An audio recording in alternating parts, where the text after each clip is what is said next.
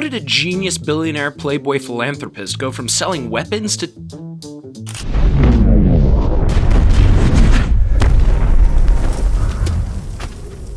becoming the savior of the universe? Iron Man.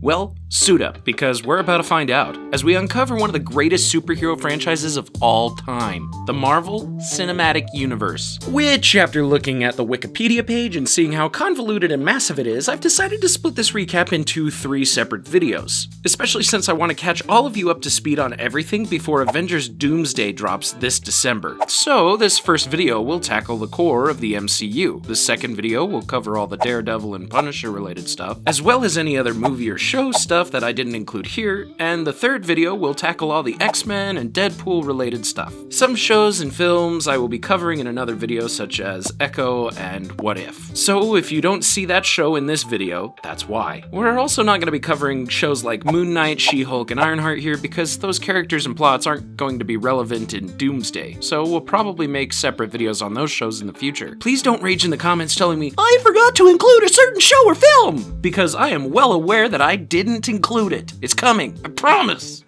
Alright, let's start at the very beginning. I mean, the first film, not the lore. Currently in the MCU, there are 6 phases of movies and TV shows. Each one covers a certain story arc or sets up for the next one. So we're going to begin with Phase 1, which begins in 2008 with the release of Iron Man. Here, we're introduced to the face of the MCU, Tony Stark. Tony is a tech genius and the son of legendary Howard Stark, who became synonymous when he built the very first arc reactor, a fusion power source capable of creating unlimited clean energy. When he died, Tony inherited his father's defense contractor Stark Industries, and is now using his technology to create weapons for the military. Throughout the world, Tony is known as an American patriot and a peacemaker because his weapons stop wars against terrorists before they happen. But a lot of people find this rather controversial. Nevertheless, all the money his company earns allows him to live a billionaire playboy lifestyle. So I don't really think he cares too much what people think of him.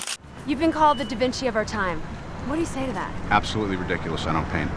And what do you say to your other nickname, the Merchant of Death? That's not bad. Tony runs the company with his father's old partner, Obadiah Stane, as well as his personal assistant, potential love interest, Virginia Pepper Potts, who basically acts more like Tony's maid than his assistant. Tony's best friend, James Rhodey Rhodes, acts as Tony's liaison between Stark Industries and the US Air Force. Rhodes is much more disciplined than Tony because of his military background, which creates a hilarious bromance between them as Rhodes tries to cope with Tony's reckless lifestyle. But luckily, Tony has a loyal bodyguard, like Harold Happy Hogan, to keep him safe, despite how miserable it can be sometimes. When we first meet Tony, he's in Afghanistan giving a demonstration of his new weapon, the Jericho. The Jericho.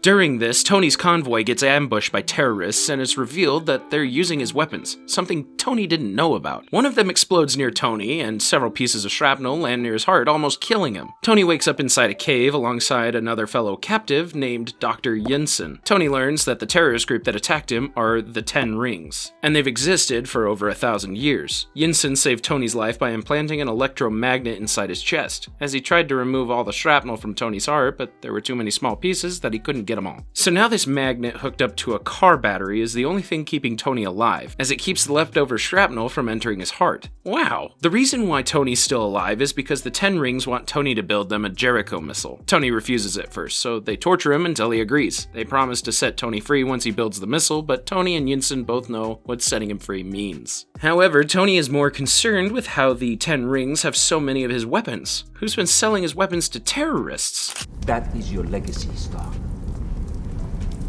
Your life's work in the hands of those murderers. Is that how you want to go? Is this the last act of defiance of the great Tony Stark? Tony gets to work building the Jericho missile, all while the 10 Rings commander, Raza, supervises his progress. But before he does that, Tony decides to build an upgraded electromagnet, so he builds a miniaturized arc reactor in a cave with a bunch of scraps. Is this guy smart or what? Next, instead of building a weapon, he decides to turn himself into a weapon by creating a giant suit made out of metal he later calls the Mark I, which is also the first Iron Man suit. So Tony then makes his escape out of the cave, but sadly Yinsen is killed during the escape. It's a sad moment, as the two of them had bonded in their captivity, and they owe each other their lives. Before Yinsen dies, he urges Tony to not waste his life. Something tells me Tony doesn't plan to.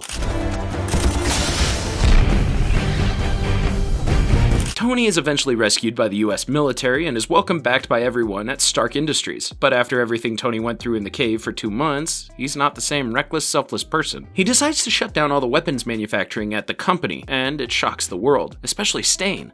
You gotta let me handle this. We're gonna have to play a whole different kind of ball now. We're gonna have to take a lot of heat.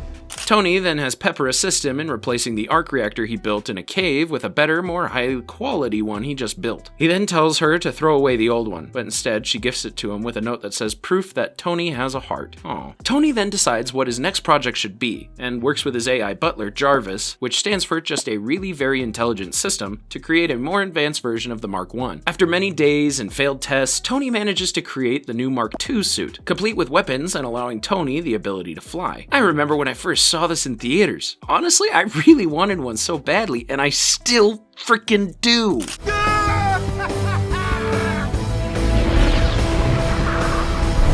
A few days later, Tony is at a charity event when he's approached by Agent Phil Coulson, who belongs to a certain secret, high-level organization called S.H.I.E.L.D. Ever since Tony escaped from the 10 Rings, Coulson has been trying to get a hold of Tony, but all Tony wants to do tonight is dance with Pepper. She looks beautiful in a dress he bought her a long time ago, and the two of them almost kiss when they share a moment. Later, Tony discovers that his weapons are still being sold to the 10 Rings, and they've recently attacked Yinsen's peaceful village. So Tony flies back to Afghanistan in his new suit, the Mark III, and saves the villagers from the 10 Rings.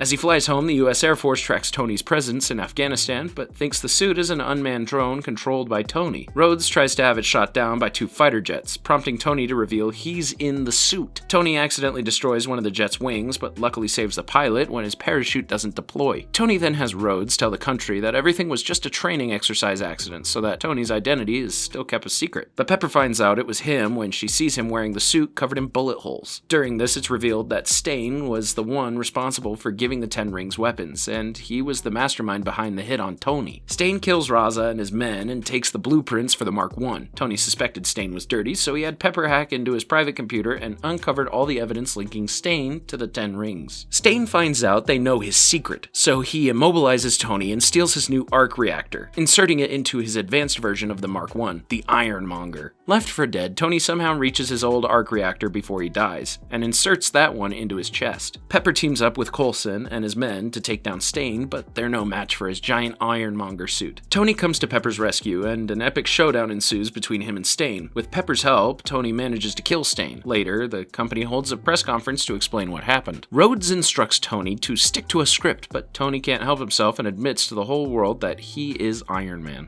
I am Iron Man.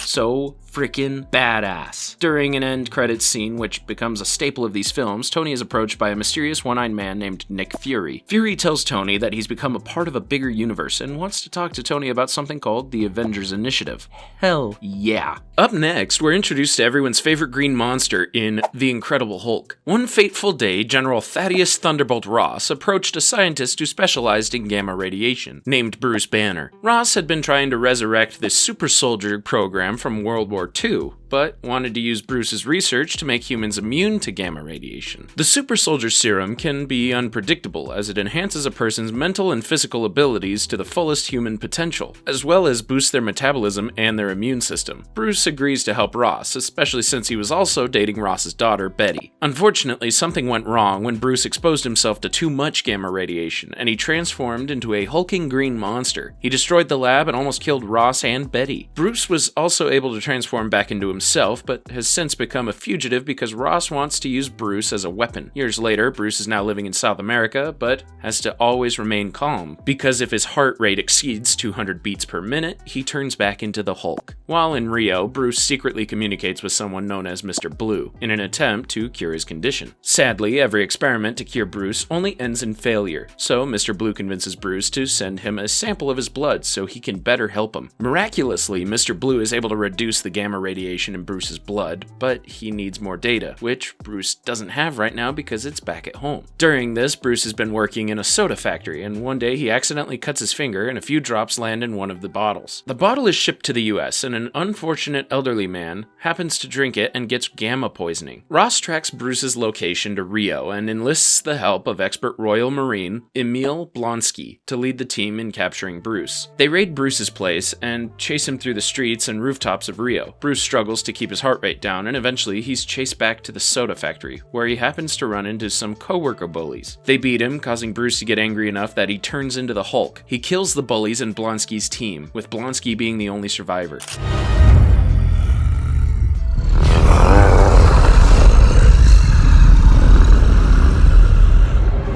Bruce disappears into the jungle and wakes up in Guatemala. Eventually he makes his way back to the university he worked at in Virginia and tries to find all the data, only to discover it's been erased. By now, Betty has moved on and dating someone named Leonard. But when she sees that Bruce is back, she reunites with him. She reveals that she had the data on a flash drive before Ross took it, unaware that Ross already has the original super soldier serum. Blonsky wants to help capture Bruce more than ever, so Ross allows Blonsky to be injected with the serum, turning him into an advanced soldier. Leonard ends up tipping Ross off that Bruce is back, so Ross has his troops try and apprehend him at the university. Bruce runs away from them, and he swallows the data as a precaution. Eventually, Ross's men corner Bruce and trigger the Hulk to emerge. Starting an intense battle between Hulk and several armored vehicles. Blonsky faces him one-on-one thanks to his new enhanced abilities, but because the serum also enhances Blonsky as a person, he can't help but foolishly mock the Hulk. Hulk almost ends up killing him with one swift kick. Betty then tries to calm Bruce down, but then a gunship appears and starts shooting them. Bruce protects Betty from the bullets and destroys the gunship as it crashes and explodes around them. Ross thinks he just killed his daughter, but Bruce reveals she's only badly hurt. He gives Ross an angry look and then disappears with Betty.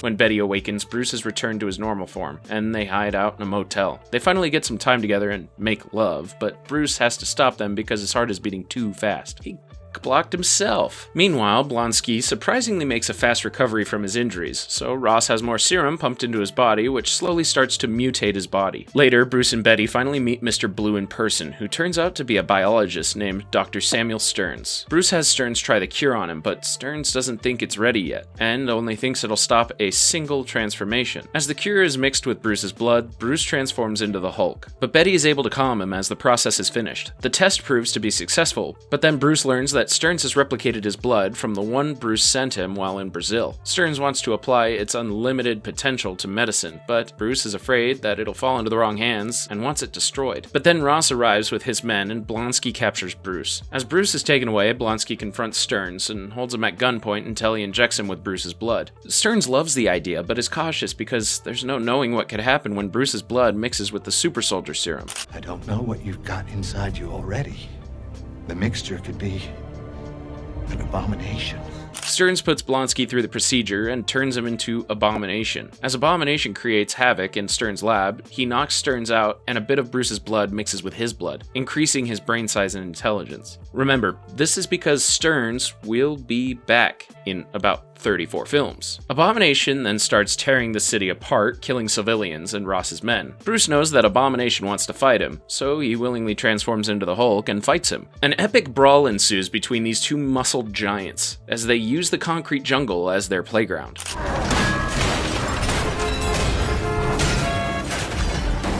Ross has a change of heart and orders his men to help Hulk, but when Ross's helicopter crashes and he and Betty's life become in danger, Hulk has to juggle protecting them and fighting Abomination. Luckily, Hulk defeats Abomination.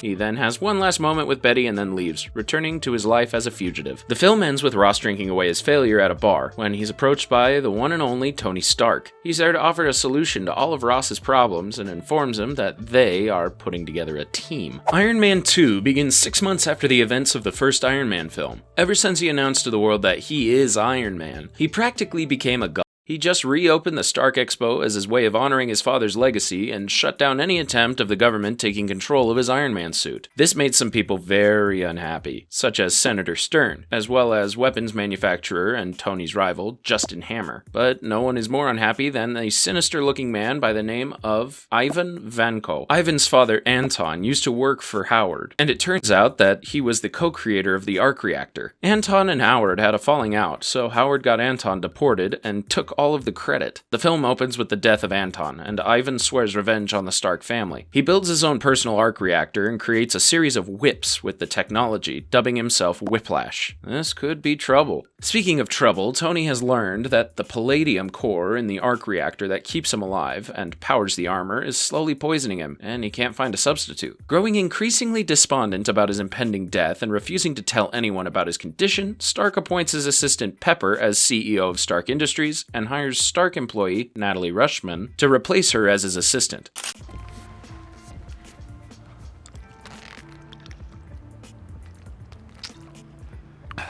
What?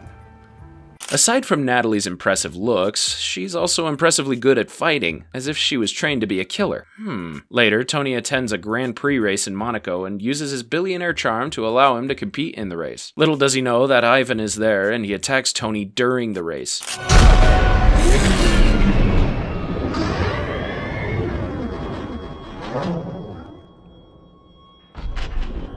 Ivan whips cut through Tony's racing car like butter, and he attacks a defenseless Tony. Luckily, Pepper and Happy come to Tony's aid and give him a new Iron Man suit that was disguised as a briefcase. Oh man, that's so cool. With the fight even now, Tony is able to defeat Ivan and takes away his arc reactor. Ivan is then taken into custody, where Tony questions who he is and how he got his hands on an arc reactor. It's worth noting that no one in the world has been able to replicate Tony's Iron Man suit, not even Hammer, so Ivan has Tony's full attention right now, especially since Tony told the world that his Iron Man technology was only going to be used for good. Ivan reveals their fathers worked together and then shocks Tony when he already knows that Tony is dying. Later, Hammer helps Ivan escape from prison because he wants them to team up so they can take down Tony. He offers to upgrade Ivan's design and Ivan accepts their partnership. Meanwhile, Tony's health has continued to decline, causing him to get depressed and not care about anything else. His buddy Rhodes, now played by a different actor, tries talking some sense into him, but Tony doesn't want to hear it. Tony then celebrates his birthday at his luxurious mansion and drunkenly behaves inappropriately in his Iron Man suit as he tries to enjoy what might be his last birthday ever. Pepper and Rhodes have had enough of Tony's antics, so Rhodes suits up in the Mark II suit and confronts Tony, friend versus friend. They begin wrecking Tony's mansion and scaring out all of his guests. Rhodes wins the fight and leaves a devastated Tony still wearing the Mark II suit. Eventually, Nick Fury finds out about Tony's antics and finally confronts him. It's here that Tony learns that Natalie is actually Natasha Romanoff, a former Black Widow. She was trained as a young girl to be a deadly assassin in a notorious Soviet spy program known as the Red Room, but escaped all that and has been working for Fury and S.H.I.E.L.D. ever since. Tony doesn't want anything to do with Fury and argues he's tried everything to cure his condition, to which Fury reveals that Howard already found a solution before he died. As a matter of fact, I did. He was one of the founding members of S.H.I.E.L.D. What? I got at 2 o'clock. Wait.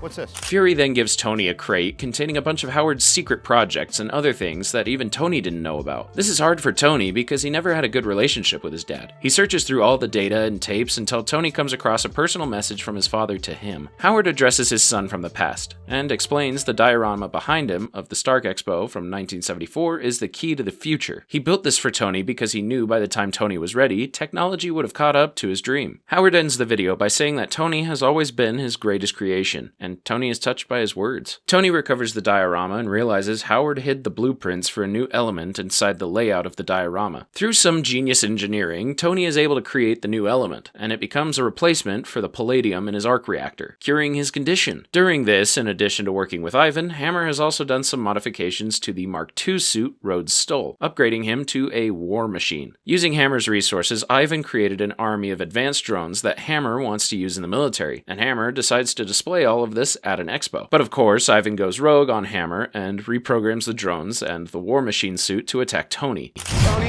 I'm locked on. I have target lock. On what? On you! Tony dodges bullets and rockets as he is chased, but does take some time to rescue a little kid, who may or may not become important later on. Meanwhile, Happy and Natasha infiltrate Hammer's company looking for Ivan, but he's nowhere to be found. Natasha takes this opportunity to reboot the war machine, so Tony and Rhodes team up to take down Ivan's drones. Once they're taken care of, Ivan appears in a more advanced suit, complete with even more advanced whips. Together, Tony and Rhodes are able to defeat Ivan. But then Ivan reveals one last ace up his sleeve, and rigs all the drones to blow, including himself. Tony realizes that Pepper is surrounded by drones back at the expo, so he races back to her and saves her at the last second. Pepper has had enough of everything and resigns as CEO, but they both realize that they love each other, and they finally share a kiss. I don't think I want you looking at that. Sometime later, Tony learns that Natasha had not recommended Tony to become a member of the Avengers initiative, but Fury informs Tony that they will still refer to him as a consultant. Tony and Rhodes then receive medals for their heroism, and Hammer is arrested for his actions. In an end credits scene, we see Coulson has made his way to New Mexico, where he discovers a crater. At the center of it is a Norse-looking hammer, followed by the sounds of thunder. Can you guess who's getting introduced next? Well, judging by the next film's title, I think we can assume we're going to be introduced to the legendary god of thunder, Thor. But first, a quick history lesson. Almost 1,000 years ago, the frost giants of Jotunheim, led by their leader Loki, attacked the 9 realms of the universe and tried to plunge the mortal world into a new ice age. Odin, the king of Asgard, fought back against Loki and his army of giants, and seized the source of power, the casket of ancient winters. Odin established a lasting peace amongst the realms, but despite living for thousands of years, he's still mortal. That is why he has made sure to prepare his 2 sons, Thor and Loki, to one day defend the realm when he can't. Thor, the oldest, is the impatient pretty boy who can't wait to be adorned in glory and power, while Loki is the quiet, reserved thinker of the two, living in the shade of his brother. When Thor gets older, he is made the god of thunder and given his iconic hammer, Jonathan. Mjolnir?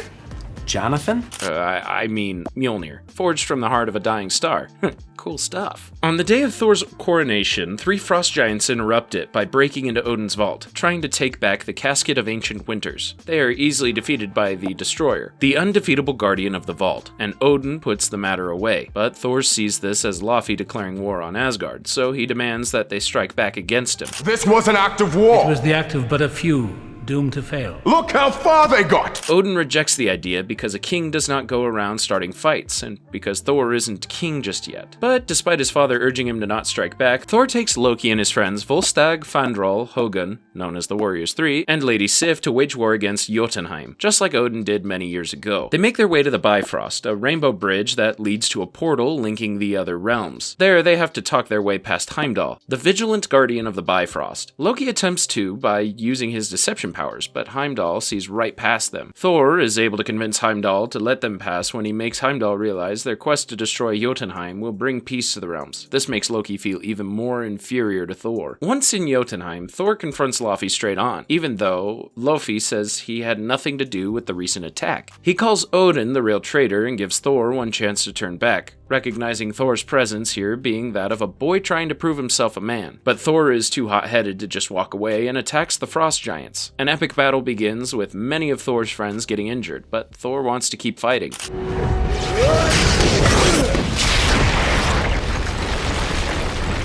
Odin appears via the Bifrost to stop the fighting and takes Thor and the others back to Asgard. He scolds Thor's reckless actions, but Thor defends what he did and calls his father an old man and a fool. To teach his son a lesson, Odin strips Thor of his powers and his hammer and casts him out of the realm. Odin then sends his hammer with him, but puts a permanent spell on it so only he that is worthy shall wield Mjolnir. Thor crashes down to Midgard, also known as Earth, as a mortal man and is found by a couple of astrophysicists, Jane Foster, her ditzy intern Darcy, and their mentor Dr. Eric Selvig. At first they think Thor is just some crazy lunatic they found in the New Mexico desert, so they leave him at the hospital. But then Jane and the others, who were here studying weather anomalies, are shocked that the strange man they found in the desert was inside the recent weather anomaly. They race back to the hospital to question Thor, and Jane almost runs Thor over with her car for a second time. Meanwhile, the locals have discovered Mjolnir after it crashed down into Earth, but their fun is interrupted when Coulson arrives to inform Fury that they found it. Back in Asgard, Loki has begun to question who he is, because during the battle, one of the frost giants touched him, which is supposed to freeze so badly it burns, but nothing happened. Odin reveals that he is Laufey's son, and Odin took him as a baby, hoping Loki would be the key to uniting the two realms. Loki is heartbroken to learn that he's been nothing more than another stolen relic to later be used as a bargaining chip. Why you favored Thor all these years? Because no matter how much you claim to love me, you could never have a frost giant sitting on the throne of Asgard. Sadly, Loki's confrontation causes Odin to fall into a deep Odin sleep. Loki then assumes the role of king while Odin sleeps. Sif and the Warriors 3 demand that Loki bring Thor back. But Loki refuses because he believes he is a better ruler than his brother and is destined with glorious purpose. Loki then confronts his mother Frigga as to why Odin lied to him about who he was. She explains it was so that he would never feel different and reassures him that he is her son. Back on Earth, Thor discovers that his hammer is nearby, but by now, S.H.I.E.L.D. has erected a base around it. Naturally, Thor is an expert in entering places he's not welcome, so he breaks into the facility and tries to retrieve the hammer, fighting anyone that gets in his way, during which a highly skilled archer named Clint Barton, also known as Hawkeye, gets a clear shot to take him out. But when Thor reaches his hammer, Coulson tells him to wait, as he wants to see what happens. Surprisingly, when Thor tries to lift his hammer, he can't, as he isn't worthy to lift it. This devastates Thor, as he's taken away by S.H.I.E.L.D. While in custody, Loki visits Thor and tricks him into believing that Odin is dead. He makes Thor believe it was his fault and reveals he can't bring him home because Odin's law still stands, even in death. Before he leaves, Loki tries to lift Mjolnir, but even after everything, he still isn't worthy. Later, Eric convinces Coulson to let Thor go by pretending Thor's a sick doctor named Donald Blake. Coulson allows it, despite not believing Eric's story, as he wants to know more about Thor. Knowing he can never leave, Thor learns to make the best of his situation on Earth, and even starts a romance with Jane. The first time in my life, I have no idea what I'm supposed to do. Fed up with sitting around and doing nothing, Sif and the Warriors 3 defy Loki's orders and arrive on Earth. Found you!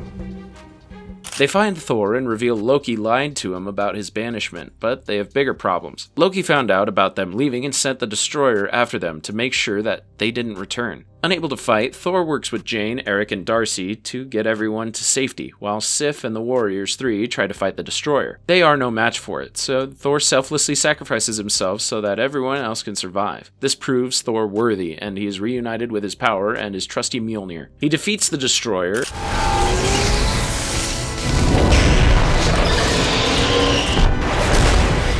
then regretfully informs Jane that he has to leave to confront Loki. Before leaving, Thor proves to Coulson that he's an ally that they can count on, and he gives Jane a kiss goodbye, giving her his word that he will return. During this, Loki had made a pact with Laufey, allowing him to break into Asgard and kill Odin in his sleep. It turns out that Loki was also the one who let the 3 frost giants break into Asgard during Thor's coronation, but as Laufey is about to kill Odin, Loki kills Laufey, making it look like he just heroically saved Odin's life. Loki's plans are thwarted by the arrival of Thor, who exposes all of Loki's lies and deceptions. Regardless, Loki still plans to destroy Jotunheim, so Thor fights him, despite not wanting to fight his brother. Their fights escalate to a point that Thor has to destroy the Bifrost, breaking his promise to Jane that he would see her again. It creates a massive explosion that almost kills them, but they're saved by a now awakened Odin, hanging on to Thor. Loki tells his father that everything he tried to do was for him, but Odin tells him he could never have, so Loki lets go, falling into the abyss of space. Peace is restored to the realms, but Thor mourns the death of Loki, as well as not being able to see Jane. Odin is proud that Thor learned how to be a wise king, but Thor admits he'll never be as wise as him. He hopes one day that he can make his father proud, but Odin comforts him, saying he already has. Heimdall informs Thor that Jane is still searching for a way to find Thor, so maybe there is hope for them yet. In the end credits scene, Fury hires Eric to work for S.H.I.E.L.D. and reveals to him a mysterious cube-shaped object called the Tesseract. Fury thinks it contains untold power, and an invisible Loki appears behind Eric, revealing he is still alive, and he secretly prompts Eric to agree. So what is this Tesseract? Well, we learn more about it in the next film, Captain America: The First Avenger, where we go back in time to World War II and get to see the origins of S.H.I.E.L.D. and several characters, as well as the origins of that super soldier program. The film begins in the year 1942 in German-occupied Norway. One night, a church is raided by Nazi Lieutenant General Johann Schmidt. Schmidt is the leader of another branch of the Nazi regime called Hydra, and he's here looking for the Tesseract.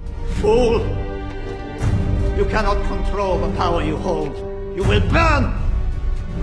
I already have. Schmidt plans on harnessing the power of the Tesseract along with his lead scientist, Dr. Armin Zola, to create weapons in an army more advanced than has ever existed. Basically, this guy is power hungry. Back in America, a 98-pound weakling named Steve Rogers has been repeatedly trying to get enlisted into the army, but every time he gets rejected because of how small and weak he is. Steve is the kind of guy who instantly gets back up no matter how many times he's been knocked down, and he'll do whatever it takes to stand up for what's right. Thankfully, he had a good friend like James Buchanan Bucky Barnes to always look out for him, but sadly Bucky got enlisted into the 101st before Steve could and is shipping out soon. So before he leaves, he decides to spend one last night with his best friend and hook Steve up on a blind double date as they attend Stark Expo. There, we meet a young Howard Stark showing off his latest inventions, but Steve is more focused on trying to get recruited in the army. Bucky is concerned Steve's gonna get caught as he has to lie about his background every time he tries to enlist, but Steve doesn't care about that because he's more concerned about standing up for what's right, even if he gets killed. Their argument is overheard by Dr. Abraham Erskine, who has been looking for a candidate in his new super soldier experiment. He questions Steve on why he's been so persistent to join the army, and Steve's answer pleases Erskine enough to allow Steve to be a candidate for his experiment. The project is also under the command of Howard Stark, as well as the pragmatic Colonel Chester Phillips, and the capable MI6 agent Peggy Carter. During the training, Steve struggles to keep up with the other candidates physically, but always outdoes them mentally. Chester doesn't think Erskine made the right choice in choosing Steve as their candidate, but Steve proves him wrong when he falls on a dummy grenade. Steve also impresses Peggy, and the two eventually form an unlikely romance. That night, Steve asks Erskine why he chose him, and Erskine explains that the serum doesn't just enhance the physical and mental abilities of the person, but also who they are inside. Erskine then reveals that he worked under Schmidt and designed a prototype version for him. Erskine was hesitant to use it on him, but Schmidt forced him to proceed. The procedure was a success, but it also turned Schmidt into a disfigured monster. This would also explain why Blonsky became more aggressive and monstrous the more serum he was injected with. That's why Erskine chose Steve, because a man who knows the value of strength won't waste it. And Erskine urges Steve to not forget this no matter what.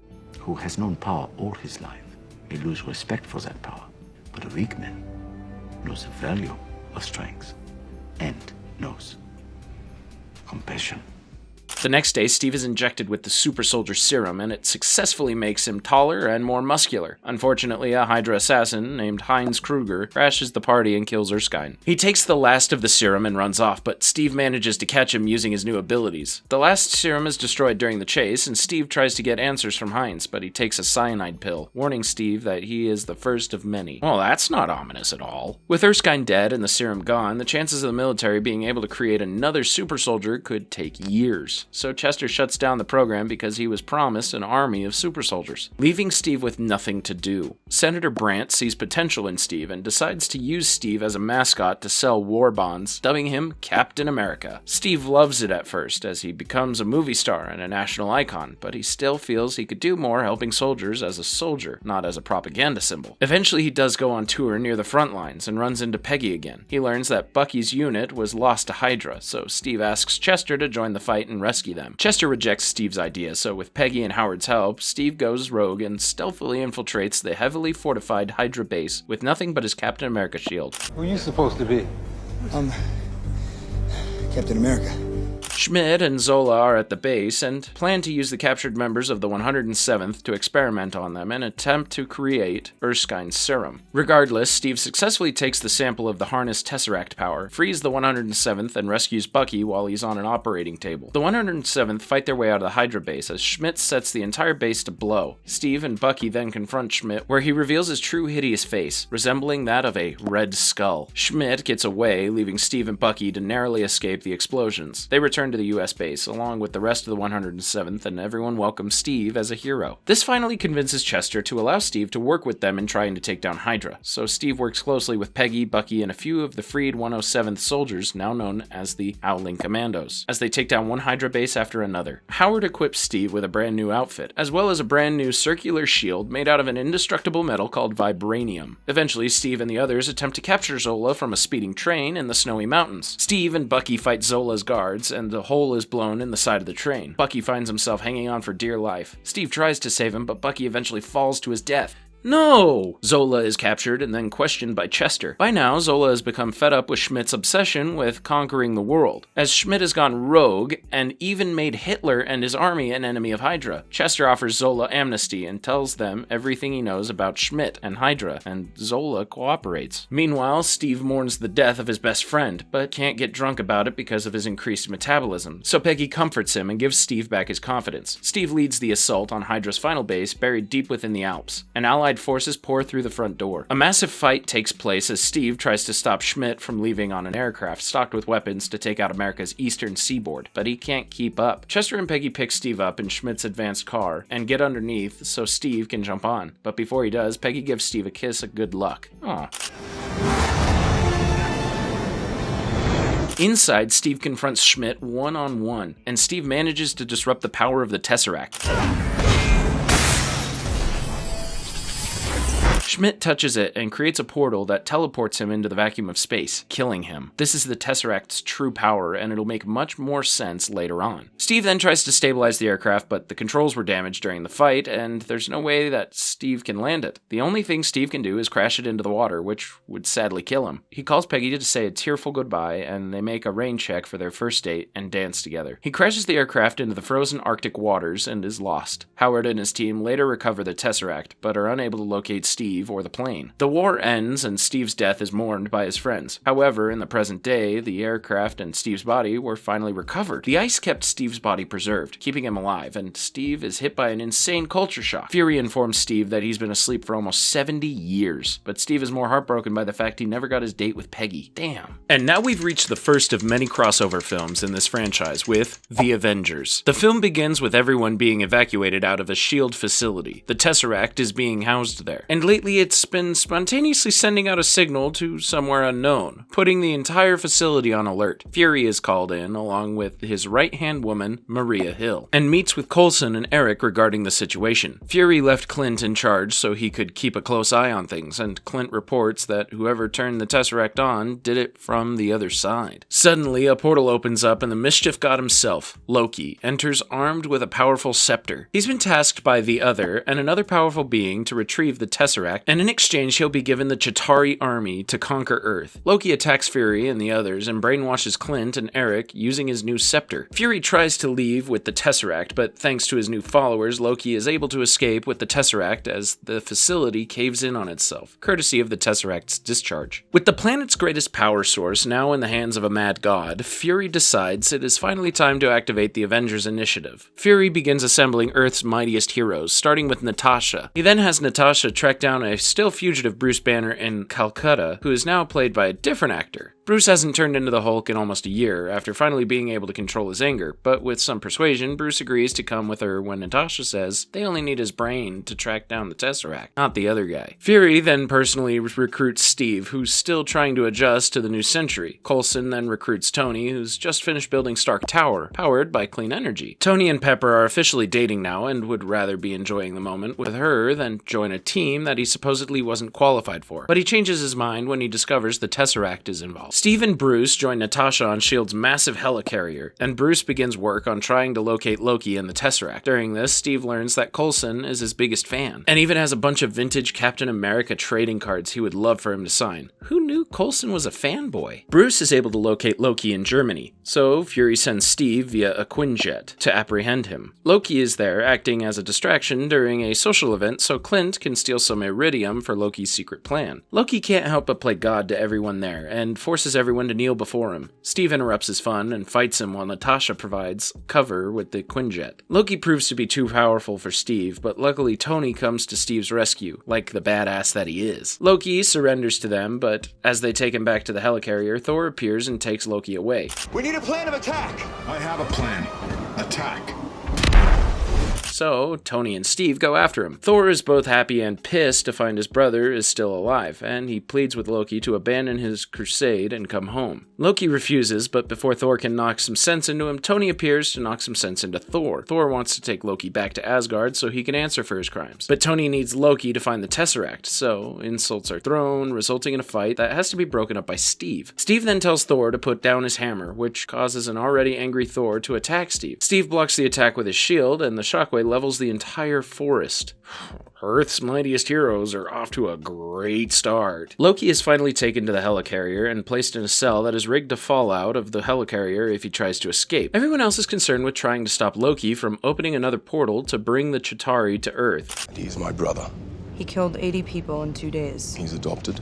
But Steve and Thor are the only ones concerned over how easy it is to take Loki prisoner. Tony and Bruce end up bonding because they're the only scientists of the group, so they work together on finding the Tesseract. They also bond over their conditions, and Tony offers his glass-half-full perspective by saying Hulk saved Bruce's life when he was exposed to that much lethal gamma radiation. During this, Steve suspects Loki's reason for getting captured was so that he could tear the team apart and cripple S.H.I.E.L.D. before the Chitauri come, so he does some digging into S.H.I.E.L.D.'s archives. Natasha also suspects Steve and Thor are onto something and uses her interrogation tactics on Loki, proving Steve and Thor right. It also turns out that instead of locating the Tesseract all this time, Tony and Bruce have been uncovering S.H.I.E.L.D.'s deepest, darkest secrets. Steve confirms what they've found, and it turns out S.H.I.E.L.D. has been using the Tesseract's technology to make weapons just like what Hydra did. They confront Fury about this, and Fury explains that they're doing this because after Thor revealed that they're not alone in the universe, nor are they powerful enough to handle any threat that's out there, so they need to level the playing field. So basically, S.H.I.E.L.D. was resorting to this instead of the Avengers initiative. Comparisons and insults are made, and pretty soon everyone's arguing with each other, just like Loki wanted. The quarrel is interrupted by Clint attacking the helicarrier, along with several other ex-S.H.I.E.L.D. operatives now loyal to Loki. They damaged one of the helicarrier's engines, and if they lose one more, they will fall. Tony and Steve work on repairing the engine, while Thor and Natasha try to contain Bruce, who has just now turned into the Hulk.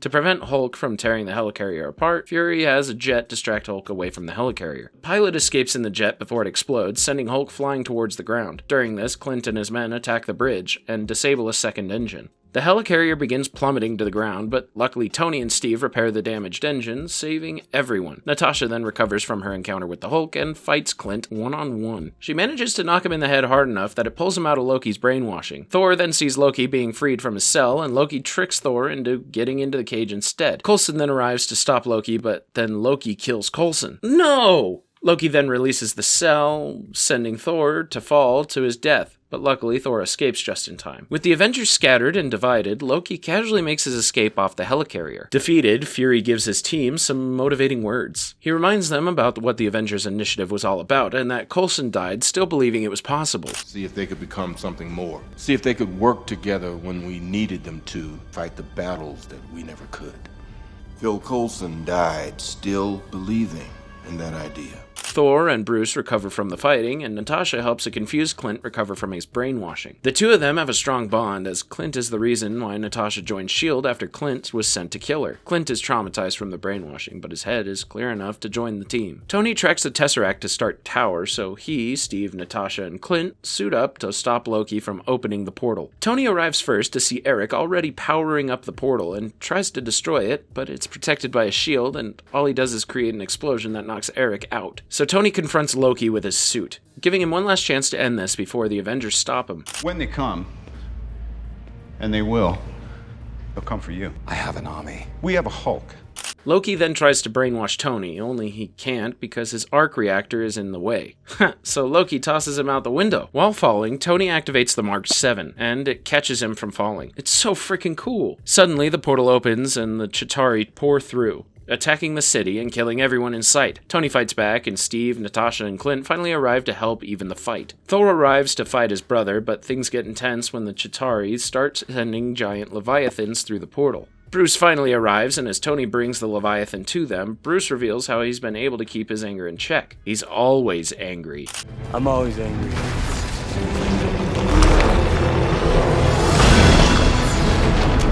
And then in a glorious slow-motion shot, Bruce transforms into the Hulk and takes out the Leviathan in one punch. I think the Avengers have finally assembled.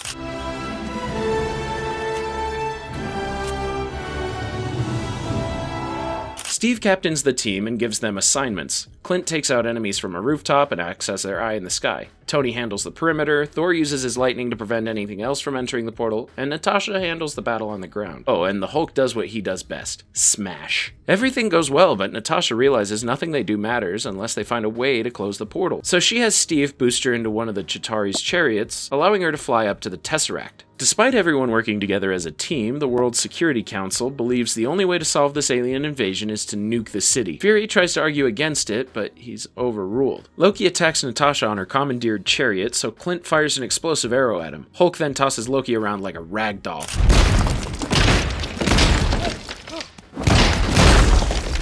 Calling him a puny god. By now, Eric has recovered from his brainwashing after getting knocked out from the explosion earlier, and he reveals to Natasha that he put a failsafe into the portal that can only be closed with Loki's scepter, and with Loki incapacitated thanks to Hulk, they can take the scepter and close the portal. Meanwhile, Fury fails to stop the jet carrying the nuke from taking off, so he warns Tony about it. Tony then gets the idea to send the nuke into space and blow up the Chitauri command ship, which would kill all the Chitauri in the area. Unfortunately, there's a good chance that this will be a one-way trip for Tony because his suit is low on power. So he tries to call Pepper one last time, but sadly she doesn't see her phone ringing. He blows up the Chitauri command ship just as his suit loses power, but luckily he's able to float back down through the portal as Natasha closes it. Hulk catches Tony and everyone celebrates their victory. Tony then casually suggests that they should all go out for shawarma to celebrate. Loki is taken into custody and Thor is allowed to take him back to Asgard to stand trial for his actions, taking the Tesseract with him. All across the world, the heroic actions of the Avengers are both loved and hated, as the question of whether or not they are there to protect them, unchallenged, unquestioned, is a good thing. But that is all laid to rest for now. To be continued in another film. One thing that is for certain, the whole universe knows how powerful the Avengers are, so if they're attacked again, they'll have nothing to worry about. Or do they? During a mid-credits scene, the other confronts the mastermind behind the attack in New York, and the mastermind is revealed to be the Mad Titan himself, Thanos. Oh,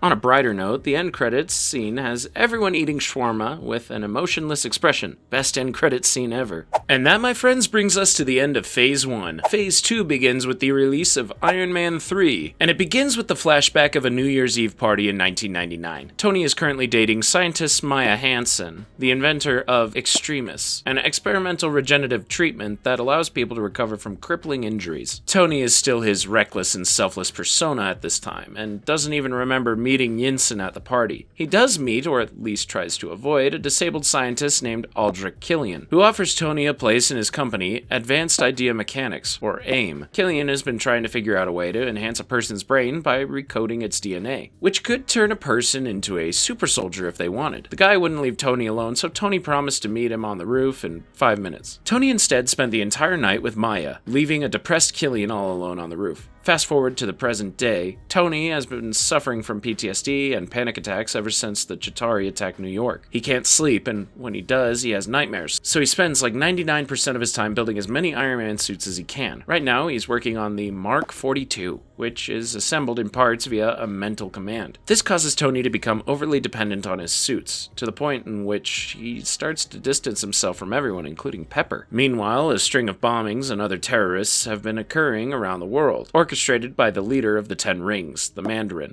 You know who I am. You don't know where I am. And you'll never see me coming. He's been threatening US President Matthew Ellis, so Ellis hires Rhodes to help deal with the threats, rebranding him as the Iron Patriot. Happy, who's just been promoted to head of security at Stark Industries, happens to witness the Mandarin's right-hand man, Eric Savan, orchestrate another bombing. The bomb vaporizes everyone and puts a critically injured Happy into a coma. Before the bombing, Happy noticed that Eric and his accomplice had some sort of regenerative abilities. And Eric's accomplice created the explosion by blowing himself up from the inside. Tony responds to this by challenging the Mandarins to a fight, and even gives him his address. Tony then investigates the previous bombing attacks and makes plans to investigate the first attack in Tennessee. Maya then visits Tony at his mansion, wanting to warn him about something, when 3 helicopters start shooting missiles at Tony's mansion. Tony quickly commands the Mark 42 to protect Pepper, and Pepper gets Maya to safety while Tony gets separated from him. Once Pepper and Maya are safe, Tony calls the suit to him and he tries to take down the helicopters with a suit that isn't combat ready. Eventually, the structural integrity of the mansion starts to buckle, and everything Tony owns, his cars, many of his suits, are destroyed as they crash into the ocean. Tony is able to escape, and Jarvis blasts Tony all the way to Tennessee as a part of a pre-flight plan they made. He crashes into the freezing Appalachian Mountains, just as Jarvis's reserve power dies, leaving Tony all alone. Tony drags his suit to a random garage and briefly befriends a boy named Harley. Tony then sends a secure message to Pepper telling her that he's alright, and Pepper learns from Maya that she was coming here to warn Tony that her boss, Killian, is working for the Mandarin. Tony investigates the explosion site and discovers the bombings were triggered by soldiers, subjected to extremists whose bodies explosively reject the treatment, which were falsely attributed by AIM as a terrorist plot to cover up the extremists' flaws. Tony is then attacked by Eric and another agent working for Killian named Brandt. With their enhanced abilities, he kills Brandt and wounds Eric, and trusts Harley to guard his suit while he investigates the Mandarin in Miami. Along the way, Tony learns more about what went wrong with Killian's experiments. While Killian, looking less crippled than the last time we saw him, kidnaps Piper, Killian also captures Rhodes and his Iron Patriot suit. For the grand finale in the Mandarin's terrorist plan, Tony infiltrates the Mandarin's base in Miami and discovers that the Mandarin is actually a junkie actor named Trevor Slattery. Said they give me more. They gave me things. They gave me this palace. They gave me plastic surgery. They gave me things. Did you just nod off? Turns out Killian is the real Mandarin, and Trevor is just a prop to cover up the company's mistakes with the explosions. Killian has also been targeting Tony as revenge for not meeting him on the roof 13 years ago like he promised. Talk about holding a grudge. Unfortunately, Tony is then captured by Eric. Killian, who appropriated Maya's extremist research as a cure for his own disability and expanded the program to include injured war veterans, reveals he has subjected Pepper and extremists in the hope Tony will fix extremists' flaws, while trying to save her. Maya then betrays Killian when she realizes he's gone too far, so Killian kills her. Rhodes has locked down the Iron Patriot with him still inside, making it impossible for Killian or anyone else to use the suit, so Killian uses his new abilities to heat the suit and force him out. You breathe fire? Okay. It's a glorious day, Simon. Luckily, the Mark II finishes charging and allows Tony to access it and escape. However, he still has limited power and has to keep charging it with a car battery. Rhodes also escapes, but Eric flies off with the Iron Patriot suit. They interrogate Trevor and learn about Killian working with the Vice President to kill Ellis by bombing Air Force One in midair, in return for helping cure his daughter's leg. Tony catches up to the exploding Air Force One, kills Eric, and saves 13 people before they fall to their deaths. Unfortunately, Eric had transported Ellis away inside the Iron Patriot, so Tony decides to activate House Protocol and activates the other 40-ish suits he kept secure under his mansion. Tony and Rhodes track down Killian and his minions at an impounded oil tanker where Killian plans to kill the president on live television. They are hopelessly outnumbered, but luckily Tony's backup is here, in the form of all the various Iron Man suits he's ever created and controlled by Jarvis. An epic fight ensues with Tony jumping from suit to suit.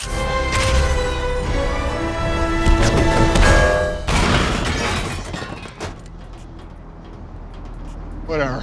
Rhodes rescues Ellis, and Tony fights Killian while trying to rescue Pepper. Sadly, Tony can't save Pepper in time, and she falls to her death. Tony then equips Killian with the Mark II and blows it up. However, all it did was wound Killian as he prepares to kill Tony, but surprise, Pepper turns out to still be alive thanks to the extremists, and she kills Killian with her new abilities and Tony's tech. Something tells me there's an Iron Man suit with her name on it in the future. Tony is overjoyed that Pepper is still alive, and to show his devotion to her, he blows up all of his suits. In the end, the Vice President and Trevor are arrested. Pepper is cured of the extremists, and Tony has all of the shrapnel finally removed from his chest. Also, Happy awakes from his coma. Nice. No longer needing his arc reactor anymore, Tony tosses it into the sea where his mansion used to be, but firmly addresses to everyone that he will always be Iron Man. Moving on to the second Thor film, Thor: The Dark World, where we get a little backstory before Odin's time. Eons ago, Odin's father, Bor, fought the Dark Elves led by Malekith as the Dark Elves sought to unleash a weapon known as the Aether upon the Nine Realms. The Aether has the power to change reality, and the ability to convert matter into dark matter, returning the universe to primordial darkness. Malekith could only achieve this when the Nine Realms converged, but Bor stopped that from happening the first time. Bor then hid the Aether in the hidden world, so that no one would ever find it. Following the events of the Avengers, Loki is brought before Odin and charged for his crimes. Odin wanted to sentence Loki to death since that was always his birthright, but Frigga convinced Odin to give him a life sentence instead. It seems Frigga is the only one who still thinks there's some good in Loki. Thor, along with Sif and the Warriors 3, have been going around the realms cleaning up the damage Loki left behind.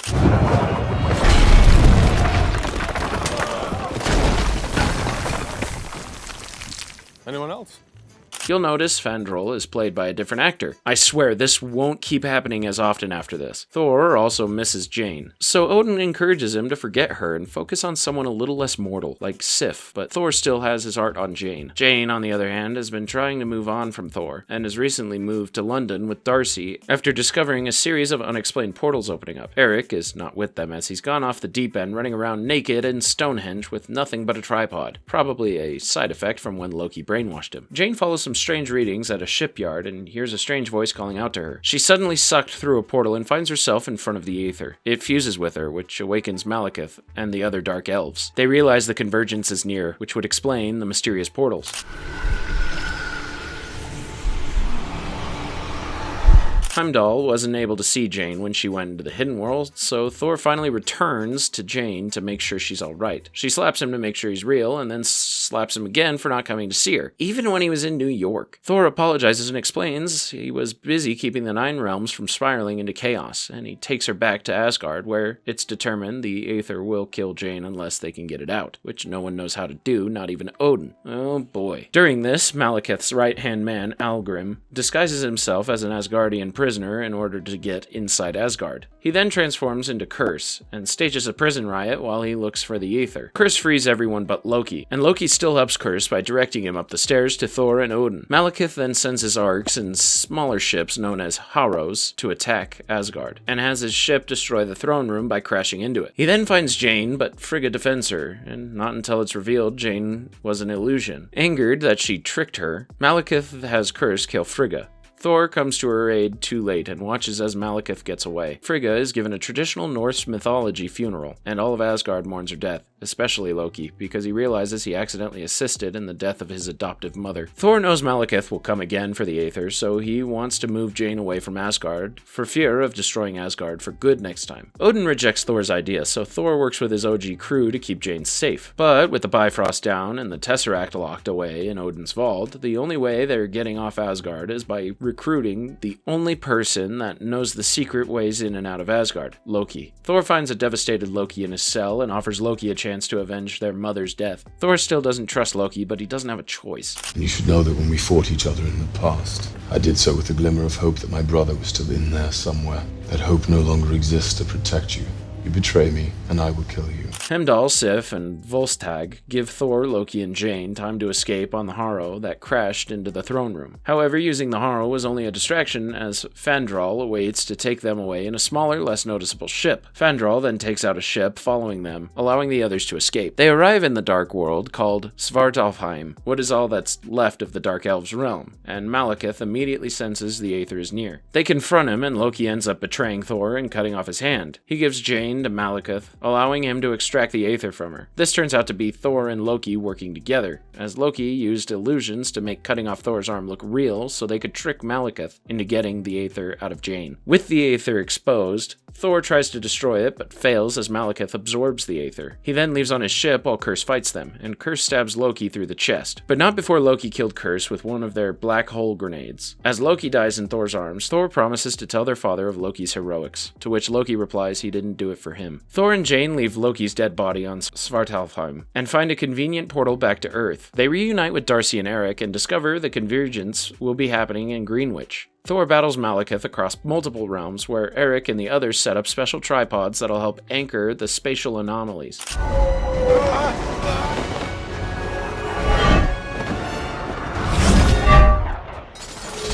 The The convergence then reaches its peak, so Malekith unleashes the power of the Aether. Thor is able to defeat him using the tripods and crushing him with his ship. With Malekith defeated and the balance finally brought to the realms, Thor returns to Asgard to face the crimes for his treason. However, Odin decides to erase Thor's treason and offers anything Thor wants. But by now, Thor has realized he doesn't want to be king. He will still protect Asgard, but he can't do it sitting on a throne. Odin allows Thor to live out his life as a good man, and lets him keep Mjolnir. But as Thor walks away, it's revealed Loki is still alive and was pretending to be Odin all this time, and Thor just let him be king. Uh-oh. During the middle credits scene, we see Volstagg and Sif taking the Aether to Tannelir Taivan, also known as the Collector. The Collector lives someplace called Nowhere, which is a lawless city built inside the severed head of a Celestial. The Collector is honored by the presence of 2 Asgardians, but wonders why they are bringing him the Aether. Volstagg explains the Tesseract is already locked away on Asgard, therefore it is not wise to keep 2 Infinity Stones in the same place.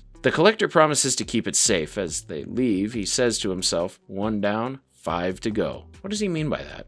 What are Infinity Stones? Also, what are Celestials? Those questions will have to wait for now, because we're going to have to take a step back from gods and aliens in this next entry, and quite possibly the best film in the MCU, Captain America: The Winter Soldier. 2 years after the battle in New York, Steve Rogers has gotten more accustomed to this new century, and has even started to make some new friends, including his new jogging partner, Sam Wilson. Sam is an Army veteran who served many tours as a pararescueman, and later was selected to test a military wingsuit prototype. Something tells me we're going to see him in action later on. Steve still continues to work for S.H.I.E.L.D. and works closely with Natasha and S.H.I.E.L.D.'s counter-terrorism team called Strike, led by Agent Brock Rumlow. During one mission, Steve is tasked with saving 15 hostages, including Agent Jasper Sitwell from a band of pirates led by Georges Bedrock.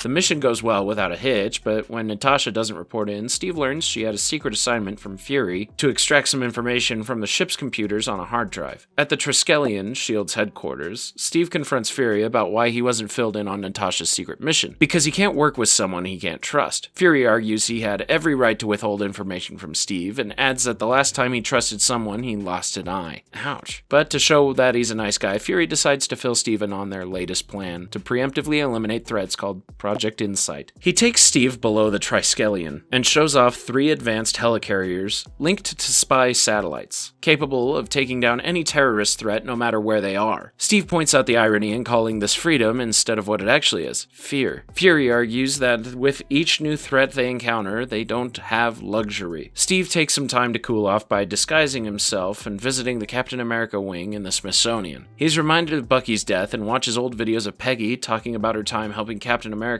He then visits a much older Peggy, still alive after all this time, and they reminisce about the good times. All this is bittersweet for him, and he expresses to Peggy how hard it is for him to move on and accept the way things are now. Peggy encourages him to try, as sometimes it's the best thing anyone can do. Meanwhile, Fury is unable to decrypt the data Natasha extracted, and becomes suspicious when he learns the one who encrypted it was someone using his clearance. So Fury asks senior S.H.I.E.L.D. official Alexander Pierce to delay Project Insight until he can sort this all out. Pierce allows it, but when Fury is on his way to rendezvous with Hill, his car is attacked by unknown assailants. A badly injured Fury is able to evade them, but then his car is stopped by a super soldier assassin with a metal arm, known as the Winter Soldier. Fury escapes getting captured by the Winter Soldier and somehow makes his way to Steve's apartment. After trying to flirt with the cute girl next door, Sharon, Steve finds Fury casually listening to music in his apartment. Fury warns him that S.H.I.E.L.D. has been compromised, and then is suddenly shot twice by the Winter Soldier. As Fury bleeds out, he gives Steve the hard drive and tells him not to trust anyone. Sharon hears this and rushes to Fury's aid, as she turns out to be a S.H.I.E.L.D. agent named Agent 13, sent by Fury to keep an eye on Steve. So while she takes care of Fury, Steve chases after the Winter Soldier but is unable to catch him.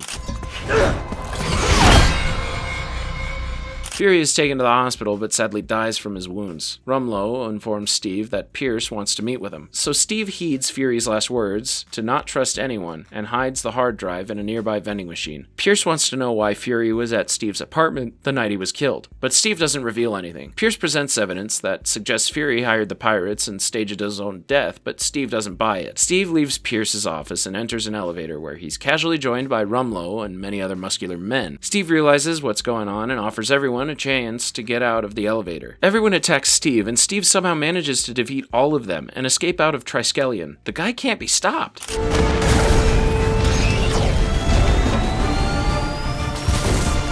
Pierce then brands Steve a fugitive, which confuses some people in S.H.I.E.L.D., like Sharon, because, why would Captain America betray S.H.I.E.L.D.? Steve tries to retrieve the hard drive from the vending machine, only to discover that Natasha has it. She convinces Steve that he can trust her, and reveals Fury did hire the pirates, as he wanted to confirm something about S.H.I.E.L.D. They use the old flash drive to find an old S.H.I.E.L.D. bunker in New Jersey called Camp Lehi, the same place where Steve trained to be a soldier. They find a secret room that houses a supercomputer containing the preserved consciousness of Zola. After the war, S.H.I.E.L.D. began recruiting Nazi scientists to work for them, including Zola. He, along with many others, were still loyal to Hydra and secretly reformed Hydra within S.H.I.E.L.D. Over the decades, Hydra convinced the world to trade freedom for security and use the Winter Soldier to cover their tracks, including using him to kill Tony's parents. Holy... Pierce is Hydra's leader, and Hydra now plans to use Project Insight to eliminate any threat to Hydra, using Zola's algorithm located on the hard drive. Zola's algorithm determines who is a threat to Hydra by predicting their future based on the past. And it could be anyone from an Avenger to a stay-at-home dad that takes his kids to soccer practice. But Hydra won't stop there, as once every threat has been eliminated, millions will die every day, allowing Hydra to create the New World Order. They try to ask Zola more questions, but S.H.I.E.L.D. fires a missile at them, destroying the base. They narrowly avoid the blast and escape. With no one else to trust, Steve and Natasha hide out with Sam, and the three of them form a plan to take down Hydra. They start by interrogating Jasper, who just had a nice lunch with our old friend Senator Stern. Stern also turns out to be working with Hydra. No wonder he wanted Tony's tech back from Iron Man 2. During this, we get to see Sam use that glider prototype in action, known as the Falcon wingsuit. And after scaring Jasper, he tells them everything. Later, the Winter Soldier catches up to them and kills Jasper.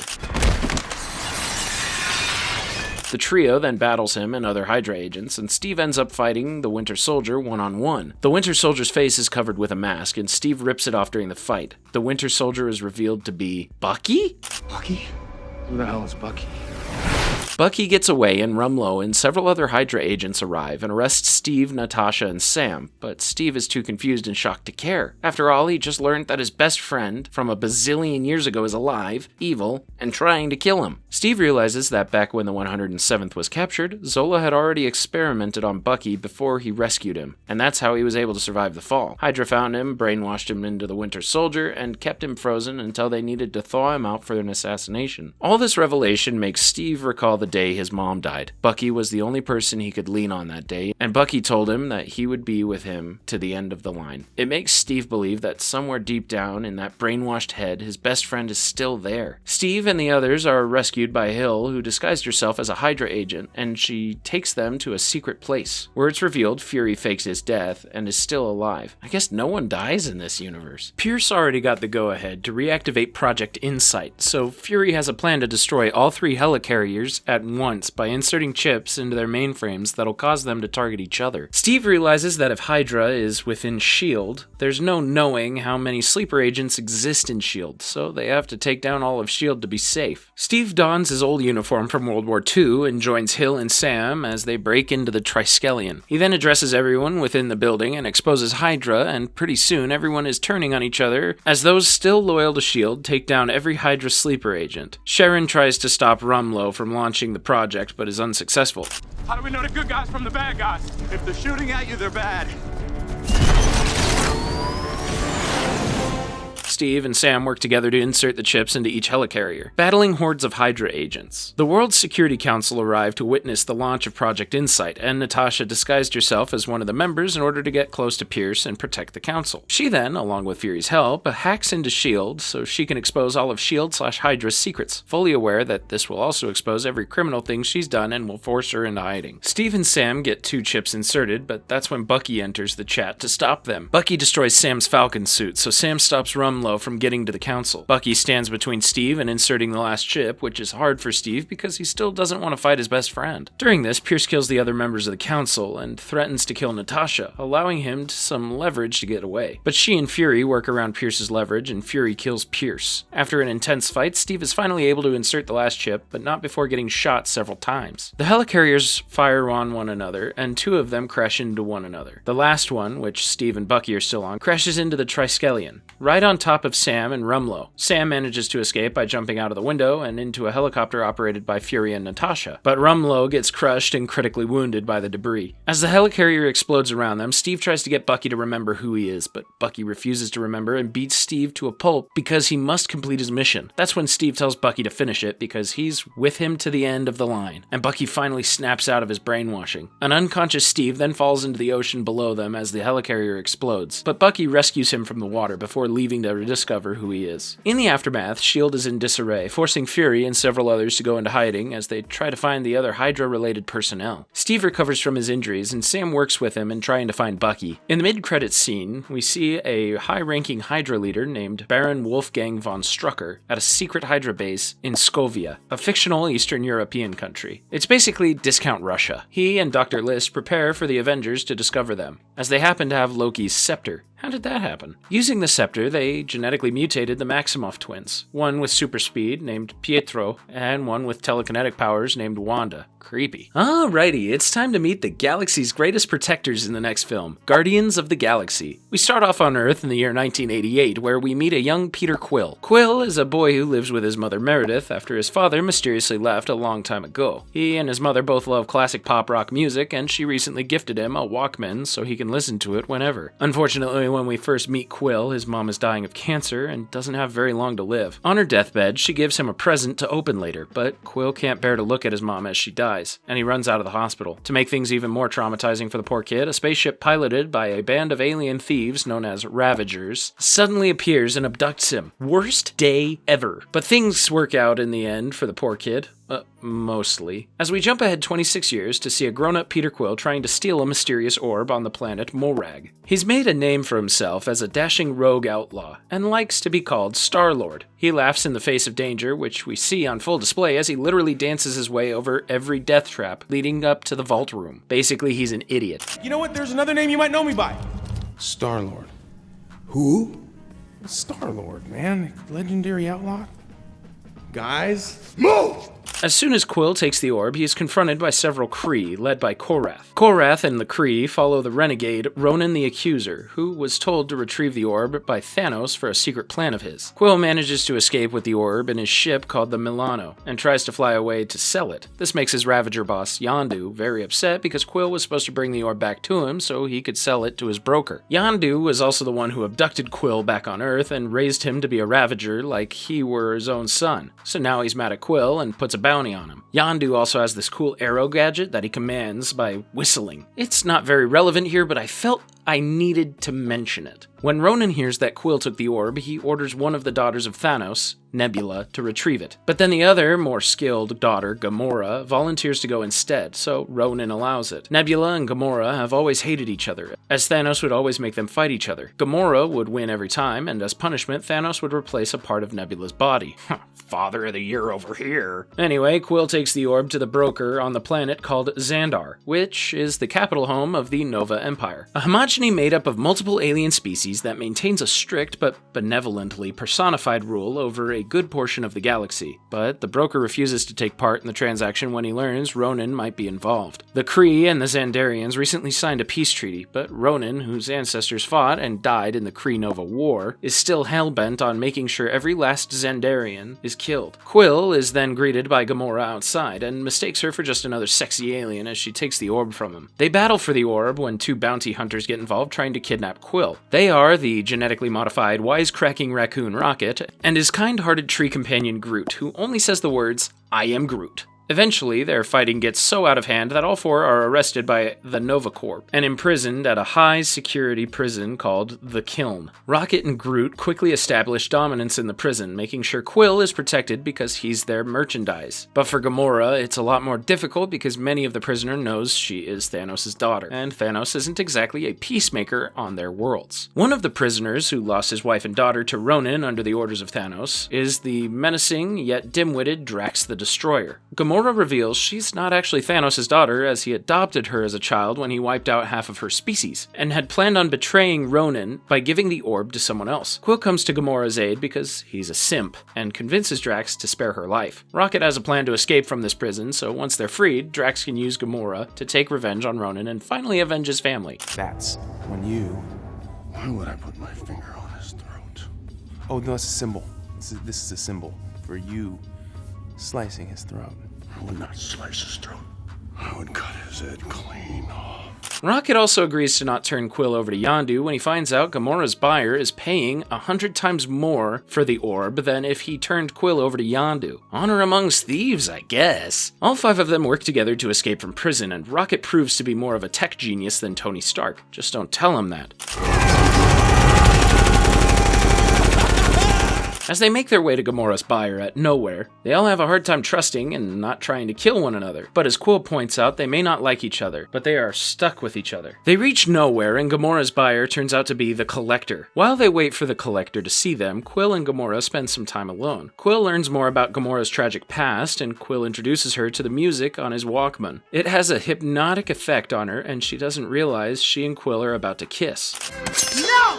What the hell? I know who you are, Peter Quill, and I am not some starry-eyed waif here to succumb to your pelvic sorcery! Quill then has to break up a fight between Rocket, Groot, and Drax, as Drax called Rocket a name, and it triggered some trauma from when he was first experimented on. Well, I didn't ask to get made. I didn't ask to be torn apart and put back together over and over and turned into some little monster. Rocket, no one's calling you a monster. This is some deep stuff. The Collector finally sees them and reveals that inside the orb lies an Infinity Stone, specifically the Power Stone. There are 6 in total, and the Tesseract is also an Infinity Stone, known as the Space Stone, as is the Aether, known as the Reality Stone, and the others we have yet to see are the Mind Stone, the Time Stone, and the Soul Stone. These stones represent the fundamental aspects of existence in the universe, and when combined, they grant the person godlike powers. You know, something tells me that this is going to be very important from here on out, so pay attention. Unfortunately, before the Collector can pay them, Karina, his mistreated assistant, grabs the Power Stone. The stone destroys her, and the Collector's collection, and almost kills the Guardians.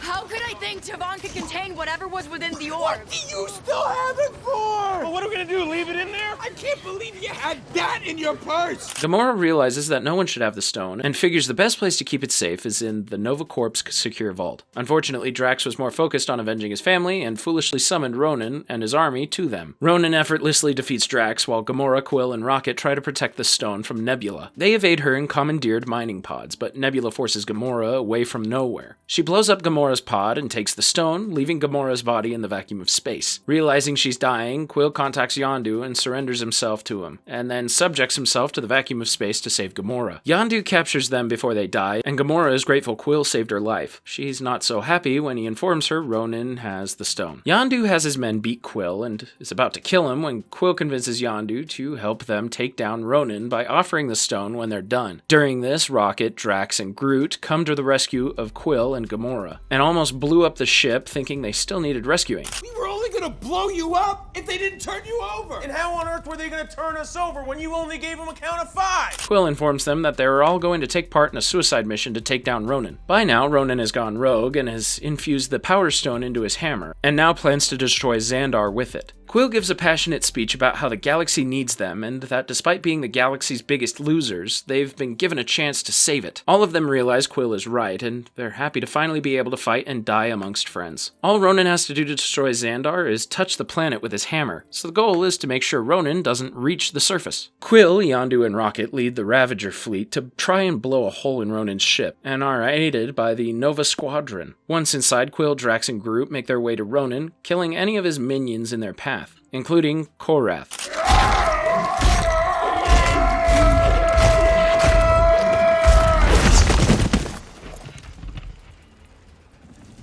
Gamora defeats Nebula and offers her a chance to help them stop Ronan, but Nebula escapes the battle in a Ravager ship. All 4 of them make their way to Ronan and try to kill him, but Ronan survives a rocket to the chest. Ronan tries to kill them, but they're all saved by Rocket kamikazeing the ship into Ronan's. Rocket survives, but this causes Ronan's ship to plummet to the ground. Realizing they'll die, Groot sacrifices himself to soften the impact for his friends. Rocket begs his closest friend to not do this, which Groot replies, "We are Groot." We are Groot.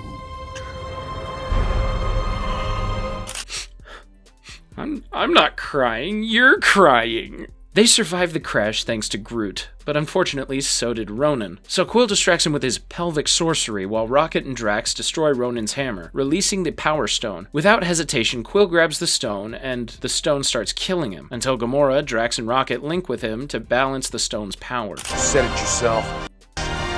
We're the Guardians of the Galaxy.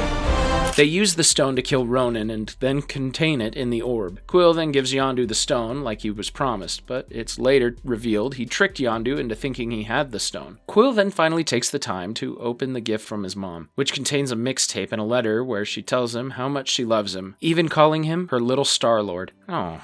The Nova Corp stores the Power Stone in their secure vault, wipes Quill and all others' criminal records, and even rebuilds their ship. Rocket grows a new Groot from one of Groot's saplings, and something tells me the adventures are just beginning for our Guardians of the Galaxy. You know, as long as there's lots of dancing baby Groot. He's so cute. Alright, so after enough solo adventures, the Avengers decide to assemble once again in Avengers Age of Ultron. The film begins with everyone attacking that Hydra base in Scovia. We saw it at the end of Captain America 2, as the Avengers learned Loki's scepter was there. The Avengers easily cut their way through loads of Hydra enemies, making quips and jokes as if this were an average Tuesday. Guys, stop. We gotta talk this through. It's good talk.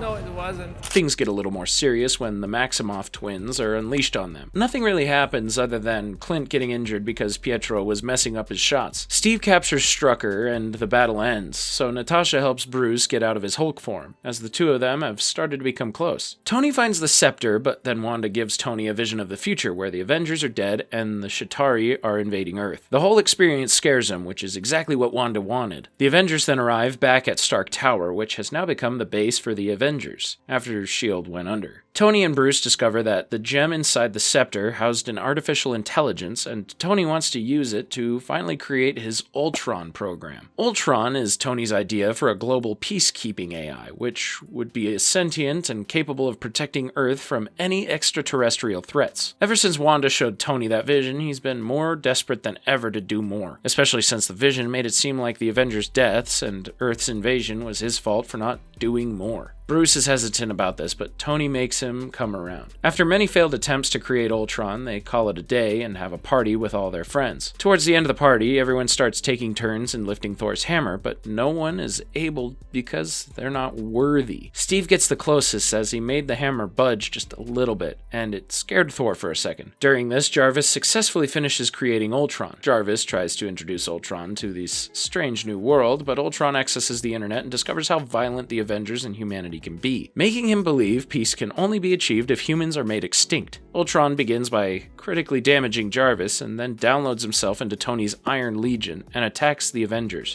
I'm on a mission. What mission? Peace in our time.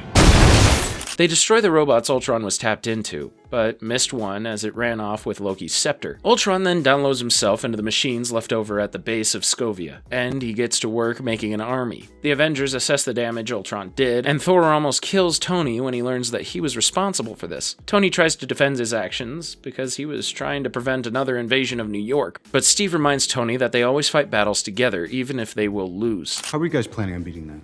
Together. We'll lose. And we'll do that together too.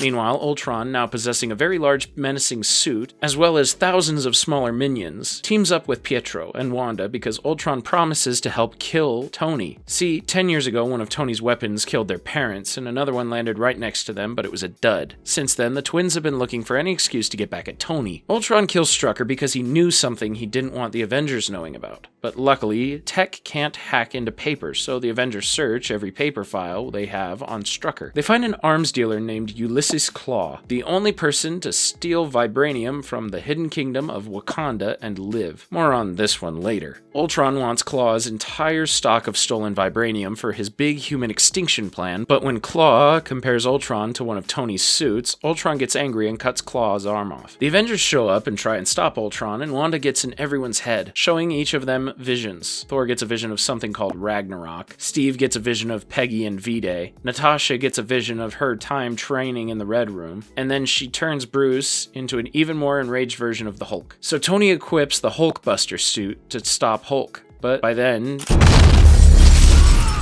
Johannesburg has been ravaged and many people have died. Amid the worldwide backlash and trying to recover from their visions, the team hides out with Clint's secret family. Oh yeah, Clint has a wife named Laura and 2, soon-to-be 3 kids. Yeah, it's pretty cool. Thor leaves to find answers from his vision, and Bruce and Natasha discuss having a future together. Tony and Steve get into a heated argument over Tony trying to end a war before it begins. Every time someone tries to win a war before it starts, innocent people die.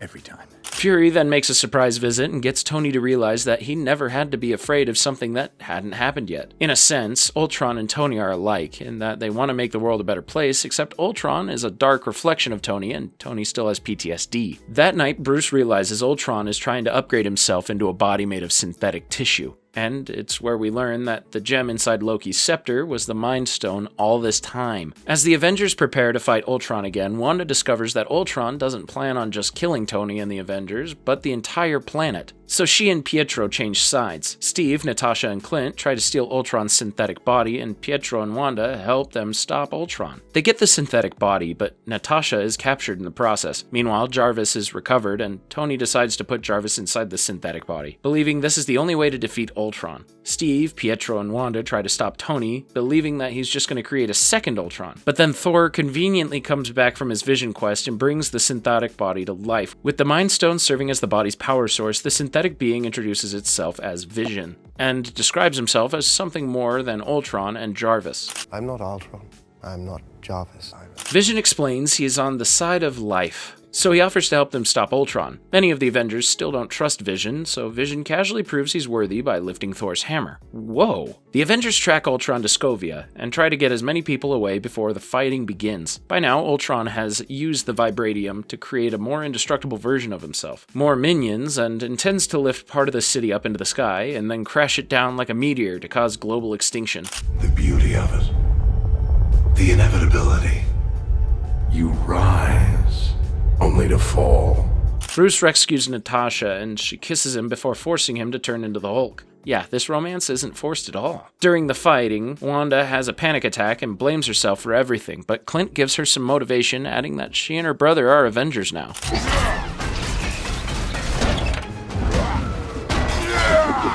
The Avengers battle Ultron and his minions while trying to keep civilians still trapped on the flying city alive. Tony figures out a way to stop Ultron's global extinction plan, but it would kill all of them and the civilians. Thankfully, Fury arrives with a helicarrier he managed to scrounge up from before S.H.I.E.L.D. went under.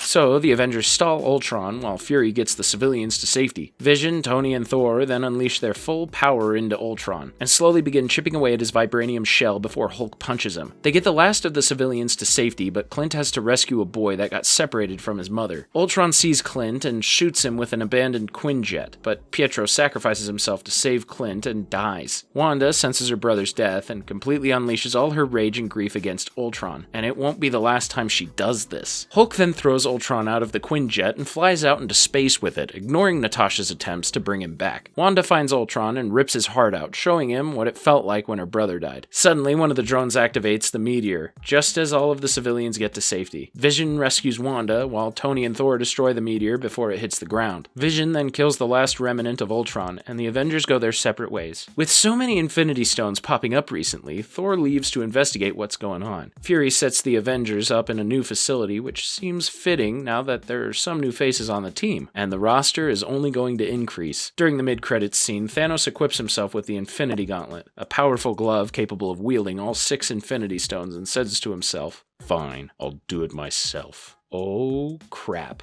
The final film, in Phase 2, takes a break from the world-ending stakes of the previous films, as we're introduced to another famous member of the Avengers, Ant-Man. The film begins in the year 1989, where brilliant scientist Hank Pym resigns from S.H.I.E.L.D. after finding out Howard Stark and everyone were trying to replicate his shrinking technology. Hank had figured out a way to shrink a human being to the size of an ant, while maintaining normal strength in small form, thus making him an unstoppable weapon. Hank feared his technology would be dangerous in the wrong hands, so he vows to hide it as long as he lives, and starts his own company called Pymtech. We then jump ahead to present day, where well-meaning thief Scott Lang is released from prison and reunited with his friend Lewis. Scott is tired of living a life of crime and tries to start an honest life, especially so he can spend more time with his daughter, Cassie. But he soon learns that it's impossible for someone like him with a criminal record to get an honest job. And to make matters worse, his ex-wife Maggie is already engaged to a cop named Jim Paxton, and won't let Scott spend time with Cassie. Also, I gotta mention this before I go on. Luis has an ugly brown van with a horn that plays La Cucaracha. I mention this now because the van becomes important later and ends up saving the universe, more or less. Anyway, a much older Hank visits his company and learns his ruthless protege, Darren Cross, has replaced him as the CEO when Hank's estranged daughter, Hope Van Dyne, casts the deciding vote. Darren renames Pymtech as Cross Technologies, and then presents his version of the Ant-Man suit, the Yellow Jacket. But it's still unfinished because he can't figure out how to shrink organic matter. During this, Luis and his friends Kurt and Dave tell Scott about a heist they're planning. At first, Scott wants no part in it because he's trying to turn his life around and see Cassie. But after Maggie turns him away, he becomes angry and decides to do the heist. Scott ends up breaking into Hank's house, but is disappointed to find out that buried deep within Hank's convoluted safe is not money, but some motorcycle suit. Little does Scott know Hank is watching him through an ant with a camera on its back. Confused as to why Hank would lock up a motorcycle suit, Scott takes the suit back home and discovers it's actually Hank's Ant-Man suit.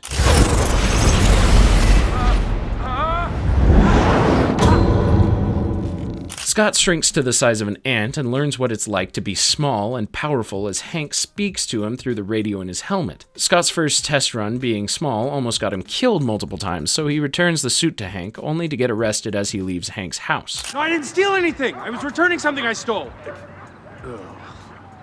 At the jailhouse, Hank poses as Scott's lawyer and offers him a new chance to escape by using the suit and joining him. It turns out that Hank was the one who discreetly tipped Luis off about the locked safe, and sees Scott as someone down on his luck who really wants a second chance at life. Scott accepts Hank's offer and meets Hank's army of ants, which Hank is able to control through electromagnetic waves connected to his brain. Use electromagnetic waves to stimulate their olfactory nerve center. I speak to them. I can go anywhere, hear anything, and see everything. Hank wants Scott to break into Cross Technologies and steal the Yellow Jacket suit, as by now, Darren has figured out Hank's formula to shrinking organic matter. I think our first move should be calling the Avengers. Hope has also realized how ruthless Darren has become and reluctantly sides with her dad, but she also believes she should be the one to wear the suit, not Scott. Hank doesn't want to put his daughter's life in danger, especially because of what happened to Hope's mother, Janet. Scott, I need you to be the Ant-Man. So Hank and Hope train Scott on how to use the suit and communicate with all the different kinds of ants. Scott is also equipped with gadgets called Pym discs that can grow or shrink objects if he throws them at him. Hank never told Hope how her mother died, but after a heartfelt talk with Scott, Hank finally explains what happened. Back then, Janet was known as the Wasp, and she and Hank were a team. During one mission, they were trying to defuse a missile before it reached its target, and the only way to destroy it was to go subatomic and shrink smaller than the missile's titanium outer shell. Hank's regulator, the thing controlling how much he shrinks, was damaged, so Janet didn't hesitate to go subatomic. She then entered the quantum realm. Nothing can survive down there, so Hank blames himself for her death, but Hope reconciles with her dad and convinces him it wasn't his fault. The final phase of Scott's training involves breaking into Avengers headquarters and stealing a bit of tech that will aid them in the heist. During this, Scott has a run-in with Sam as the Falcon. Hi, I'm Scott. Did he just say, hi, I'm Scott? Prompting a fight between them, allowing for Scott to put his new training to use. Scott makes off with the tech, and Sam's super embarrassed he got beat by someone the size of a Tic Tac. They now have everything for the heist, until Darren gets paranoid that Hank is going to try and pull something. So he triples security at the company. Realizing they need more help, Scott convinces Hank to enlist the help of Luis, Kurt, and Dave, which doesn't give Hank any more confidence that this plan will work, because all three of those guys are idiots. The team infiltrates Cross Technologies and successfully fries Darren's servers, but Darren's paranoia paid off and he was 2 steps ahead of them. By now, Darren has already sold his technology to Hydra and plans to make a fortune supplying them with the Darren's particles, which is a knockoff of Hank's particles that makes someone shrink. Tensions flare and guns are drawn and Hank is shot. Hope gets Hank to safety by growing a tank on his keychain while Scott goes after Darren, who is escaping the building via a helicopter. Darren watches his company implode and dons the Yellow Jacket suit to fight Scott. Scott defeats Darren, but then Paxton and his partner Gale arrest Scott, not understanding the situation. Darren recovers, but his helmet's design didn't protect him from particles' adverse mental effects, and it drove him mentally insane. He takes Cassie hostage in order to draw Scott out, and it works as Scott escapes Paxton. Scott and Darren fight each other on a speeding train, which is just a toy train set from Thomas the Tank Engine. Paxton rushes inside to save Cassie, so Scott tries to destroy Darren and his suit by going subatomic and get past the titanium outer shell. Scott causes Darren to implode on himself and shrink really small, but Scott keeps shrinking into the quantum realm where the concept of time and space are irrelevant. Luckily, Scott is able to get back to the macro world by inserting one of the discs into his regulator, causing him to grow.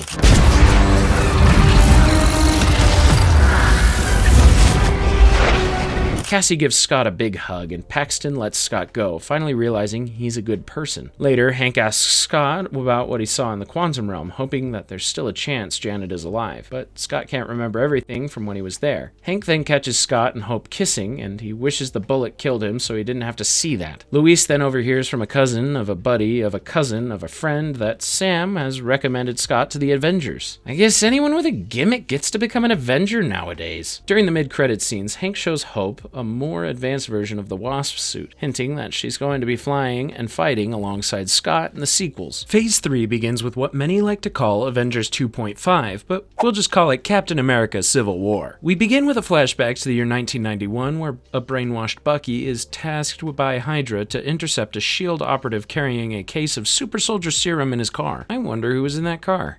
When Hydra pulls Bucky out of cryo-sleep, they recited 10 Russian phrases that triggered his Winter Soldier programming, turning him into a mindless assassin. These phrases are found in a little red book called the Winter Soldier Book. Remember this for later. We then jump forward to the present, where we see Steve is still trying to track down Hydra operatives. He, along with Sam, Wanda, and Natasha, have tracked down Rumlow to Lagos, who survived his injuries and now goes by the name Crossbones. Rumlow is here trying to steal a biological weapon, and the team manages to stop him without any casualties. But when Steve captures Rumlow, he tries to kill Steve and himself with a bomb. Wanda catches the explosion with her magic and gets Rumlow and the blast away from Steve, accidentally setting it off in a nearby hospital, killing many innocent lives. Damn. 11 relief aid workers from Wakanda, who were on an outreach mission, died in the explosion, and now the ruler of Wakanda, T'Chaka, wants the Avengers to answer for their crimes. Steve tries to convince a devastated Wanda that it wasn't her fault, and she gets even more comfort from Vision, who she's been growing close to since they met. Meanwhile, Tony is giving a presentation at MIT for his Stark Foundation when he casually meets a woman named Miriam Sharp. Miriam's son, Charlie, died in Scovia when Ultron attacked, and she blames Tony and the Avengers for his death. You think you fight for us? You just fight for yourself.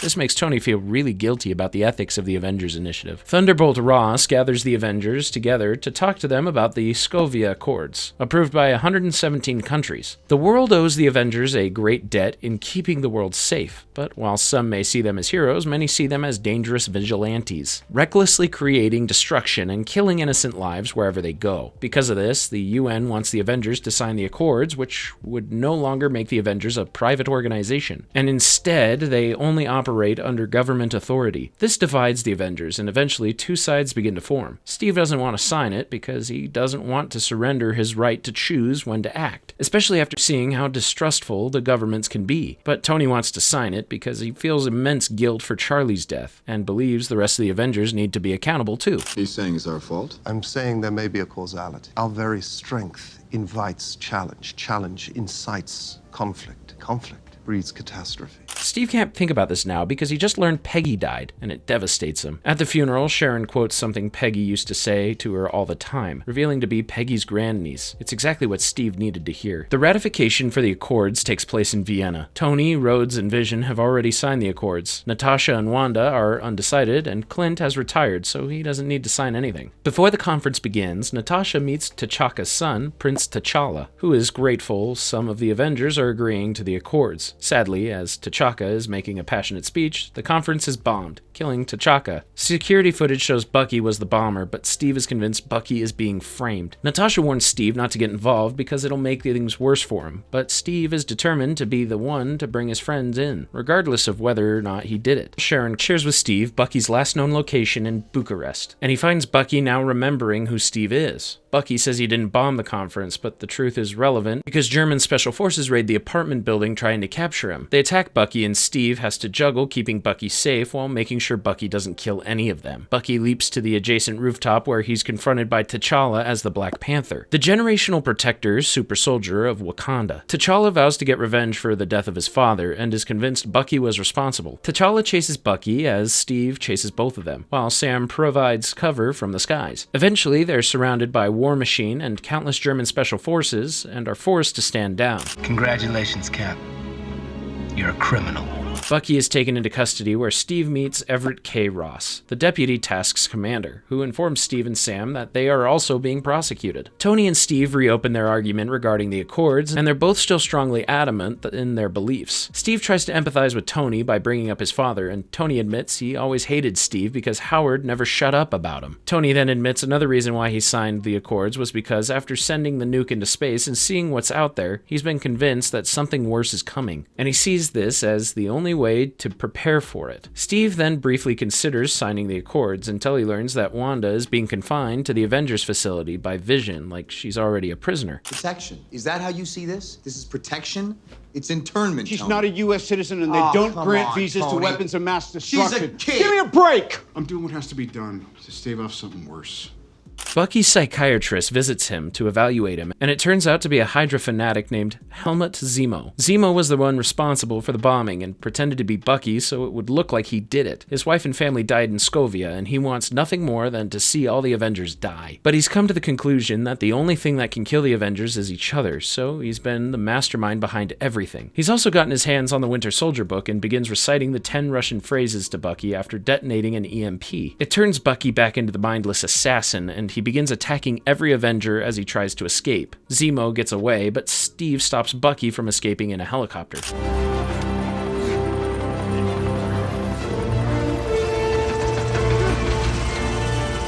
Coolest scene ever. And then he has to save Bucky from the water like Bucky did for him. Steve and Sam take Bucky to a secure place, and Bucky manages to snap out of his brainwashed state. Bucky reveals he wasn't the only Winter Soldier, and those super soldier serums he stole in 1991 were used to create more versions of him. The Hydra base is in Siberia, and they suspect Zemo is headed there so they can make plans to head to Siberia. They are also joined by Wanda after an unretired Clint rescued her from Vision and Scott, which I guess officially makes him an Avenger? Meanwhile, Ross gives Tony 72 hours to bring Steve, Bucky, and Sam into custody. Rhodes, Vision, T'Challa, and Natasha have sided with him, although Natasha's a bit more neutral than the others. Tony then decides to enlist the help of one more person who he's been watching for some time. It turns out to be everyone's friendly neighborhood superhero, Peter Parker, aka Spider-Man, complete with an already dead Uncle Ben. Tony convinces Peter to come with and even gets him a new suit and everything. This matchup is going to be sick. As Steve and his team try to leave for Siberia, Tony and his team try to stop them so he can make Ross happy. What the hell is that? Everyone's got a gimmick now. An epic fight ensues between Earth's mightiest heroes.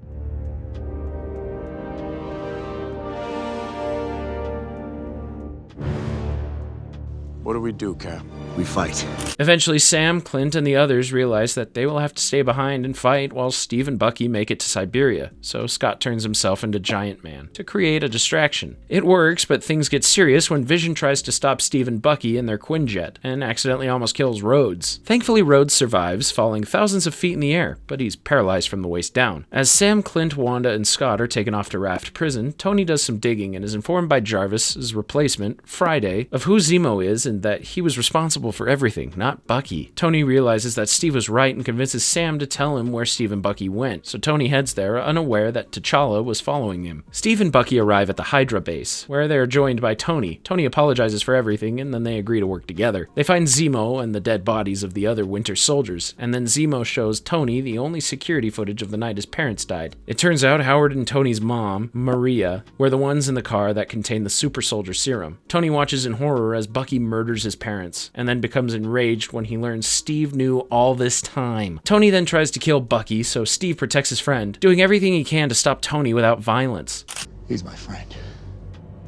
So was I. During this, T'Challa finally learns that Zemo was responsible for his father's death and lets go of his vengeful rage. He then takes Zemo into custody, Bucky tries to rip out Tony's arc reactor powering his suit, which causes Tony to blast Bucky's metal arm and destroy it. Steve then manages to defeat Tony by disabling his suit and then leaves his shield behind. Following the aftermath, Steve takes Bucky to Wakanda and puts him on ice for now. Tony gives Rhodes an exoskeleton leg brace to help him walk again, and Steve then breaks Sam and Wanda out of prison, while Clint and Scott are allowed to be under house arrest so they can spend some time with their families. Suffice it to say, the Avengers are officially broken up, and Zemo has won. Regardless, Steve did give Tony a cellular phone with only one number, his, giving a sense of hope that the Avengers will come back together again one day. Alright, let's take a break from the physical battles and focus on spiritual battles, as we're going to introduce a new superhero in the next film, Doctor Strange. The film begins with a sorcerer, Caecilius, and his zealots breaking into the secret library in an ancient sorcerer temple called Kamar-Taj. They steal a couple pages from a dark arts book pertaining to Dormammu, the interdimensional being of the Dark Dimension, where they are confronted by the Keeper of the Temple, the Ancient One. She fights them in the Mirror Dimension, a universe that mirrors our own, where sorcerers can use magic and bend reality without affecting the physical world. The Ancient One kills most of his followers. Caecilius escapes with 4 of them, using his sling ring to open a portal out of the mirror dimension. This might be bad. Meanwhile, a wealthy, acclaimed, and egotistical neurosurgeon, Dr. Stephen Strange, is living the best years of his life when he tragically gets into a car accident and severely damages the nerves in his hands. Strange's success is all thanks to his hands, aside from his high IQ, as he made a name for himself having steady hands. Now he can barely move a muscle and can't operate as a surgeon. His surgeon girlfriend, Christine, tries to help him move on, but Strange believes he's nothing without his hands, and spends every dime he has on experimental surgeries to fix his hands. Nothing seems to be working, so Strange learns about a man named Jonathan Pangborn, a paraplegic who mysteriously regained use of his legs. Pangborn directs Strange to Kamar-Taj in Kathmandu, Nepal, where the people there were able to heal his mind and his soul, and his body eventually followed. Strange spends the last of his money to get to Nepal, where he's jumped by a couple of thieves. Strange tries to fight back, but he can't with his nerves badly damaged. Thankfully, he is rescued by a sorcerer from Kamar-Taj named Mordo. I once stood in your place, and I too was disrespectful. So might I offer you some advice? Forget everything you think you know. Mordo takes Strange to see the Ancient One, and Strange expects the Ancient One to be a more brilliant doctor than him. He gets disappointed when he sees she's just another crazy person trying to heal his soul. I know how to reorient the spirit to better heal the body. The spirit to heal the body. That's when she opens his mind and sends him across multiple dimensions and worlds, making him realize just how insignificant he is in the multiverse. Strange realizes how wrong he's been about everything and begs the Ancient One to teach him. At first she refuses because she sees too much of Caecilius in him, but Mordo changes her mind. What's this, my mantra? The Wi-Fi password. We're not savages. The Ancient One explains to Strange that they harness the energy from the other dimensions to cast spells, conjure shields or weapons, or simply to make magic. However, this won't happen overnight. So Strange spends the next several months learning and studying everything about the mystic arts. He's able to check out so many books at once because of his brilliant mind, and more or less befriends the stone-faced librarian, Wong. During this, Caecilius and the last of his followers use the stolen pages to contact Dormammu and become his servant. Despite being able to extract the knowledge in his mind, Strange still struggles to perform magic with his hands, so the Ancient One gives him a lesson in surrendering to his condition instead of fighting it, and then leaves him on top of Mount Everest, forcing him to open a portal with his hands or die. He struggles at first until he finally learns to surrender. Over time, he slowly regains the ability to use his hands, and even dons a stylish goatee. Strange learns quickly, so the Ancient One introduces Strange to the Mirror Dimension. While Mordo teaches Strange how to fight, every sorcerer gets to possess an ancient relic to help them fight, embowed with magic too powerful for one person to contain.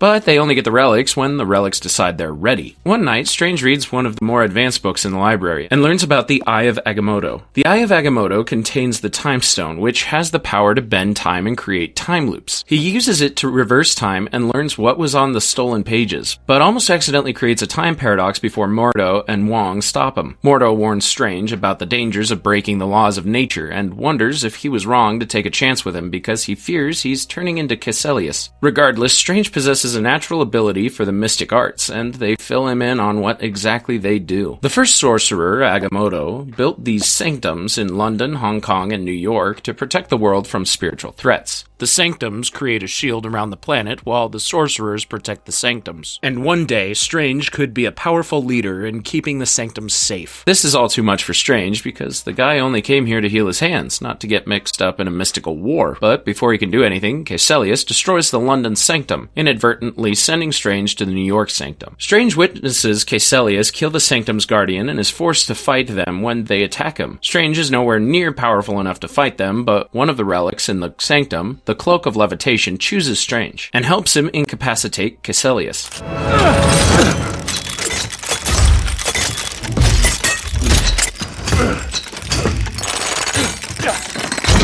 Caecilius offers Strange the chance to side with him, as they both came to Kamar Taj as broken men. He sided with Dormammu because Dormammu offered a chance to end suffering and death, but really Dormammu is just manipulating him so he can consume the earth in eternal darkness. Caecilius then calls the Ancient One a hypocrite because he learned she draws power from the dark dimension to live longer, proving she's lied about darkness. Strange doesn't believe him, when suddenly one of Caecilius' followers stabs Strange. The Cloak of Levitation saves him as he portals to Christine. Caecilius' henchmen follow Strange through the portal, and the two of them battle it out from the astral dimension. With Christine's help, Strange is able to kill him, and then he tries to tell her all that's happened, which is all very hard for her to process. And can you blame her? Meanwhile, Mordo and the Ancient One reunite with Strange in New York, and they are both amazed at how Strange was able to hold off Caecilius and the Sanctum. The Ancient One offers Strange a chance to be the new master of the New York Sanctum, but Strange is more concerned about the Ancient One drawing power from the Dark Dimension. The Ancient One doesn't deny it, and Mordo, who has followed the Ancient One wholeheartedly, tries to rationalize why she would be a hypocrite. All of that has to wait, though, because Caecilius tries to attack New York Sanctum again. But this time, Strange puts them all in the mirror dimension. However, Strange doesn't realize Caecilius' connection to the Dark Dimension makes him more powerful in the mirror dimension. So Strange and Mordo end up running for their lives, as Caecilius changes reality all around them.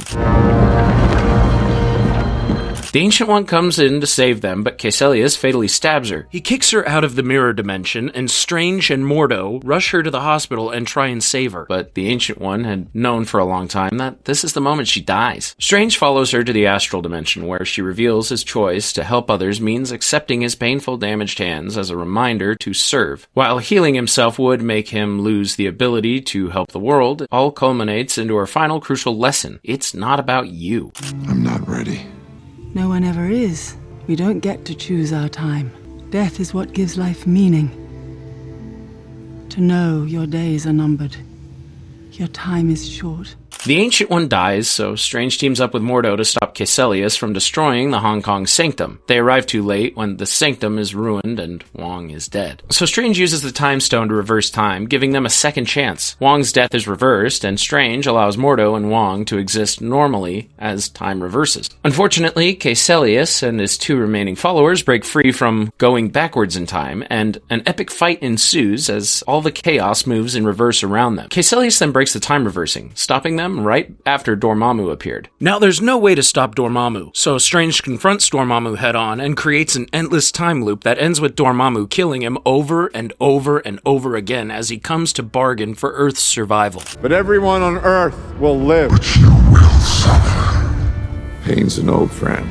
Dormammu realizes he's now Strange's prisoner, so he finally accepts Strange's demands and leaves, but not before taking Caecilius and his followers with him. Strange then says a quippy one-liner, and it makes the stone-faced Wong laugh uncontrollably. You know, I guess the guy did know how to smile. Strange then restores everything to the way it was, as if nothing bad ever happened. But Mordo renounces his sorcerer career after being disgusted with the Ancient One, and Strange violating the laws of nature for the greater good. As he put it, the bill comes due always. In the aftermath, Strange takes off the Time Stone, only using it for emergencies, and officially becomes the guardian of the New York Sanctum. In the end credits scene, Mordo visits Pangborn and takes away his magic, reverting him back to a paraplegic. When Pangborn asks why, Mordo explains that Earth has too many sorcerers. Now who's the bad guy, huh? So it's been a while since we've seen our Guardians of the Galaxy, so let's check in on how they're doing. Ever since the events of the first film, they've developed a reputation for saving worlds and conquering enemies. Currently, they've been summoned by High Priestess Aisha of the Sovereign race to deal with an interdimensional monster called an Obelisk that is destroying their valuable Analax batteries, which powers their entire race. The Guardians kill the Obelisk and, in exchange, are given Nebula, who the Sovereign caught trying to steal the batteries. However, Rocket was being Rocket and stole a few of the Analax batteries, which really pissed off the Sovereign. So they sent their entire fleet of remotely piloted ships to destroy the Guardians. They're saved by a mysterious ship and crash land on a nearby planet, Berhurt. The ship that saved them lands in front of them, and two people exit. An empath insectoid named Mantis, and a celestial named Ego, who turns out to be Quill's father. Yep, Quill is part human, part god, which would explain how he was able to hold on to the Power Stone for so long in the first movie. Been together this whole time, you thought Yondu was my actual blood relative?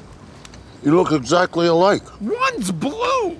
Ego invites them to come visit his home planet, and to finally be the father Quill never had. Gamora expresses concern because of how sudden all of this is, but there doesn't seem to be anything suspicious about Ego. So Gamora and Drax accompany Quill back to Ego's planet, while Rocket and Baby Groot stay behind to repair the ship and guard Nebula. On the way there, Mantis shows off her empath abilities on Quill, and reveals his romantic feelings for Gamora right in front of her. Drax laughs, and Mantis feels his laughter when she touches Drax. Awkward. Meanwhile, a depressed Yondu has been exiled from the Ravager community when the Ravager leader, Stakar Ogord, learned Yondu participated in child trafficking. Now, before you start thinking less of Yondu, let me explain what he's referring to. Ego had tasked Yondu with bringing Quill to him, hence why Yondu kidnapped Quill as a boy. But Quill wasn't the first kid he brought to Ego, and after finding out what happened to all the other children, Yondu decided to raise Quill and make sure Ego never found them. Regardless, child trafficking is against the Ravager code, hence why Stakar exiled Yondu. That's when Aisha approaches Yondu to help her kill the Guardians,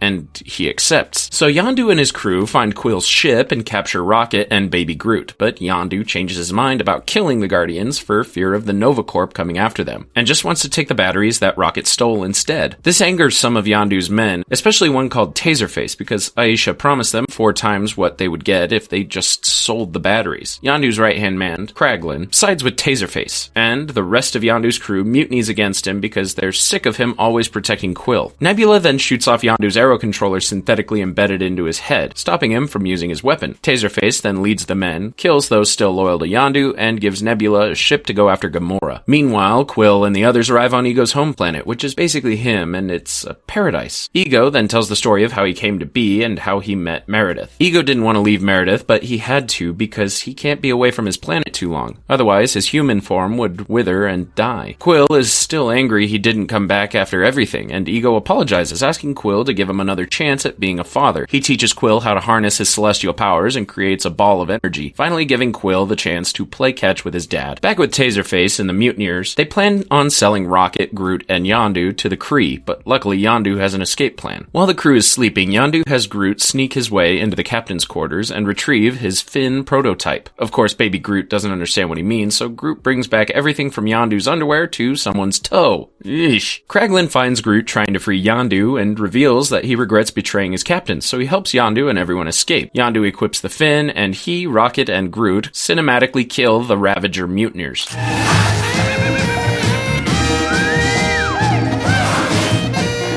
Taserface gets a message to the Sovereign telling them that Yondu betrayed them and that Yondu and the others escaped in a smaller version of the ship as the other half explodes. Back on Ego's planet, Quill tries to enjoy a romantic dance with Gamora, but Gamora can't stop shaking a bad feeling she has with this place. They get into an argument and Gamora leaves to cool off when Nebula shows up in her ship and tries to kill Gamora. Gamora wins the fight and then saves her sister from the exploding ship. But then Nebula continues the fight and finally beats her sister. Gamora argues she only won because she saved her, while Nebula admits she hates what Gamora's become thanks to Thanos because all Nebula wanted was a sister.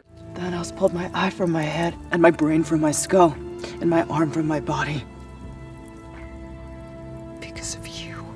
That night, Ego tells Quill that they're both immortal, and together they can shape the planet and universe into whatever they want. This is when Mantis finally reveals to Drax and Gamora that Ego is evil. Ego had thousands of children across thousands of planets and had Yondu bring every one of them to him, but they failed to inherit his celestial powers, so Ego killed them all, meaning Quill is the only one to successfully possess celestial powers. We find out later that Mantis was one of those children, which would make her Quill's half-sister, and Ego kept her around because she helps him sleep. Ego had planted seedlings on thousands of planets in order to one day terraform them into his image, but they needed the power of 2 Celestials to activate them, and that's when Ego admits he implanted Meredith with cancer, causing Quill to snap and try and kill Ego. I tried so hard to find the form that best suited you, and this is the thanks I get?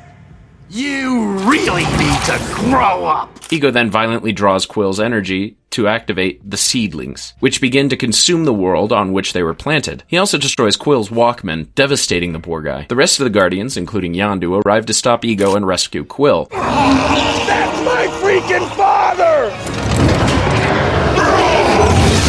They use an old mining vessel to reach the center of the planet where Ego's brain is located so they can blow it up. However, Aisha and the Sovereign show up at the worst possible time and try to kill the Guardians. Rocket uses the Analak batteries he stole to create a bomb that will blow up Ego's brain, but they couldn't drill a hole big enough before the Sovereign arrived. Only Groot can fit through the cracks. So Rocket carefully explains to Groot how to detonate the time bomb, which is easier said than done. Yondu and Nebula find a way to kill all the Sovereign at once, but the ship explodes. Luckily, they got out of there in time, and Yondu floats down like he's the badass Mary Poppins. During this, Mantis had been keeping Ego asleep, but she could only do so for so long. Ego attacks the Guardians while he terraforms the core all around them. He traps the Guardians within an inch of their life and uses Quill as a battery again, resuming terraforming the other worlds. But thanks to Yondu, Quill learns how to unlock the full potential of his celestial powers, breaks free, and fights his father at his own game. Miraculously, Groot manages to activate the bomb without killing them all instantly, and everyone but Quill and Yondu get to the ship. The bomb explodes, killing Ego and taking away Quill's celestial powers. Quill awaits his death as the planet explodes all around him, but then Yondu saves Quill and sacrifices himself to get him to safety. And as Yondu dies in Quill's arms, Quill realizes he had a dad all this time. It was Yondu. Or, as Yondu put it, he may have been your father, boy, but he wasn't your daddy. Saddest death in the entire MCU so far. The Guardians give Yondu a funeral, as Quill realizes the thing he'd been searching for his whole life was right by his side all along. Gamora and Nebula reconcile, but Nebula refuses to stay and help her sister while Thanos still lives. Kraglin honors Yondu by learning to use his arrow, and Quill listens to Yondu's Zune, since his Walkman was destroyed. Then something amazing happens. Staker heard about what Yondu did, so he, along with the other Ravagers,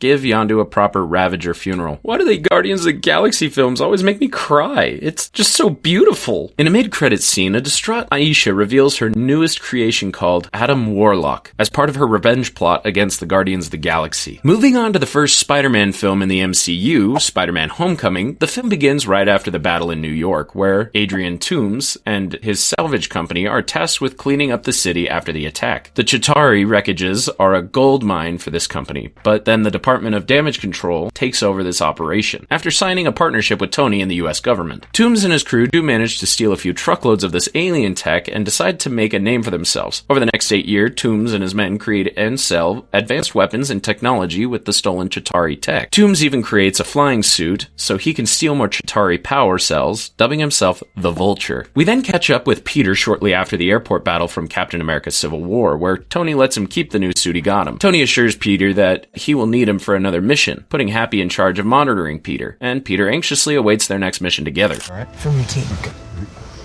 That's not a hug, I'm just grabbing the door for you. We're not there yet.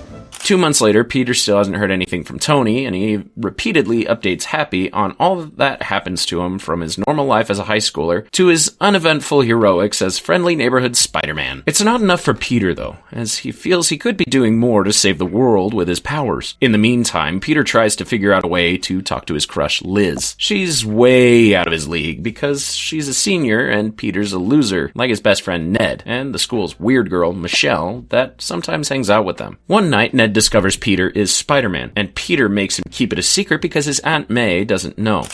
How do you do this and a Stark internship?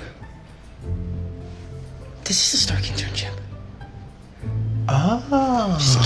However, Ned is the kind of guy that can't keep a secret, and during gym class he blurts out to everyone that Peter knows Spider-Man. Peter's bully Flash Thompson doesn't believe him, so he dares Peter to bring Spider-Man to Liz's party. Liz hints that she also has a crush on Peter, so Peter sees this as a chance to be with her. During the party, Peter prepares to swing in as Spider-Man when he sees a mysterious explosion in the distance. He finds two of Toombs' men, Herman Schultz and Jackson Pierce, shocker, selling weapons to a local criminal named Aaron Davis. Peter engages them, only to be snatched up by the Vulture and dropped in a lake. He nearly drowns when an Iron Man suit, remotely piloted by Tony, saves him. Tony scolds Peter for almost getting himself killed and urges him to just be a friendly neighborhood Spider-Man. That's when Ned calls Peter to tell him that since Spider-Man didn't show up to the party, they're even bigger losers than before. But Peter's spirits are lifted when he finds a fragment of the alien tech that got left behind during the fighting. Meanwhile, Toombs is furious at Jackson for being reckless and kills him, making Schultz the new Shocker. Peter and Ned try to figure out what the alien tech is, but then Schultz comes looking for it at Peter's school. So Peter puts a tracker on Schultz and discovers Toombs' lair in Maryland. Peter's decathlon team is going to be in Washington, D.C. soon, which is right by Maryland, so this is perfect. In D.C., Peter removes the tracker in his suit and coaxes Ned to disengage the training wheels protocol Tony activated in his suit. Peter then sneaks his way out of the hotel to confront Toombs and misses out on his chance to spend time with Liz at the hotel's pool. He tracks Schultz while getting to know his suit is far more advanced without the training wheels protocol, and comes face to face with the Vulture when he's stealing tech from a convoy. Peter ends up getting outsmarted and knocked unconscious in one of the trucks, causing him to miss the decathlon tournament. Peter discovers that the alien tech he found is actually an unstable Chitauri grenade, and he tries to warn Ned, but it's too late. Ned and the decathlon team celebrate their win by visiting the Washington Monument, and the grenade explodes right when they reach the top. Luckily, Peter is able to save Ned and the others from falling to their deaths in the elevator, including Liz. A few days later, Peter is still determined to catch the Vulture, but Ned encourages him to stop trying to be an Avenger and just be a kid. Peter learns another deal is happening on the Staten Island ferry, where Toombs plans to meet with someone named Mac Gargan. Peter interrupts the deal, but then the FBI shows up and assists Gargan. Remember Gargan, he'll be important in Spider-Man Brand New Day. The Vulture tries to take down Peter, but Peter fights him and accidentally splits the ferry in two. Peter tries to web the ferry together to save everyone, but can't, and that's when Iron Man shows up to save the day. Tony is furious Peter hasn't been listening to him, but Peter accuses Tony of not listening or caring to show up, prompting Tony to reveal that he does care and bothered to show up in person this time. No, this is where you zip it,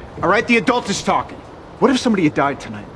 Different story, right? Because that's on you. And if you died, I feel like that's on me. Tony reveals that he's been listening to every voicemail and text message Peter sent him, and that he was the one who called the FBI. He then decides this internship is not working out, so he tells Peter to give him back the suit. Peter begs him to keep it, adding that he is nothing without the suit. Tony then replies, if you're nothing without the suit, then you shouldn't have it. Damn. Devastated, Peter returns to his boring high school life and takes Ned's advice on trying to be a normal kid. He then finally admits to Liz that he likes her, and she admits that she does too, so Peter asks her to the homecoming dance, and she says yes. To say Peter is on cloud 9 is an understatement. However, Peter's mood suddenly changes when he discovers Liz's dad just so happens to be Adrian Toombs. Peter struggles to maintain his cool, and Toombs pieces together that he's Spider-Man when he drives him and Liz to homecoming. They drop Liz off, and then Toombs threatens Peter. He's grateful he saved Liz's life in DC, so he gives Peter one chance to stop coming after him and his business, or else he will kill him and everyone he loves. For a moment, Peter contemplates forgetting about Toombs and just enjoying the night with Liz, but he just can't let Toombs win. So Peter puts on the Spider-Man suit and tries to go after Toombs, but Schultz was outside waiting for Peter. Ned, of all people, comes to his rescue, and Peter goes after Toombs after finding out he's trying to hijack one of Tony's shipments going from Stark Tower to the new Avengers base. He finds Toombs at his lair, and Toombs attacks Peter by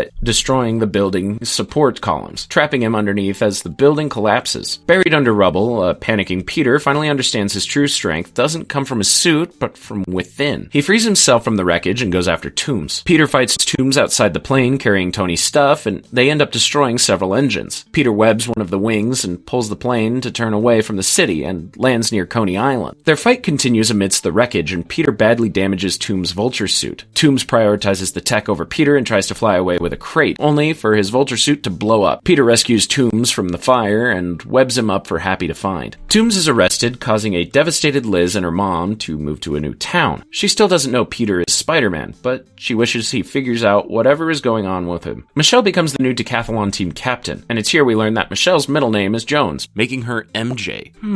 Tony then invites Peter to a new Avengers base. As he's proud of Peter for learning a lesson, he then offers Peter a new Iron Spider suit and officially becomes a member of the Avengers. But Peter turns it down as he'd rather continue being a friendly neighborhood Spider-Man for a while longer. Peter then returns home to find Tony gave him back the suit he took from him, and Peter tries it on, completely unaware that Aunt May is right behind him. Oops. During a middle credits scene, Gargan approaches Toomes in prison because he heard a rumor that Toomes knows Spider-Man's identity. However, Toomes denies this, as if hinting at some sort of paternal protectiveness towards Peter. Alrighty, it's been a while since we checked in on our favorite Asgardian, so let's see how he's doing. And it's apparently not well. For the past 2 years, Thor has been searching the cosmos for the Infinity Stones and somehow has found himself imprisoned by the fire demon Surtur. Thor has been having several dreams about Surtur destroying all of Asgard in an event known as Ragnarok, which will happen when Surtur's crown is placed on the eternal flame, restoring him to his full might. I shall be restored to my full might.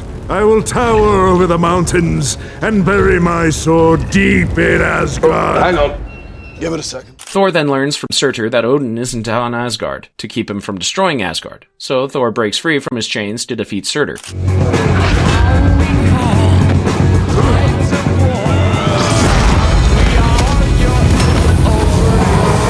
He then travels back to Asgard, taking Surtur's crown with him to confirm if Surtur was right. Once he's there, Thor finds Heimdall has been replaced by another Asgardian warrior, Scourge. He then exposes Loki posing as Odin after finding out that Loki twisted the truth of what happened on Svartalfheim. Loki scolds Scourge for not doing his one job, which was to alert him if Thor arrived, and he gets demoted to janitor. Thor then forces Loki to get Odin back, and it's revealed that Loki took Odin to a retirement home on Earth after putting a spell on him. However, the home is being demolished as they arrive, so now there's no knowing where Odin is. As they plan their next move, a couple of fangirls walk by and ask to take a selfie with Thor. As they leave, one of them offers her condolences to Thor because he and Jane aren't together anymore. Don't worry though, she'll be back. Suddenly, a portal opens up under Loki's feet and swallows him up, leaving behind an address for Thor to go to. The address leads him to the New York Sanctum, where he meets Doctor Strange. Strange took Loki away because he's a known threat to Earth, and Thor explains that they're only here looking for Odin, and then they will leave. So Strange helps Thor locate Odin in Norway and releases Loki.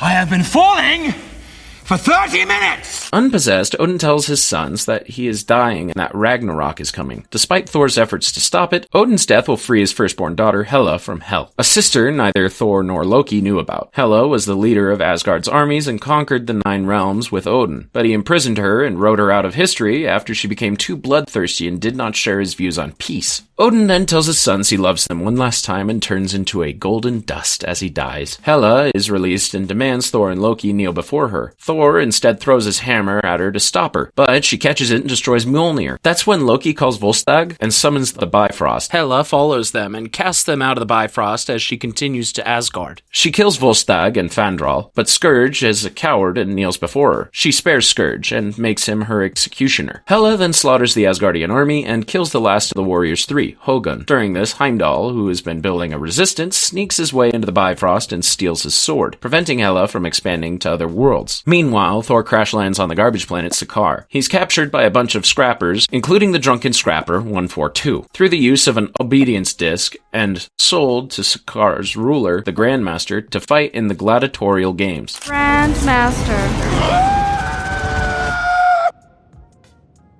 Miraculously, Loki also landed there, and for some reason time works crazy on Sakaar due to the fact that it's located near a bunch of wormholes. So despite getting knocked out of the Bifrost within seconds, Loki arrived here weeks ago and has managed to become best friends with the Grand Master. Loki doesn't bother trying to help Thor out of his mess, so Thor is put with the other gladiators, where he meets the unusually chill Korg and Meek. The Grand Master promises Thor his freedom if he defeats the Grand Master's champion. How hard could that be? Has anyone here fought the Grand Master's champion?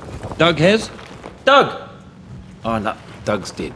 As Thor prepares for his first fight, he learns that Scrapper 142 is an Asgardian. More specifically, used to be a Valkyrie. He tries to seek her help, but Valkyrie has given up after she was the sole survivor in trying to stop Hela many years ago, and because she lost her girlfriend that day. Thor's head is shaved, and he enters the arena to face the Grandmaster's champion, which, get this, turns out to be the Incredible Hulk. Yes! I have to get off this planet.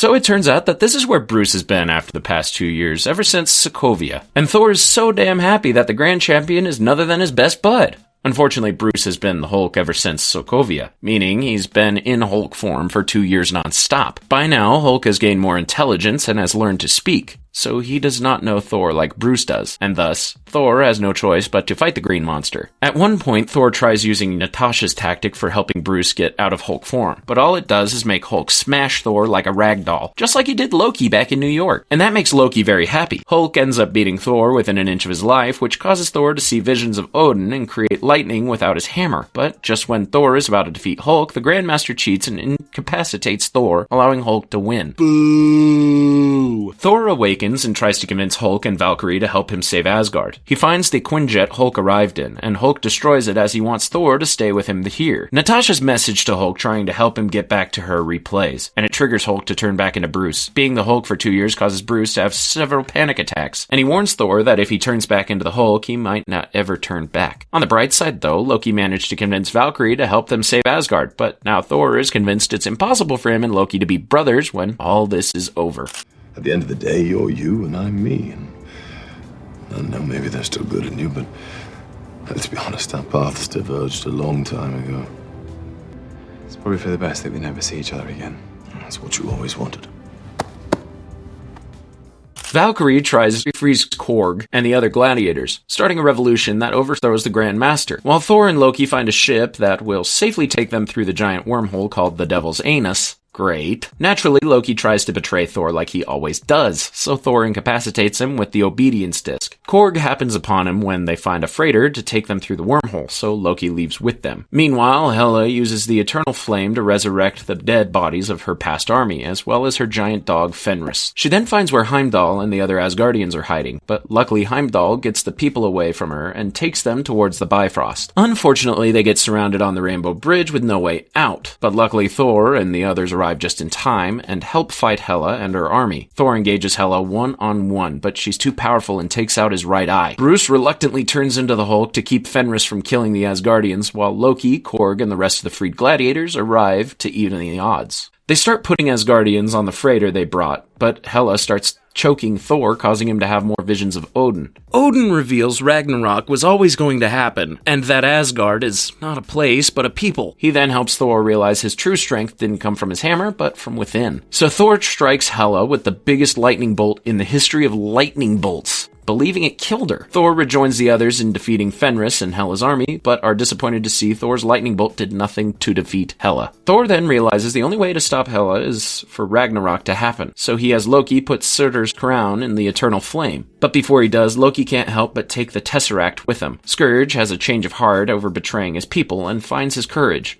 giving the Asgardians time to escape, and dies like a noble man that he wanted to be. Surtur is awoken, begins destroying Asgard, and kills Hela, as Thor and the rest of the Asgardians leave in search of a new home. Thor puts on an eye patch, and Loki points out that he looks more like their father. Thor is grateful Loki didn't abandon them when he asked him to put Surtur's crown in the Eternal Flame, and Loki assures him that he's here to stay by his brother's side. Thor becomes the new king of Asgard, and decides to build a new home for them on Earth. Unfortunately, Thanos' very large ship intercepts them, and something tells me this is the beginning of the end. But that'll have to wait for now, because it's time to learn more about the Wakandan super soldier and its history in Black Panther. Thousands of years ago, 5 African tribes, Border, Merchant, Mining, River, and Jabari, warred over a meteorite containing the metal vibranium. One day, a warrior named Bashenga ingested a heart-shaped herb affected by the metal and gained superhuman abilities, becoming the first Black Panther. He united all but the Jabari tribe to form the nation of Wakanda, as the Jabari didn't want to abandon tradition. Over centuries, the Wakandans used vibranium to develop advanced technologies and hide themselves from the world by posing as an underdeveloped country. Flash forward to the year 1992, where a young T'Chaka, accompanied by 2 female bodyguards known as the Dora Milaje, visits his brother N'Jobu in Oakland. N'Jobu is working undercover, and T'Chaka accuses him of assisting a younger Ulysses Klaue in stealing vibranium from Wakanda. N'Jobu denies this until his partner, Zuri, an undercover agent for Wakanda, confirms T'Chaka's suspicions. N'Jobu betrayed his people because after witnessing the suffering of black people, he wanted to give their technology and weapons to fight back against the systematic oppression. Regardless, T'Chaka informs N'Jobu that he's going to be taken back to Wakanda to stand trial for his crimes. Flash forward again to shortly after the events of Captain America Civil War, where T'Challa is on his way back home for his coronation ceremony. He, along with the Dora Milaje General Okoye, first decide to extract his lover, Nakia, from an undercover assignment.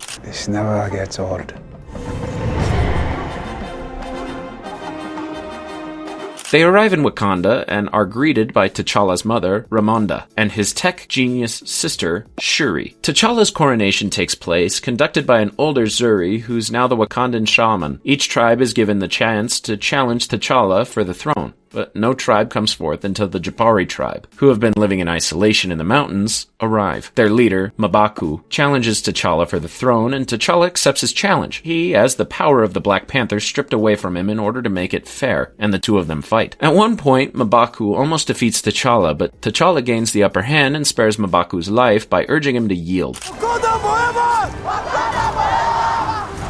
That night, T'Challa is given back the power of the Black Panther, and then has visions of his father in the ancestral plane. T'Challa expresses worry that he's not ready to be king without him, but T'Chaka assures his son that he was born ready to be king. But he warns T'Challa that as king, it'll be difficult for him to be a good man. During this, Eric Killmonger Stevens, a black arms dealer working with Claw, steals a Wakandan artifact from a museum in London. Okoye informs T'Challa about it, and the border tribe chief, Wakabi, Okoye's husband, and T'Challa's best friend, urges him to go after him because Claw killed his parents when he stole the vibranium. T'Challa gives Wakabi his word that he will bring him back to stand trial. T'Challa gets some gadgets from Shuri before he goes on his mission, much like how James Bond gets his gadgets from Q before heading out on a mission. He also gets a new suit that'll activate through a mental command, and can even store kinetic energy that can be distributed for a big impact. T'Challa, Okoye, and Nakia find Claw selling the vibranium to his American buyer in South Korea, and the buyer turns out to be Everett. But their cover is blown when Claw arrives, and it gives Claw a chance to show off his new cybernetic arm. A car chase ensues with Shuri remotely controlling a car in Wakanda.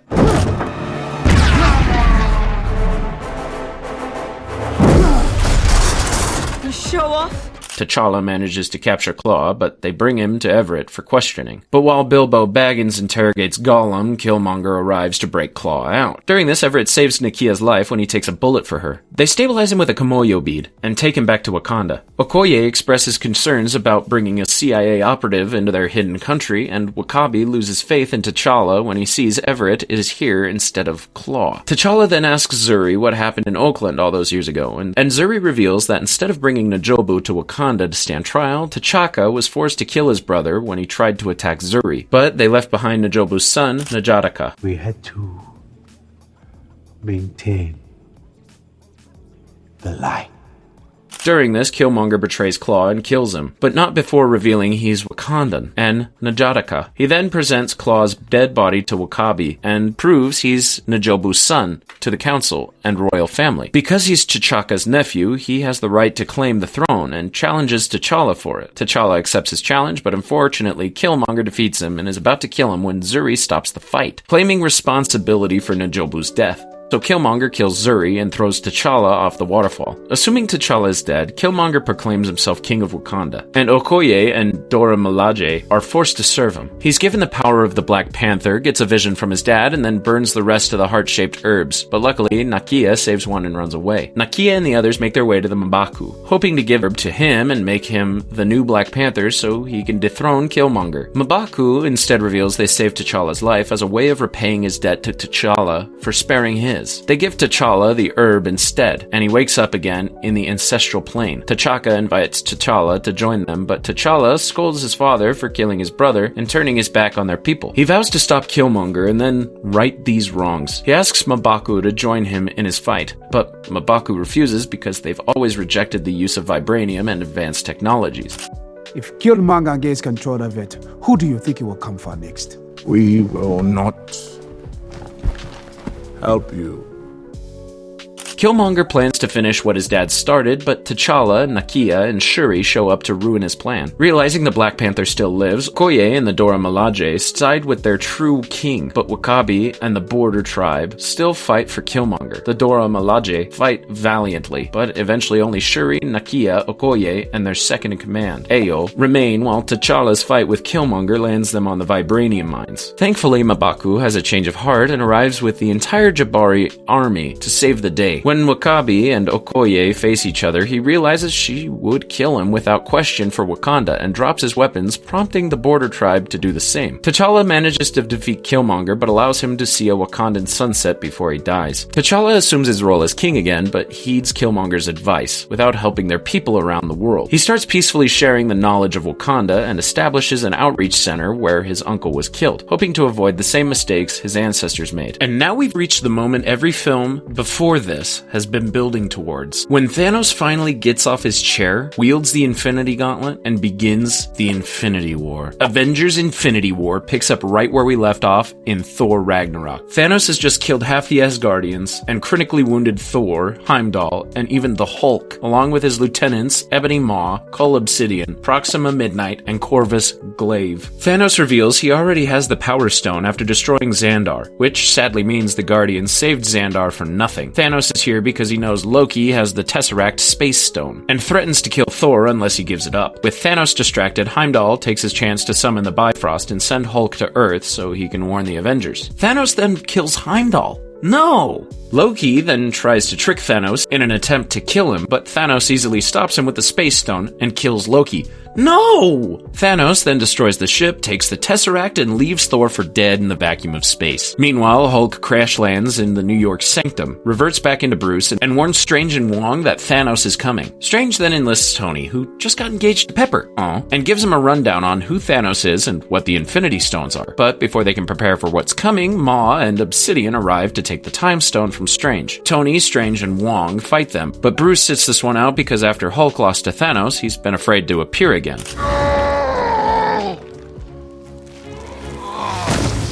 What do you mean, no? Peter also joins the fight, and we get to see Tony's new nanotech Iron Man suit at work. Tony also gives Peter that nanotech Iron Spider suit from earlier, complete with 4 more legs to really sell the spider look. Sadly, Maw ends up defeating Strange and takes his unconscious body back to his spaceship, but luckily Tony and Peter snuck aboard before Maw left. Back in space, the Guardians of the Galaxy respond to the Asgardian distress call and find Thor's barely alive corpse floating in space. How the hell is this dude still alive? He is not a dude. You're a dude. This is a man. Mantis wakes Thor and tells him about Thanos. Gamora informs him that Thanos' goal is to use the Infinity Stones to wipe out half of all the life in the galaxy, as a way to restore balance to the universe composed of finite resources. Thanos tried to do this on Titan, his homeworld, but everybody thought he was mad, and as a result, Titan destroyed itself, proving Thanos right. Thor informs them that the Reality Stone is with the Collector on Nowhere, so Quill, Gamora, Drax, and Mantis head over there to stop Thanos, while Thor, Rocket, and a now moody teenager Groot head to Nidavellir, so Thor can get a new weapon to defeat Thanos. On the way to Nowhere, Gamora makes Quill promise to kill her if they can't stop Thanos, because she knows the location of the Soul Stone. Quill promises, and then they share a kiss, telling each other, "Love you," unaware that Drax is watching them. Boundaries, dude. Quill and the others arrive at Nowhere, but they are too late as Thanos already has the Reality Stone and has decimated the place. Thanos attacks Drax and Mantis, while Quill tries to kill Gamora, but Thanos prevents him with the Reality Stone. He then teleports himself and Gamora to his ship. Oh no! Meanwhile, Vision and Wanda have started a relationship together and have been hiding out in Scotland. Unfortunately, Proxima and Corvus arrive to take the Mind Stone from Vision and critically wound him. Wanda tries to fight them off, but thankfully she's joined by Steve, Sam, and Natasha after Bruce alerted them to the situation. They defend Vision from Proxima and Corvus, and then take him to Wakanda where he'll be safe. Vision thinks the only way to stop Thanos is if they destroy the Mind Stone, but that would destroy him too. Luckily, Bruce Bruce and Shuri realize there's a chance that they can remove the Mind Stone and keep Vision alive, but it'll take a lot of time that they don't have. Everyone else is joined by Rhodes and an unbrainwashed Bucky, thanks to Shuri. By now, Bucky has been dubbed the White Wolf by the Wakandans, and has even been given a new vibranium arm similar to what Hydra gave him, but better. Meanwhile, Ma tortures Strange until he gives up the Time Stone, but then he's saved when Tony, Peter, and the Cloak of Levitation kill Ma. Strange wants to go back to Earth so he can protect the stone, but Tony would rather take the fight to Thanos. Thanos has been inside my head for 6 years, since he sent an army to New York, and now he's back. And I don't know what to do.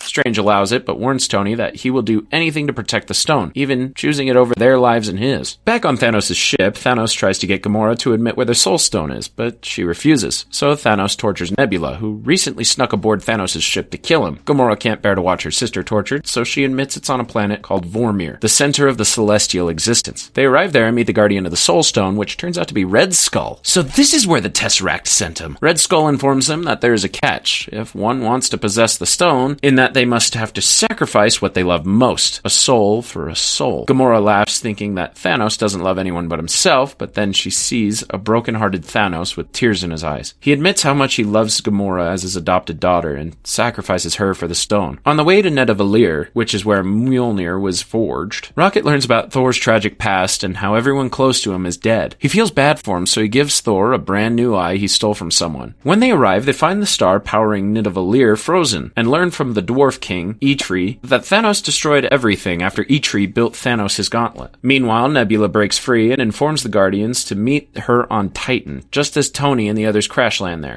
I'm gonna ask you this one time. Where is Gamora? Yeah, I'll do you one better. Who's Gamora? I'll do you one better.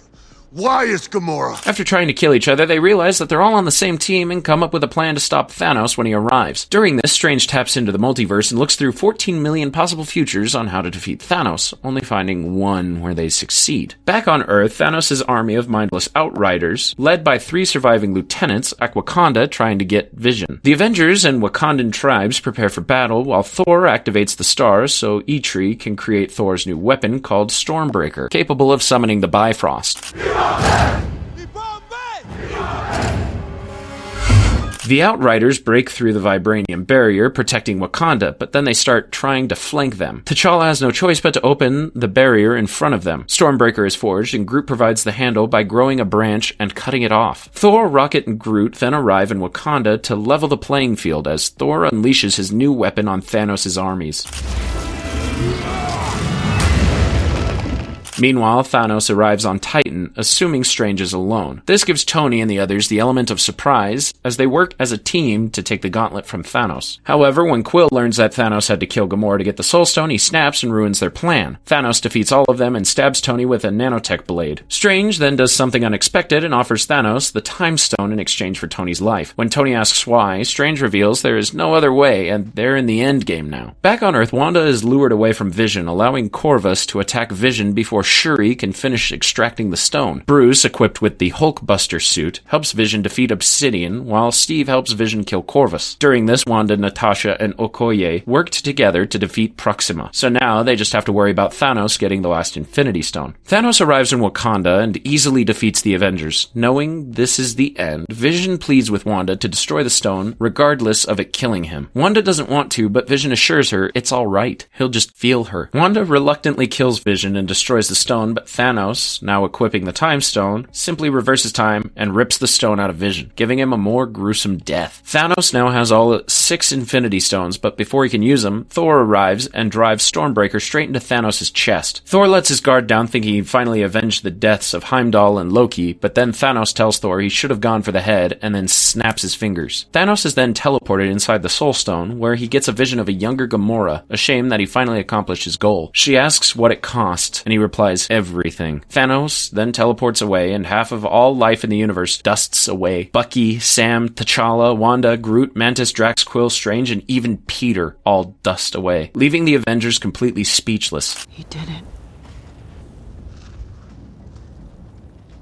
Thanos then arrives on a remote planet and watches the sunrise, finally able to rest after accomplishing his life's goal. During a mid-credits scene, Hill and Fury also dust away, but before Fury does, he sends a distress signal on a modified pager to someone all the way deep in space called Captain Marvel. Sure could have used her sooner. Alright, let's move on from that really sad and intense story and cover a film that's a little more lighthearted and fun in Ant-Man and the Wasp. Taking place before the events of Avengers Infinity War, Scott is still under house arrest after aiding Captain America in Germany, but still finds a way to enjoy time with Cassie. FBI agent Jimmy Woo is in charge of making sure Scott doesn't leave the house, and has also been after Hank and Hope because Scott violated the Sokovia Accords using their tech, which means Hank and Hope are constantly on the run and hate Scott for it. Scott assures Jimmy that he hasn't been in contact with them since Germany, but lately Scott has been having dreams about his time in the quantum realm and reliving Janet's memories, so he contacts Hank about them. This causes Hope to bring Scott to Hank, but not before putting his ankle monitor on an enlarged ant.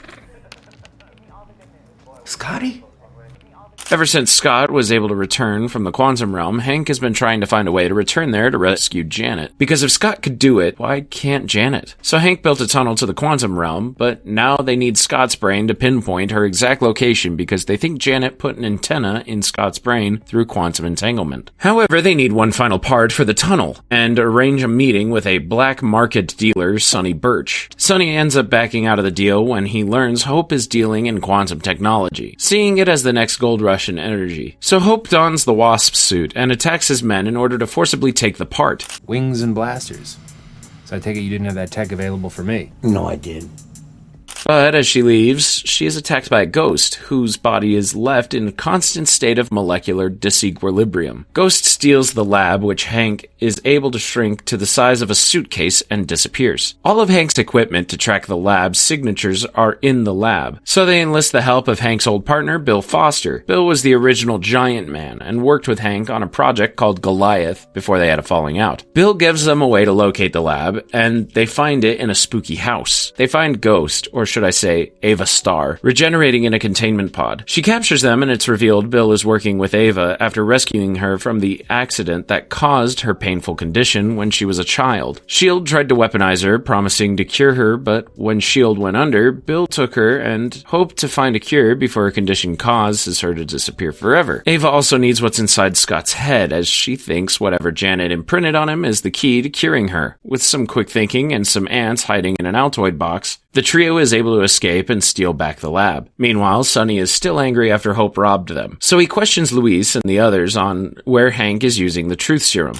It makes you suggestible and highly responsive. Well, dude, that's truth serum. No, it's not. No fencing, but they sound like true serum to me. Right? Ava finds out after eavesdropping and gets a head start on finding Hank when she pops Sonny's tires. So Sonny calls his informant who's working with Jimmy and provides them with the location of Hank. Luis warns Scott and the others that the company is coming, and Scott leaves because this means Jimmy and the feds are going to search his house. Luckily, Scott gets back just in time, but Hank and Hope aren't so lucky. Sonny's informant tries to steal the lab, but then Ghost kills him and takes the lab. Her containment pod is running low on power, so it won't be able to save her anymore, but Hank's lab could. Scott breaks Hank and Hope out and finds the lab. They distract Ava and Bill so Hank can enter the quantum realm, and then shrink the lab. Hope and Louise try to drive away with the lab, but Sonny and his men show up to block their escape. A car chase ensues with Hope using the van's shrinking ability to her advantage. Ava gets involved while Scott's suit constantly malfunctions, causing him to shrink and grow randomly. Scott crashes Sonny's car, prompting Sonny to escape on foot to a ferry. Scott finally gets his suit under control and grows into Giant Man, taking the lab from Sonny. Back in the quantum realm, Hank begins losing his mind because the rules of time and space work differently down there. He begins seeing visions of old memories and faces, and then sees a mysterious figure that helps his mind adjust to this world. It turns out to be Janet, still alive. Scott, being Giant Man, attracts media attention. Jimmy sees this and races to Scott's house to prove Scott violated his house arrest. Being big caused Scott to fall asleep and lose the lab, allowing Ava to get it back, regrow it, and get inside of it. Scott and Hope stop Ava from extracting using Janet's quantum energy to heal herself, and Hank makes it back with Janet. Janet then helps Ava control her entanglement and relieves her of the pain. Scott then makes it back home before Jimmy arrives and pretends he had been there the whole time. Scott's ankle monitor is finally removed, and Ava and Bill go into hiding while Dave and Kurt stop Sonny and his men. Scott and Hope are back together again, and Cassie tells them that she wants to one day fight alongside them. It's a nice and happy ending that gets ruined by the mid-credits scene. Hank, Hope, and Janet send Scott back into the quantum realm to harvest quantum energy for Ava, using Luis's van to house a smaller quantum tunnel. Scott goes through, but then suddenly loses contact with them. We then see that Hank, Hope, and Janet have all turned to dust from Thanos' snap, trapping Scott in the quantum realm. So we saw Fury send a message to someone named Captain Marvel before he dusted away, and now it's time to finally meet who this person is. Captain Marvel begins in the year 1995 in the Empire, where a human named Veers serves as a member of the Star Force. She suffers from amnesia after an accident some time ago and has reoccurring nightmares about an older woman killed by the Kree enemy, Skrulls. Skrulls are shapeshifters capable of replicating any life form and stealing their memories, allowing them to infiltrate planets without suspicion. And right now, the Skrulls and the Kree are at war with each other, in a war called the Kree-Skrull War. Veers also possesses cosmic energy from her accident that is the cause of her amnesia, and her commander mentor, Yon-Rogg, along with the AI that rules Kree, the supreme leader, trains her to control her abilities and emotions. One day, Veers and her team, which also consists of a younger Koreth, are tasked with rescuing an undercover spy that was infiltrating the Skrulls. It's a simple extraction until they're attacked by a Skrull platoon led by General Talos. Veers finds the spy thereafter, but it turns out to be Talos, and he captures her. He begins searching through her memories, and we see that Veers used to be an Air Force pilot on Earth. She had a cat named Goose, a best friend in the Air Force named Maria Rambeau, and was really close to her mentor, Dr. Wendy Lawson. Talos is more focused on knowing more about Lawson, as she was working on something called Project Pegasus, that experimented in light speed travel. They are looking for coordinates that pertain to where Veers' accident took place, but Veers snaps out of the memory probing and escapes. However, she accidentally blows a hole in the Skrull ship during her escape and is sucked out into space, crashing onto Earth. Talos and several other Skrulls follow her to Earth, and Veers somehow makes contact with Yon-Rogg with Earth's primitive technology. But her presence is noticed by a young Coulson and Fury. They are both low-level SHIELD operatives, and Fury has both eyes. They ask her who she is, and Veers tries to explain how she got here and what Skrulls are. Naturally, they don't believe her at first, until a Skrull attacks them. Veers chases it, and it tries to hide through shapeshifting. Fury and Coulson chase after them, but Fury realizes the Coulson he's with is another Skrull. Fury kills it, and Veers' Skrull gets away, but he accidentally dropped a crystal containing her extracted memories. She activates it in her suit and sees the name of a bar before it short-circuits. She arrives there after stealing a motorcycle and some clothes, and immediately begins remembering the bar. Fury finds her there and convinces her he's not a Skrull by telling her his life story, and she just proves he's not a Skrull by blowing up the poor bar owner's jukebox. I mean, it proves she's an asshole, though. They search for Lawson at the Project Pegasus installation, but they aren't given a very warm welcome and have to sneak their way into the records. During this, they happen upon Goose, and Fury just loves how cute she is. They find Lawson's files, and Veers discovers Lawson is not a human, but Kree. She also discovers that Lawson died while testing out the Lightspeed engine, along with another pilot assisting her during the test. Maria Rambeau was the last person to see them, and they decide to try her next. But then Veers sees a picture of her in Lawson's files, making her suspect that she was the pilot that died during the test. Veers reports back to Yon-Rogg about Lawson being Kree, and Yon-Rogg reveals Lawson's real name is Mar-Vell, and she was an undercover Kree operative developing tech that could help them end the war with the Skrulls. Fury's boss, Keller, arrives to help handle the situation, but Fury realizes Keller is Talos in disguise. Veers stops Talos from killing Fury, and they escape in an early prototype of the Quinjet.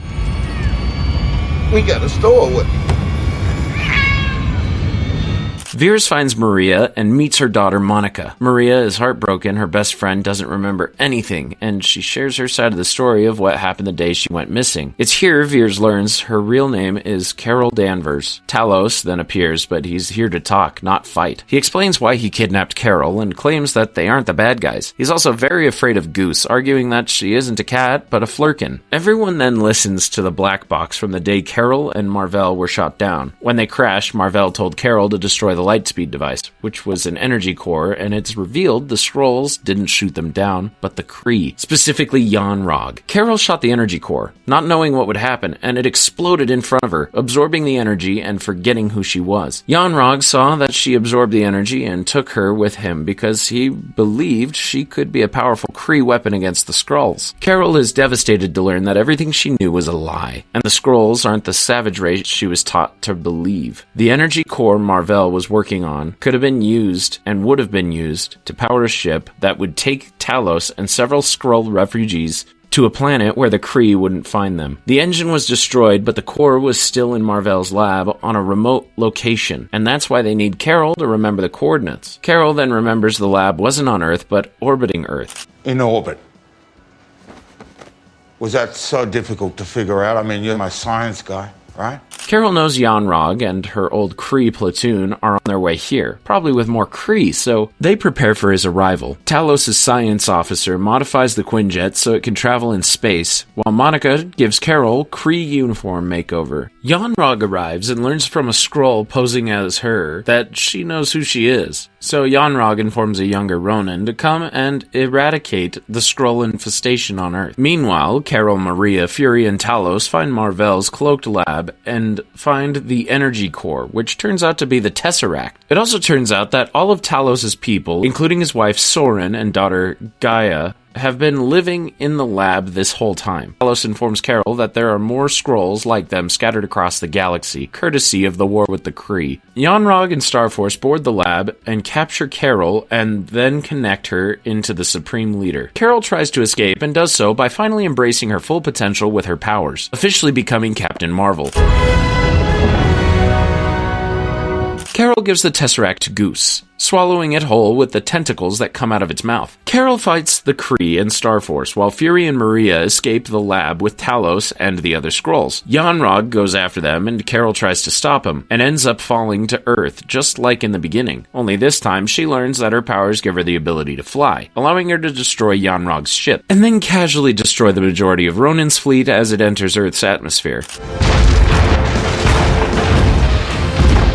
Ronan leaves, and Carol defeats Yon-Rogg with a single blast. She tells Yon-Rogg to go back to the Kree Empire and tell them that she's coming to end the war and all the lies. Meanwhile, Fury is so proud of Goose for being such a good flirkin when Goose takes out Fury's eye with a scratch. So that's how it happened? Honestly, it's a bit underwhelming. Carol promises to finish what Mar-Vell started and find a home for Talos and his people. She lets Fury keep the Tesseract hidden on Earth and modifies his pager in case she's halfway across the galaxy and he needs help. As Carol leaves, Fury realizes this won't be the last time Earth faces another intergalactic threat and creates the Avengers Initiative, named after Carol's nickname from when she was a pilot. In a mid-credits scene, the Avengers, that survived Thanos' snap, monitor Fury's pager when it stops beeping. Carol then appears asking where Fury is. So now we've set the stage for part 2 of the Avengers war with Thanos. Let's begin the epic conclusion with Avengers Endgame. The film begins 23 days after Thanos snapped his fingers. Tony and Nebula have been trying to make their way back to Earth with Quill's ship, but it was heavily damaged during the fight on Titan and they barely got it running. They did what they could to squeeze every ounce of juice out of the power cells, but now they're adrift in space and running dangerously low on food, water, and oxygen. Believing this is the end for him, Tony records one final message for Pepper, but then is miraculously saved by Carol. She helps them get home, where the others are anxiously waiting for them. Everyone is happy to see them, but Tony is angry at Steve, believing if the team hadn't split, then they could have stopped Thanos together. Nebula and Rocket figure out where Thanos went because the same energy spike that wiped out 50% of all life just happened on another planet. Okay,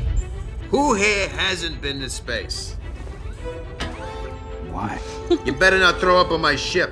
They travel to the planet with the Guardians' repaired ship and attack Thanos at his peaceful home. Their goal is to reverse the snap and bring everyone back, but Thanos reveals he destroyed the stones 2 days ago. He says his work cannot be undone, adding that he is inevitable. An enraged Thor cuts off his head, ruefully declaring he went for the head. 5 years later, Earth and the rest of the galaxy are still recovering from Thanos' snap, which comes to be known as the blip. People have tried to move on, but how do you move on from something like this? Any chance of hope seemed lost until Scott managed to find a way out of the quantum realm, finding himself inside a warehouse. Scott has no idea what's going on because what was 5 years for everyone else was 5 hours for him. He stumbles through the post-apocalyptic world searching for answers and is shocked to learn he was presumed dead. He then finds an older Cassie still alive, which brings some bittersweet joy to him. Scott then finds Steve and Natasha at the Avengers headquarters and tells them what happened to him, believing he just figured out how to get everyone back. Because time and space work differently in the quantum realm, Scott wonders about the possibility of entering the quantum realm and then navigating it to an exact time and place before Thanos. Basically time travel. Then all they have to do is find the stones in the past and bring them back to the present, create another gauntlet, and then snap everyone back. Of course, this is just a theory, as the only person who could prove or disprove Scott correct is Tony. But he's been disconnected with everyone else as he lives with Pepper and their 5-year-old daughter, Morgan. Tony doesn't think it's possible at first, but after doing several tests, he discovers that it is possible. In the meantime, Scott, Steve, and Natasha tried asking for Bruce's help trying to create time travel, who by now has found a way to combine both Bruce and the Hulk into one form. I put the brains and the brawn together,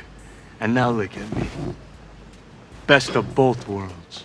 Bruce also says it's possible, but any changes to the past they make won't change the future, just create alternate realities. So Back to the Future is a bunch of bullshit. Tony's biggest fear is not whether or not it'll work, but whether he'll be able to keep what he has now. He has a great life, a beautiful wife, a daughter that loves him 3,000, and bringing everyone back might destroy that. Pepper reminds him that his conscience wouldn't be able to rest if he didn't try, so Tony decides to save the world one more time. He finds Steve standing outside the Avengers headquarters and shows off his time-traveling GPS watch, so the two of them finally reconcile. And to sweeten the reconciliation, Tony returns Steve's Captain America shield to him. We are getting an whole team. Yeah? We're working on that right now. So with Tony and his genius brain on board with the plan, Bruce and Rocket head to Norway to recruit Thor. Since they left Asgard, the Asgardians that survived Thanos' attack made it to Earth and built a new Asgard. Thor has been living here ever since he killed Thanos and hasn't been the same since. He blames himself for not killing Thanos the first time and preventing the blip, leading to severe withdrawal, alcoholism, depression, and weight gain. Not to mention he hasn't been a good protector to his people ever since becoming a king. And when Bruce mentions that they have a plan to stop Thanos, it triggers Thor's PTSD and he almost loses it. Poor guy. Regardless, Bruce tries to convince Thor to come with them, but he only agrees to come when Rocket mentions there's beer on the ship. Thor's not the only one that's been very depressed ever since the blip. Remember Clint? Well, unfortunately, his entire family was blipped away, sending the guy on a destructive road of vigilantism, killing anyone he deems unworthy to have survived the blip while his family didn't. When Natasha finally tracks him down, he's literally dismantling members of the Yakuza in Japan, going by the name of Ronin. Natasha informs Clint of their plan to bring everyone back, but the poor guy is so depressed he's afraid to believe there's a chance as he doesn't want any false hope. In the end, he agrees to help because he trusts Natasha. With the band back together again, they now determine when and where to jump in order to safely extract the stones and bring them back. It's worth noting that they're using PIM particles to make the jump, and because Hank got blipped, they only have enough juice for one jump each. Eventually, they figure out when and where to jump, splitting into 3 teams. Tony, Steve, Scott, and Bruce will get the Space, Time, and Mind Stone during the time Loki invaded New York. Thor and Rocket will go to Asgard the time Jane had the Reality Stone. Rhodes and Nebula will go to Morag and get the Power Stone before Quill gets it first. And Clint and Natasha will leave them to go to Vormir to get the Soul Stone. What could go wrong? In New York, Bruce finds the Ancient One and convinces her to give him the Time Stone. But before she does, she warns him that unless they bring the stones back at the exact moment they take them, the timeline will be destroyed. Bruce then mentions Strange willingly gave Thanos the Time Stone, and it convinces her to give Bruce the Time Stone, believing Strange saw something she didn't. Tony, Scott, and Steve sneak their way into Stark Tower and steal Loki's scepter and the Tesseract. And that's when they see Rumlow and everyone else we now know as Hydra take the scepter, which now explains how Hydra had the scepter at the start of the Avengers Age of Ultron. Steve gets in the elevator with them, and this all seems way too familiar, and he takes the scepter off their hands. When they object, Steve whispers in Jasper's ear, "Hail Hydra." It works, but it makes them all very confused. Goated moment, to be honest. Meanwhile, Tony and Scott work together to steal the Tesseract, but Hulk gets in the way of their plan. In the commotion, a captive Loki manages to take the Tesseract and disappear with it. To be continued. Steve then runs into his past self, and his past self assumes Steve is Loki, especially since he's holding the scepter. Steve then fights himself and gets his past self to let his guard down when he tells him Bucky is alive. Steve defeats himself and rejoins Tony and Scott, only to learn that they failed in getting the Tesseract. With only enough PIM particles particles to get them back to their timeline, Tony realizes there's still a way to get the Tesseract and more Pym particles in the same location if they go back further in time to Camp Lehi in 1970. They entrust Scott with the scepter to make the jump. Tony finds the Tesseract, but then runs into his father. He then has an unexpected heartfelt moment with his dad, who has no idea he's talking to his future son. Meanwhile, Steve gets the Pym particles and sees Peggy. For a second, he's tempted to say hi to her, but chooses not to. Meanwhile, in Asgard, Rocket extracts the Aether from Jane, while a depressed Thor runs into his mother, whom he hasn't seen since she died in Thor: The Dark World. He realizes they've arrived on the day she dies, and he tries to warn her, but she has advanced foresight and already knows, just like she knows he's from another timeline. She helps him get over his depression, but Thor is just happy to have the chance to hug someone from his family again. He then tries to summon Mjolnir, and it works. He's still worthy. On Morag, Rhodes and Nebula knock Quill out before he gets the Power Stone, but as they make the jump back, Nebula's cybernetic implants start linking to her past self. Thanos, along with his timeline's Nebula and Gamora, have been looking for the stones. He uses their link to witness Nebula's memories and sees himself succeed and the Avengers plot to stop him in the past. Nebula tries to warn the others that Thanos knows everything, but she's captured by Thanos. Nebula's past self then disguises herself as current Nebula and plans to go back in time when everyone makes the jump back. In Vormir, Clint and Natasha have to make the choice to sacrifice that which they love. They realize that it has to be one of them because they both care deeply for each other. They fight over who's getting sacrificed, and in the end it's Natasha. Clint gets the Soul Stone at the cost of his best friend. Everyone makes the jump back, mission accomplished, but everyone is sad to see Natasha didn't come back. Tony creates an Infinity Gauntlet and assembles the stones on it. Bruce volunteers to wield it and snap his fingers, hoping his gamma radiance balances out what wearing the glove will do to him. He snaps his fingers and it almost kills him. Everyone that blipped away comes back, but they don't start celebrating yet because no one notices Nebula wasn't their Nebula, and she brings Thanos' ship through the tunnel. Thanos then rains fire upon the Avengers' headquarters, scattering the Avengers amongst the wreckage. Clint manages to secure the gauntlet and the stones, but has to run to fight for his life when he's chased by the Outriders. While Thanos waits for his Nebula to bring the stones to him, Gamora asks Nebula about the future. Nebula reveals Thanos kills her for the Soul Stone, and that she and Gamora were able to reconcile and be sisters. So Gamora helps Nebula stop past Nebula and the others in stopping Thanos. Tony, Steve, and Thor emerge from the wreckage to confront Thanos. Thanos has seen his future mistakes and realizes the universe cannot balance itself while there are still those that remember what once was. So with the stones, he now plans to create a new universe that'll be grateful for their existence. Born out of blood. They'll never know it.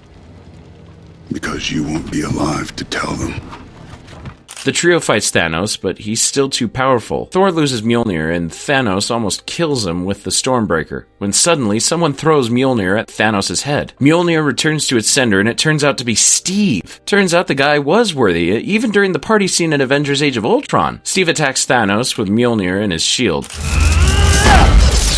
But Thanos still proves to be too powerful when he starts destroying Steve's vibranium shield. Defeated, Steve struggles to get back on his feet, ready to die as he faces Thanos and his entire army, when suddenly several portals start opening up, and everyone that was blipped away comes through, including all the armies that have fought and died beside our heroes. Wakandans, sorcerers, Asgardians, Ravagers, even Pepper joins the fight in her new rescue suit. It's an awesome sight. Honestly, I remember seeing this for the first time in theaters, and I was just jumping out of my seat. I wish I could go back in time and relive that moment. Avengers!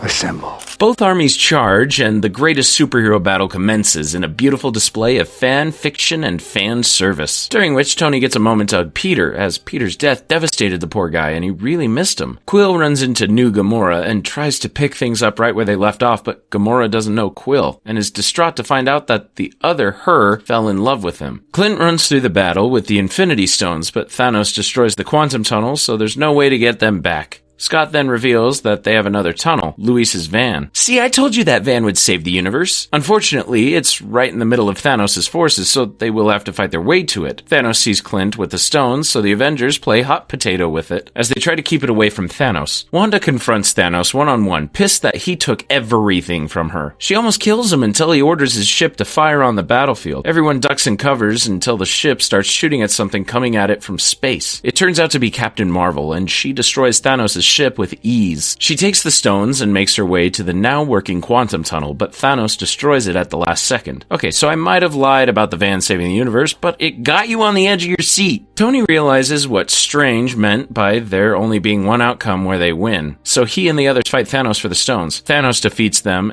says, "I am inevitable," and snaps his fingers. But nothing happens. Tony reveals that he got the stones from Thanos while they were fighting over them, and retorts back with, "And I am Iron Man," before snapping his fingers. Iron Man.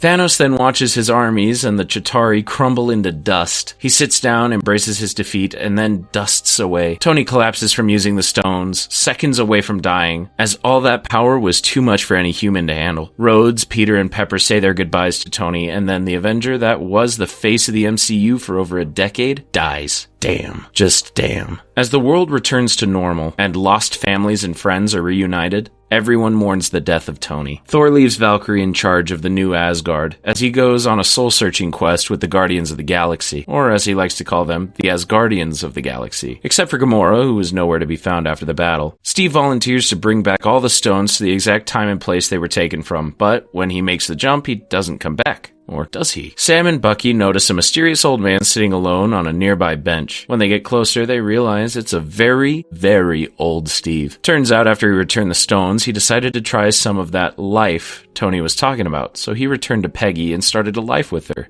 Not to mention, finally got his dance with her. Took him long enough, honestly. He passes his shield on to Sam, and Sam's first words are, "It feels like it belongs to someone else." Steve assures him it doesn't, even if Sam doesn't believe him just yet. Phase 3 ends with the second Spider-Man film, Spider-Man Far From Home, where life is still adjusting to normal after everyone returns from the blip. The students at Peter's school that came back unaged had to start the entire school year all over again, despite getting blipped halfway through the school year. Everyone just wants to finally move on with life and everything, but Peter's biggest problem is working up the courage to ask MJ out. The school organizes a 2-week summer field trip to Europe, so Peter plans on asking her during the trip. During this, Aunt May, along with Peter's help, have been helping people that were misplaced from their homes during the blip. Happy arrives to give a very generous check for the foundation, and Peter is confused when Happy and May start flirting with each other. Happy then informs Peter that Fury is going to be calling him about something, but when he does call, Peter sends Fury to voicemail. Peter is still mourning the death of Tony, and dealing with an Avenger-level threat is the last thing he wants to do right now. As Peter and his friends fly to Europe, Peter learns that he has some competition with a student that didn't blip named Brad Davis. Brad was 5 years younger than him before they blipped, but when they came back, he is now their age, and incredibly good-looking. So the entire trip, he tries to get with MJ, making things complicated for Peter. And to make things even more awkward, Ned somehow gets into a relationship before Peter with the school's reporter Betty Brandt. They arrive in Italy, where Peter buys a black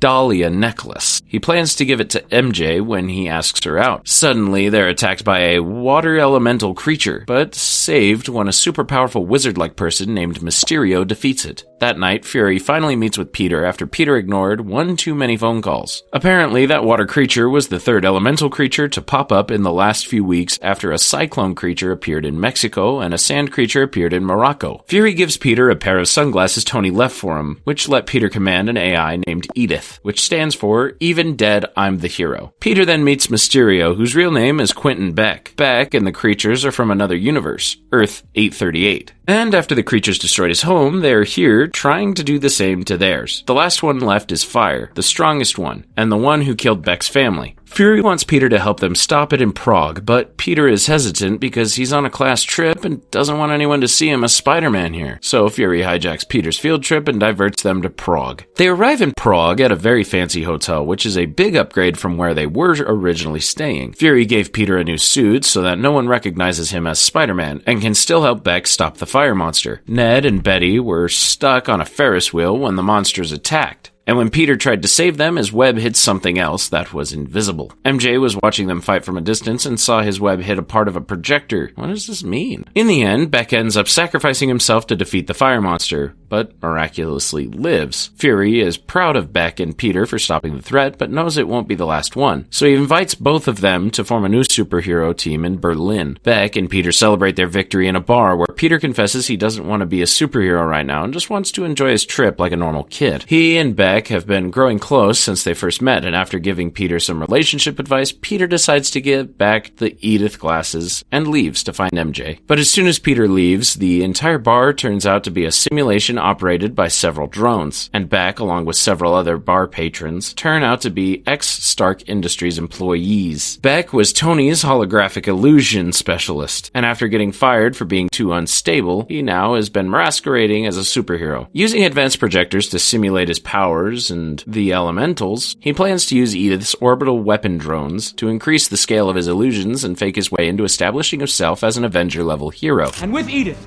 Mysterio will be the greatest hero on Earth!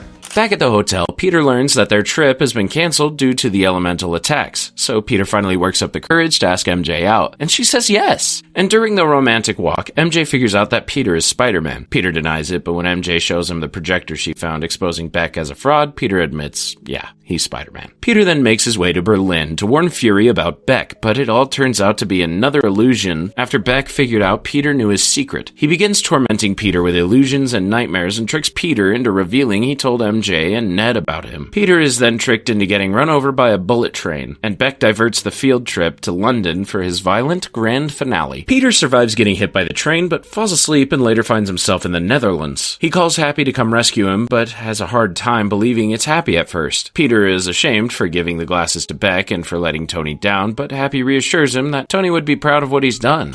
I don't think Tony would have done what he did if he didn't know that you were going to be here after he was gone.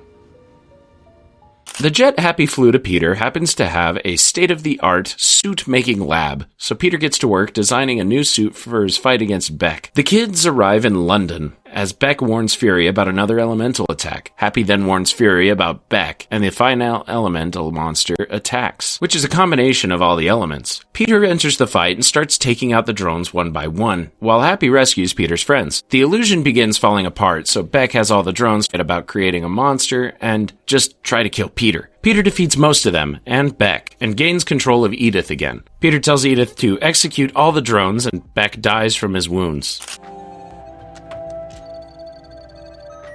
MJ then finds Peter on the London Bridge, and they kiss. Everyone returns home, and Peter and MJ start dating, but during one of their dates, an important news report drops from J. Jonah Jameson of thedailybugle.net. Before Beck died, he uploaded a video posing Spider-Man as the true villain, and revealed Spider-Man's secret identity to the world. And that's not all. In the end credits scene, it's revealed that this entire movie, Fury and Hill were just Talos and Soren in disguise. Fury has been in space working on Saber, a massive space station designed to protect Earth from cosmic threats. It may seem like Fury is doing important business up there, but really the guy hasn't been the same since the blip. So does this mean there are no more Avengers? That question will have to wait as we begin Phase 4 with the first of many TV shows we're going to cover, starting with WandaVision. This is an odd one to describe. Canonically, it takes place about 3 weeks after the events of Avengers Endgame, but each new episode is a different TV trope from a different decade. The premise is Wanda and a very much alive Vision living an idyllic suburban lifestyle in the town of Westview, New Jersey, as they try to hide their powers. The first episode plays off of a classic 1950s and early 1960s sitcom like I Love Lucy and The Dick Van Dyke Show. It begins with newlywed couple Wanda and Vision having just moved into town and try and blend in with their new neighborhood. This can be difficult because Wanda has powers and Vision is a machine. Why, for the flying saucers? My husband and his indestructible head. Today is a special day, indicated by the heart on the calendar, but neither of them can remember it and are afraid to admit it for the fear of the other person getting mad. Vision then leaves for a no-name office job, while Wanda tries to remember. During this, Wanda's nosy neighbor, Agnes, makes a surprise visit and welcomes Wanda to the neighborhood. Wanda explains her dilemma, and the two deduce that today must be Wanda and Vision's anniversary.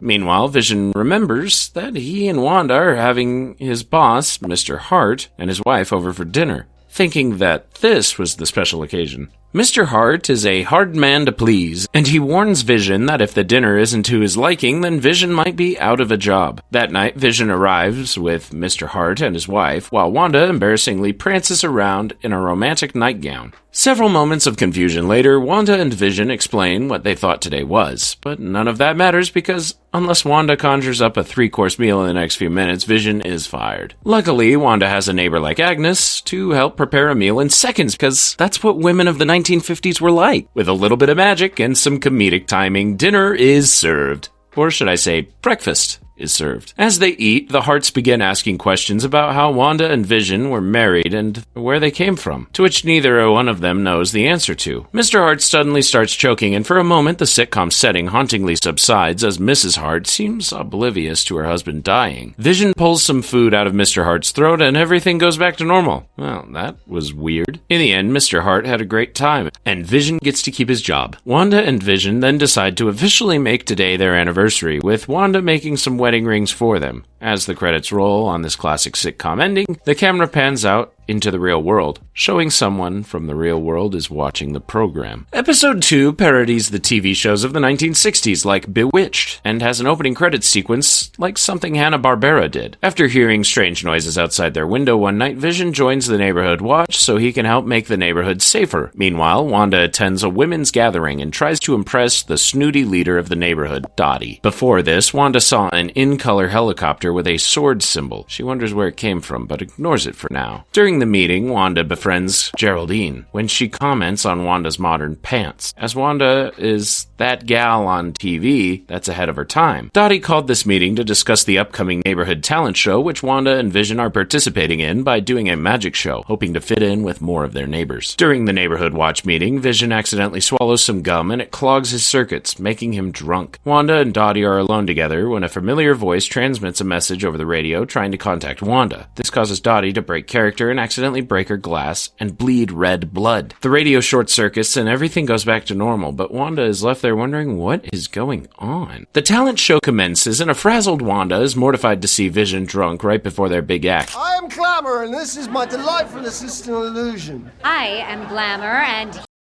he's Illusion.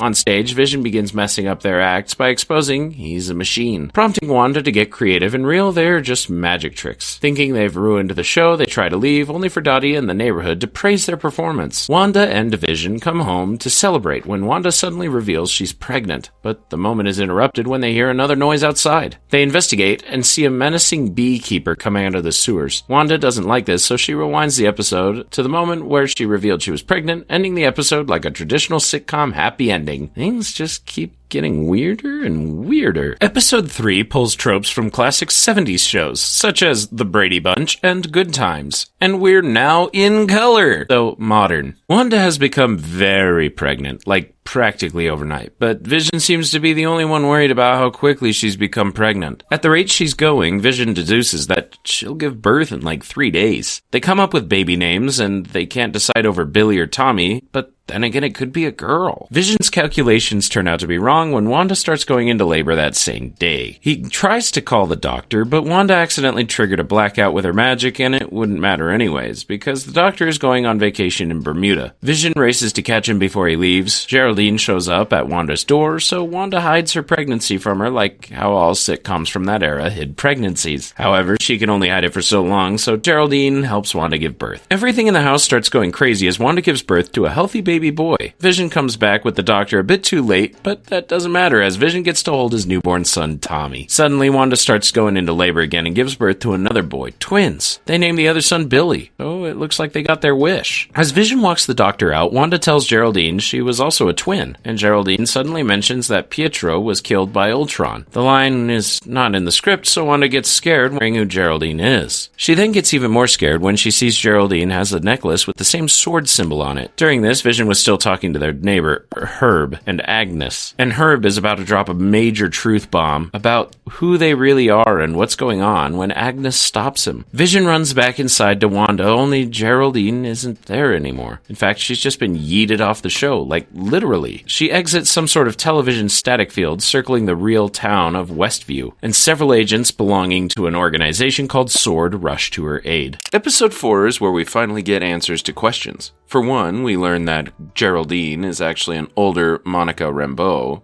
8 years ago, Monica was watching over Maria while her cancer was in remission. But Monica was one of the countless victims to dust away in the blip. She came back 5 years later to learn that Maria's cancer relapsed, and she sadly died 2 years after the blip. In between the events of Captain Marvel and her death, Maria founded SWORD, which is a lot like S.H.I.E.L.D., only it prioritizes extraterrestrial threats. When Maria died, Tyler Hayward became the acting director and a close friend of Monica. Lately, SWORD is to prioritize their efforts on other things, not relating to space or alien life, and focus more on the ground. The FBI recently informed them of a missing person case in Westview. So Hayward sends Monica to assist our favorite FBI agent, Jimmy Woo, in the investigation. Once there, 2 police officers inform Monica and Jimmy that despite there being a town of Westview directly behind them, there actually is no such thing as a town called Westview. It's like they have an amnesia or something. Jimmy has tried to enter, but there's some sort of force field preventing him from entering. It's later dubbed the Hex because it's shaped like a hexagon. Monica sends a drone that looks strangely like a toy helicopter towards the town, but as soon as it gets close, it disappears. Monica gets closer and notices some sort of television static force field surrounding the town.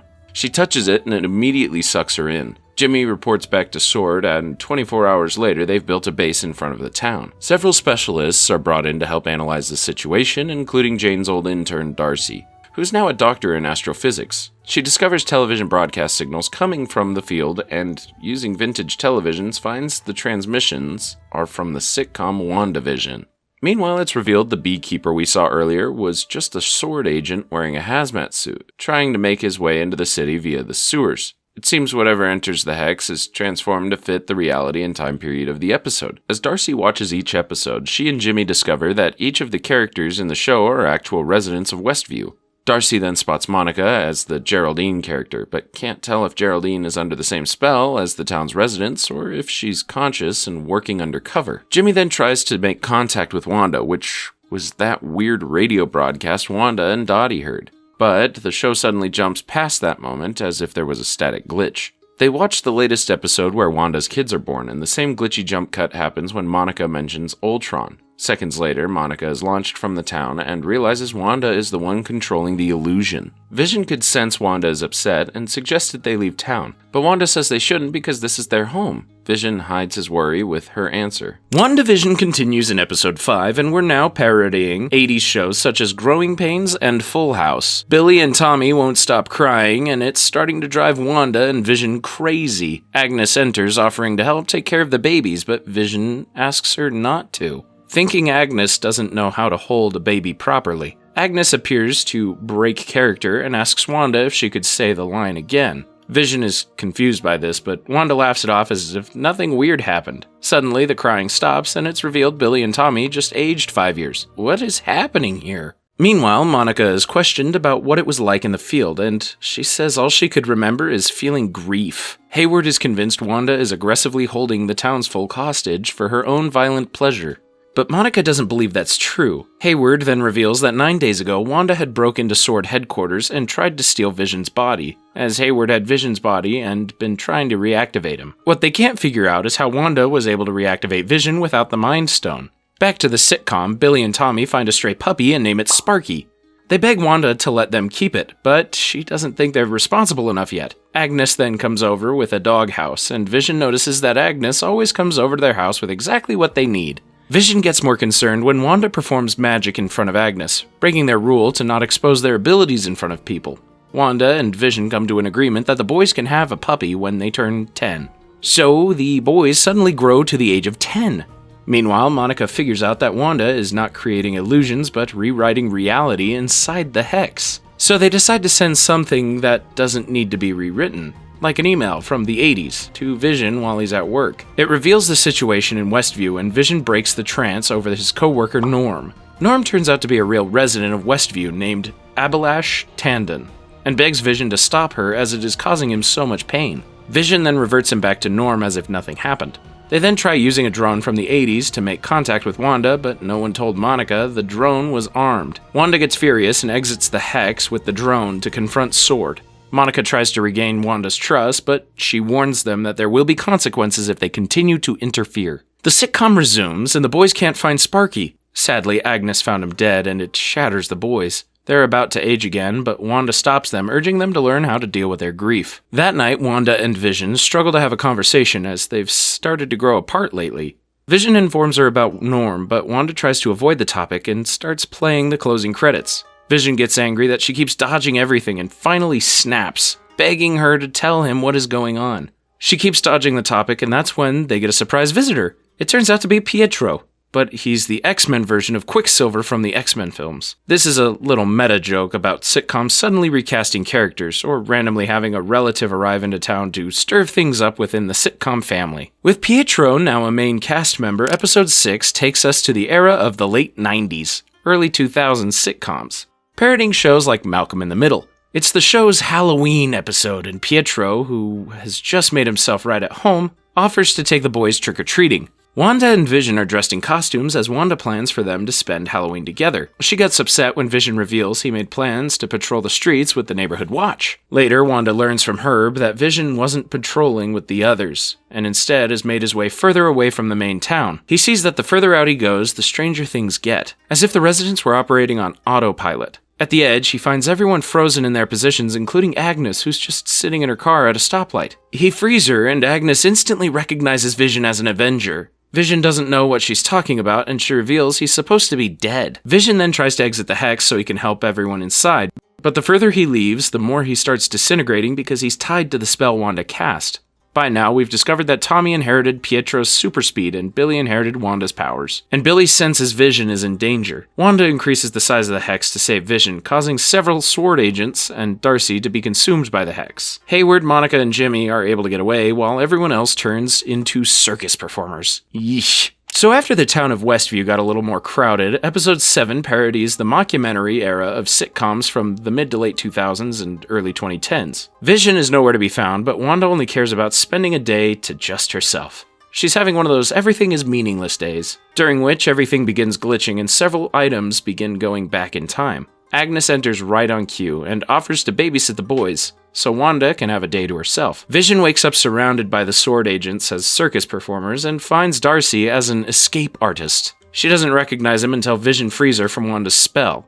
They drive back into town and Darcy explains everything about Vision's past, including Wanda being forced to kill him. Meanwhile, Monica and Jimmy have come up with a plan to safely get through the barrier. However, their estimates were off, and Monica almost gets rewritten when the vehicle she was operating gets stuck in the barrier. Monica figures she can enter the barrier because she's done it before and begins rewriting her molecular structure, giving her the ability to perceive the electromagnetic spectrum and absorb energy. 'Cause why not? Monica finds Wanda in her home, but Wanda immediately starts attacking Monica. Monica tries to empathize with her and her grief by sharing how she felt when she lost her mom. But Agnes comes to rescue Wanda like the good neighbor she is. She brings Wanda inside her house, and Wanda becomes concerned when she can't find her sons. Wanda descends into Agnes's basement and finds a mysterious witch's lair. That's when Agnes introduces herself as a witch named Agatha Harkness, revealing that it had been her all along, manipulating everything from sending Pietro to being the one who actually killed Sparky. Lady, you are evil! During the mid-credits scene, Monica stumbles upon Agatha's secret lair, but is caught by Pietro, still under Agatha's spell. Episode 8 begins with a flashback to the Salem witch trials, where Agatha is put on trial by her witch coven. Her mother, Evanora, accuses her of practicing dark magic, and sentences her to death. But when the other witches try to kill her, Agatha absorbs her magic and drains the life from them, including her mother. Back in the present, Agatha explains she was drawn to Westview after Wanda unleashed an incredible amount of magic upon the town and its residents. She interrogates Wanda, demanding to know how she is controlling Westview, but Wanda doesn't remember how she created the Hex, or how she's controlling it. So Agatha forces Wanda to relive key moments from her life, including the time she lost her parents thanks to Tony's weapons, and how she and Pietro hid for 2 days next to a dud that landed right next to them. Life was hard for Wanda and her family before the accident, but they found peace in watching classic sitcoms and TV shows. She's then forced to relive the trauma of Hydra giving her her powers, and see that when she encountered the Mind Stone, she saw a vision of herself as the Scarlet Witch. Later, after Pietro died and Wanda was living at the Avengers complex, Vision would comfort her during her grieving. Though Vision never experienced losing someone he loved, he came to the realization that grief is just love persevering. Damn, that hits right in the feels. After the blip, Wanda broke into S.W.O.R.D. to get Vision's body back, but was horrified to see Hayward already had Vision disassembled. Wanda then drives to the deteriorating town of Westview, where she and Vision had planned to build a house one day. Consumed by rage and grief, Wanda unleashed her chaos and created their future house, the hex around the entire town, and a new version of Vision. After reliving the memories, Wanda hears her children screaming for help outside. She finds them being held captive by Agatha, who mocks Wanda for not knowing the full extent of her own abilities. Agatha then explains that all this time Wanda has been using her chaos magic, which would make her the mythical Scarlet Witch. In the mid-credits scene, Hayward finishes assembling an all-white version of Vision and activates it. The series finale picks up right where we left off, with Wanda freeing her children from Agatha. White Vision appears and starts killing Wanda, but she's saved by her version of Vision. Wanda starts apologizing to Vision for everything she's done, but Vision understands why she did what she did. They team up with Vision fighting his doppelganger and Wanda fighting Agatha. Agatha tries to educate Wanda about their witch heritage, and then tries to prove how her destiny as the Scarlet Witch is to destroy the world. She frees the Westview residents from Wanda's spell, and they all implore Wanda to set them free because they all feel the grief she feels, even when they sleep. Wanda loses control when she can't take their screams of pain anymore and doesn't realize she's choking them. During this, Monica learns that Pietro is another resident here, whose real name is Ralph Boner, and she frees him from Agatha's spell. Wanting to prove Agatha wrong, Wanda opens the hex, allowing the residents to leave. Unfortunately, this also causes Vision and her children to begin to disintegrate. She chooses to close the barrier, but Hayward and several S.W.O.R.D. agents come through and confront Wanda and the others. Monica, Billy, and Tommy deal with Hayward and the agents, while Wanda fights Agatha. Vision convinces White Vision to override his programming with a bit of philosophy and the Ship of Thesis paradox. White Vision's memories have been blocked, making him easy to control, so Vision helps White Vision unlock all of his past memories. Wanda tricks Agatha into letting her absorb all her magic, but she was actually creating runes around the barrier to prevent Agatha from using her magic, a little trick Wanda learned from her. Wanda embraces her chaos as the Scarlet Witch and absorbs all of Agatha's magic. As punishment, Wanda traps Agatha as the sitcom persona Agnes, and then takes her family home as she collapses the barrier. She tucks her kids into bed one last time, and then she says a tearful goodbye to Vision as everything disappears. As Wanda leaves town, she gets cold looks from the residents, forever traumatized by what she did to them. Wanda apologizes to Monica, and then she walks away. During the mid-post-credits scene, we see Wanda in a remote location trying to understand her powers as she hears her boys calling out to her, while a Skrull finds Monica telling her Fury wants to work with her in space. Moving on to the Falcon and the Winter Soldier. It takes place 6 months after everyone returned from the blip, focusing on the storylines of Sam and Bucky.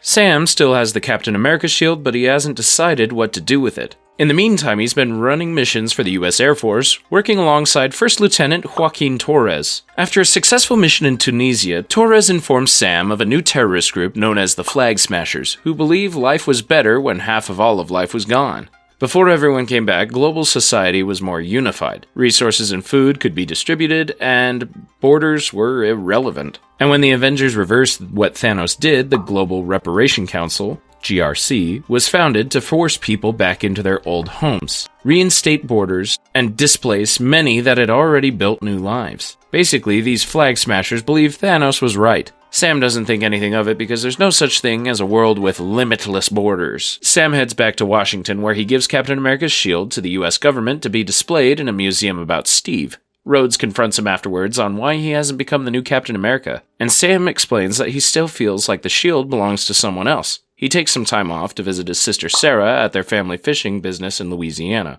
The business has been struggling lately, so Sam offers to use his influence as an Avenger to help get a new loan, but he's later turned down due to the business's poor profits and Wilson's lack of income during his 5-year absence. Meanwhile, Bucky has been having nightmares about his time being brainwashed by Hydra and has been attending government mandatory therapy after being pardoned for his actions. Lately, he's also been attempting to legally make amends with everyone that had a past association with Hydra, but he still refuses to open up or connect with anyone.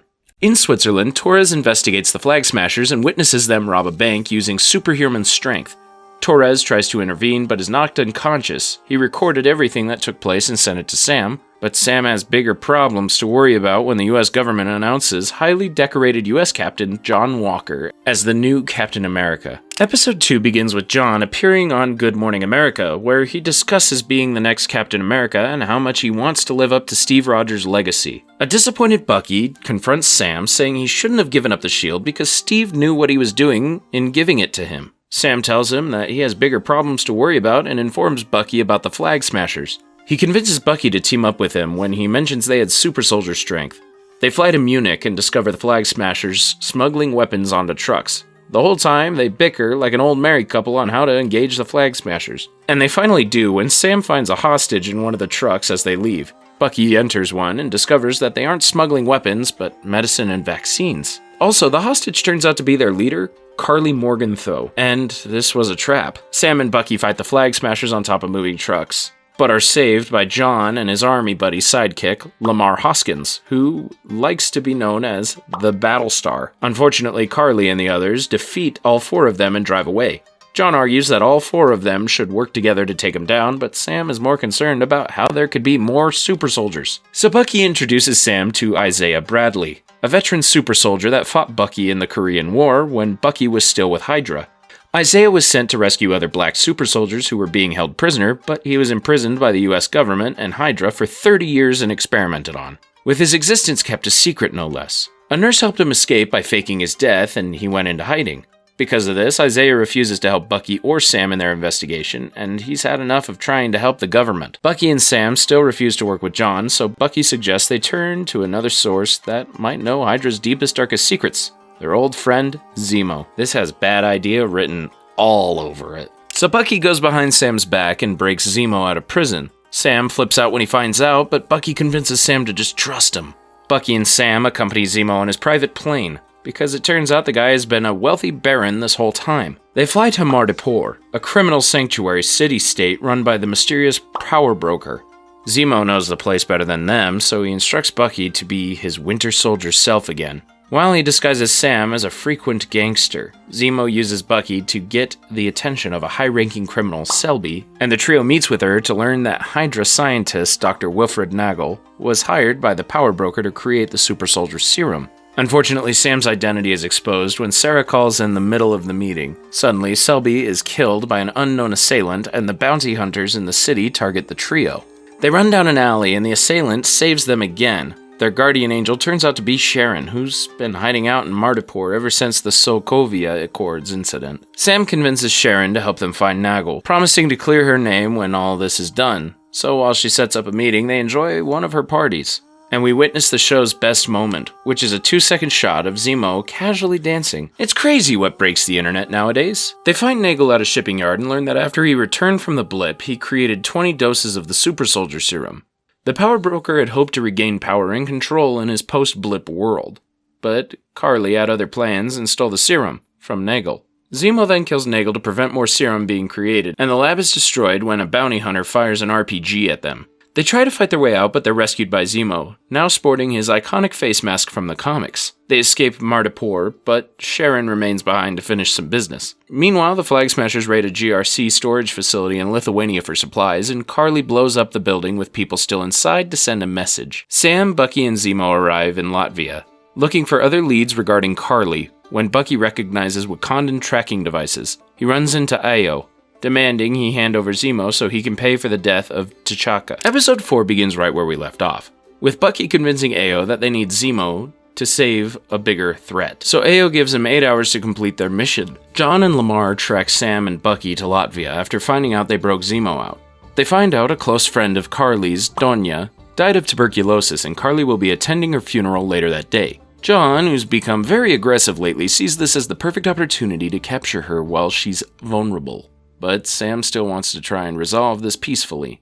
John allows Sam to talk with Carly, but just as Sam is starting to make some progress with her, John gets impatient and tries to arrest her. Carly loses Sam's trust and runs away, only to be cornered by Zemo. Carly had the rest of the serum vials on her, but she loses them as she runs away. Zemo starts destroying each vial until John stops him, taking the last one for himself. Later, John orders Sam and Bucky to hand Zemo over, right as Bucky's 8 hours are up. Ao and several other Dora Milaje attack John and Lamar, and pretty soon everyone is fighting each other as Zemo casually slips out. The Dora Milaje utterly humiliate John, making him more certain than ever that he can't be Captain America without the serum. Carly plans to divide the group and threatens Sarah and her family to lure Sam into a meeting. John and Lamar attack the other Flag Smashers, with Sam and Bucky rushing to find them. And during the fight, Sam realizes John took the serum. Carly follows Sam and Bucky and joins the fight, accidentally killing Lamar. Enraged by his death, John chases down a member of the Flag Smashers who prevented him from saving Lamar and brutally kills him with the shield in front of several witnesses. Sam, Bucky, and every bystander watches in horror as John stands there holding a symbol of freedom now covered in blood. I guess the serum enhanced more than just his strength. Sam and Bucky confront John about what happened, and Sam demands he hand over the shield before something worse happens. John refuses, so the three of them fight for it. They manage to pry the shield from John by breaking his arm. And Sam regrets ever giving up the shield. John returns to the States and is stripped of his title as Captain America and given an honorable discharge. John's anger continues to boil until he's approached by the CIA director, Contessa Valentina, Val Allegra de Fontaine. Val takes John's side regarding what happened and offers him a chance to be a valuable asset for her. Bucky tracks Zemo down to Sokovia, and Zemo realizes he's here to kill him because he's always been a killer. Bucky proves him wrong and then hands him over to the Dora Milaje, where they plan to imprison him at the raft. Sam then offers the shield to Isaiah, but Isaiah still wants nothing to do with it because after what the government did to him, he's convinced America will never let a black man be Captain America. Something changes inside Sam and he figures it's time to go home to Sarah. He fixes the family boat along with the help of the community, and Bucky arrives to drop off a present from Wakanda. Bucky then convinces Sam to take up the shield, and Sam helps Bucky find closure with his past. Sam then trains to use the shield like Captain America and discovers his present from Wakanda is a new suit. Meanwhile, Torres informs Sam that the Flag Smashers intend to strike at the GRC conference in New York City. We then see John forging a new shield with scrap metal and his Medal of Honor badges. The final episode begins with the GRC conference already under siege by the Flag Smashers. Bucky is joined by Sharon on the ground while Sam approaches from the air, revealing his new Captain America suit. The GRC representatives are escorted out of the building, but a couple of the soldiers were Flag Smashers and they take the trucks hostage. Bucky goes after the trucks and is aided by a vengeful John. Together, all three of them save the hostages and subdue the last of the Flag Smashers. Carly escapes but is found by Sharon, who reveals herself to be the power broker. Carly gets the jump on Sharon, but Sam prevents Carly from killing Sharon. Sam still tries to reason with Carly, but Carly is done talking and overpowers him. She disarms him and is about to kill him when Sharon shoots Carly. Carly dies in Sam's arms, but not before apologizing for everything. After the attack, Wilson convinces the GRC to postpone a vote that would force the relocation of people displaced by the blip who Carly died fighting for, urging them to instead make efforts to help those people. In the aftermath, the last of the Flag Smashers are taken to the raft, but the truck is bombed by Zemo's butler, Uznik. Val gives Walker a new suit and dubs him a U.S. agent. Bucky makes amends with people other than Hydra, and Sam convinces the Smithsonian to mention Isaiah in the Captain America exhibit. The show ends with Sam and Bucky celebrating with Sam's family with a cookout. Both men are finally finding their place in the world without Steve. So if you remember back in Avengers Endgame when Tony and Scott were trying to steal the Tesseract, Loki got his hands on it and escaped. Well, this next show answers the questions of what happened to Loki when he portaled out of New York and wasn't supposed to. Loki ends up portaling himself to the Gobi Desert, where he's discovered by officers of the Time Variance Authority, TVA, led by Hunter B-15. They arrest Loki because he's become a variant in the timeline, as he was never supposed to portal out of New York. The timeline is reset and Loki and the Tesseract are taken to TVA headquarters where Loki is unable to use his powers. Loki then is processed and meets Miss Minutes, the TVA's animated anthropomorphic clock mascot. Miss Minutes explains that before the TVA there was chaos and countless timelines waged war in something called the Multiversal War. It resulted in the total destruction of everything. Thus, the Timekeepers reorganized the various timelines into a single sacred timeline and created the TVA to ensure the preservation of the sacred timeline. If a person veers off the sacred timeline, either by starting an uprising or simply being late for work, they create something known as a Nexus event, creating a new timeline. To prevent another multiversal war, the TVA captures the variants and resets the timeline, but the variants must stand trial for their crimes. Timekeepers. The sacred timeline. Who actually believes this bunkum? Loki is placed in front of Judge Ravonna Lexus Renslayer, and where he's sentenced to be reset. But TVA agent and jet ski enthusiast Mobius M. Mobius intervenes because he believes Loki can be useful in his investigation. See, during all this, Mobius has been after a variant that has been hiding across time and killing any TVA agent that tries to apprehend her, stealing their reset charges. And the reason he really wants Loki to work with him is because the variant he is after is another Loki. Mobius points out that for someone born to rule, Loki sure loses a lot. He makes Loki revisit his past deeds, including when he lost to the Avengers. Loki explains he wants to rule so he can free his would-be subjects from the burden of making wrong choices. Mobius questions if Loki enjoys hurting others, but Loki rails against the TVA's supposed control of the timeline and insists that he has the power to make his own choices. To refute this, Mobius reveals that in Loki's intended future, he inadvertently causes the death of Frigga. Hunter B-15 calls Mobius away, allowing Loki to try and escape. He finds Casey, a TVA clerk, and threatens him into handing him the Tesseract, only to discover they have a drawer full of Infinity Stones. The stones have no power here, practically used as paperweights, and Loki finally understands the power of the TVA. He returns to watching more of his life unfold and witnesses everything from Odin's death to reconciling with Thor, to Thanos killing him like it was nothing. Loki confesses to Mobius that he doesn't enjoy hurting people, but he does it because he believes he has to in order to gain control over his destiny. Realizing he can't go back to his timeline, he accepts Mobius's offer to help him track down the variant. Episode 2 opens with the Loki variant attacking another TVA Hunter unit and taking the commander Hunter C-20 prisoner. Loki, now an official member of the TVA, is informed of the situation, including the fact that the TVA have pruned a lot of Loki variants. They look for clues at the crime scene, which they want to do quickly because if their new timeline reaches a red line, then it'll be impossible to reset the timeline. Loki pretends to have found a clue in order to derail the mission, hoping to get an audience with the Timekeepers. But Mobius sees through his lie and the timeline is reset. Upon returning to the TVA, Mobius has Loki look through every file they have on the Loki variant, hoping a Loki will find something they missed. Loki realizes the variant has been hiding in apocalyptic events, and can't be detected because nothing they do here can change the timeline. Mobius is not convinced, so Loki takes him to Pompeii as the volcano erupts. Loki begins destroying everything and causing mayhem, but nothing he does alters the timeline, proving him correct. Happy Dick. I don't believe it. Zero variance energy, no branching in the timeline. So all Loki and Mobius have to do is sort through all the apocalyptic events that had no survivors, which is surprisingly an infinite number. Mobius then remembers a clue left behind at a crime scene that narrows down a possible apocalyptic event taking place within a few years. Loki finds the exact moment, so he, Mobius, and a TVA unit led by B-15 portal to it. They split into teams, with Loki going with B-15 alone. What are you doing? Shopping for plants. In this storm. It's a hurricane sale. During which the Loki variant uses an enchantment to possess the body of B-15. Mobius and others find C-20, and she informs Mobius that she revealed the location of the Timekeepers to the variant. Loki gets to know his variant and gets her attention when he mentions he plans to overthrow the Timekeepers. He offers a chance for the two of them to team up, but she rejects it, revealing herself to be a female Loki going by the name of Sylvie. She then activates all the reset charges and sends them across various points across the sacred timeline, creating numerous branched timelines and throwing the TVA into disarray. She portals away with Loki following right behind her. Episode 3 picks up right where we left off, with Sylvie and Loki arriving back at the TVA. She's going after the Timekeepers, so Loki tries to stop her.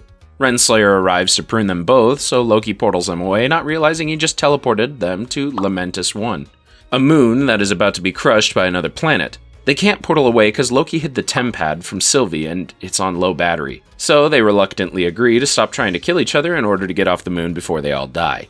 They board a train to an Ark, an evacuation spaceship, intending to use it to charge the Tempad, because according to the sacred timeline, the Ark is destroyed as it leaves. Despite still not trusting each other, the two of them bond during the train ride, sharing stories of their different upbringings and what each of their mothers were like. However, Loki gets drunk and dances around, drawing attention to himself. The guards confront them, and a fight breaks out, resulting with Loki getting thrown off the train. Sylvie goes after him because he has the TemPad, but then Loki reveals he accidentally destroyed it. Sylvie screams in rage, but Loki comforts her. He wonders if the reason why the Ark never leaves the moon is because they were never on it.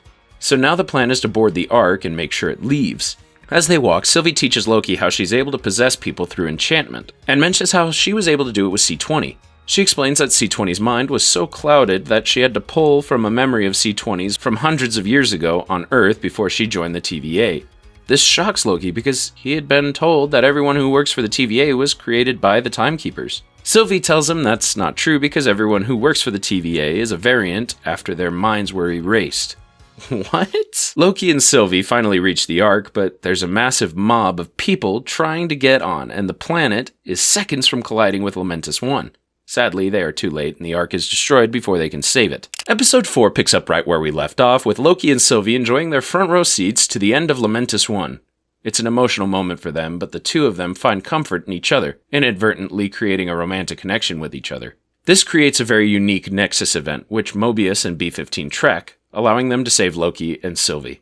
Regardless, they're both taken into custody. Loki is thrown into a bad memory prison where he is placed in a time loop of a moment back on Asgard when he pulled a mean prank on Sif, and she beat the crap out of him. Each time she does, Sif tells Loki he will always be alone and deserves to be, and after hearing it hundreds of times, it starts to sink into him. He finally admits he craves attention because he's a narcissist, and Mobius releases him. He interrogates Loki and mocks him for falling in love with another version of himself. Especially you, forming this kind of sick, twisted romantic relationship. Loki then tries to convince Mobius that the Timekeepers have been lying to them, and that they're all variants, but Mobius doesn't believe him and sends him back into the time loop.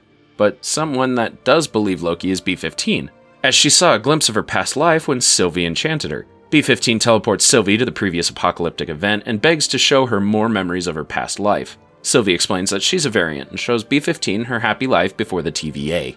Meanwhile, Mobius has started to believe Loki a bit and steals Renslayer's TemPad. Renslayer had told Mobius that C-20 died because her brain was too scrambled, when in reality, Renslayer killed her to cover up the truth about the TVA. Mobius realizes Loki was telling the truth for once and frees him from the time loop. Unfortunately, Renslayer figures out Mobius knows the truth and has him pruned. It was hard for Renslayer to do that because she and Mobius were close. Just riding around on my jet ski. Prune him. Renslayer then has Loki and Sylvie brought before the Timekeepers as they requested Loki and Sylvie be pruned in front of them. But B-15 saves them before they're pruned, and a fight breaks out between Loki and Sylvie versus the Timekeeper guards. Sylvie then decapitates one of the Timekeepers, but it's then revealed that the Timekeepers have been nothing but androids all this time. Basically, they were just props for whoever created the TVA and the sacred timeline. The question is, who? Loki then attempts to tell Sylvie his true feelings for her, but then Renslayer prunes him. In a mid-credits scene, we see Loki, along with everyone else that's been pruned, has been sent to another dimension. He's then joined by 4 other Loki variants: Classic Loki, Boastful Loki, Kid Loki, and Alligator Loki, all who ask him to join them in order to survive. Episode 5 begins with Loki finding out he's in Purgatory Realm, at the end of the time called the Void, where a massive cloud-like creature known as Alioth hunts and kills all life in the Void. Meanwhile, Sylvie questions Renslayer on who created the TVA, but Renslayer is just as baffled by what the Timekeepers actually are as she is. Sylvie and Renslayer have a history, as Renslayer was the one who captured Sylvie back when Renslayer was a hunter.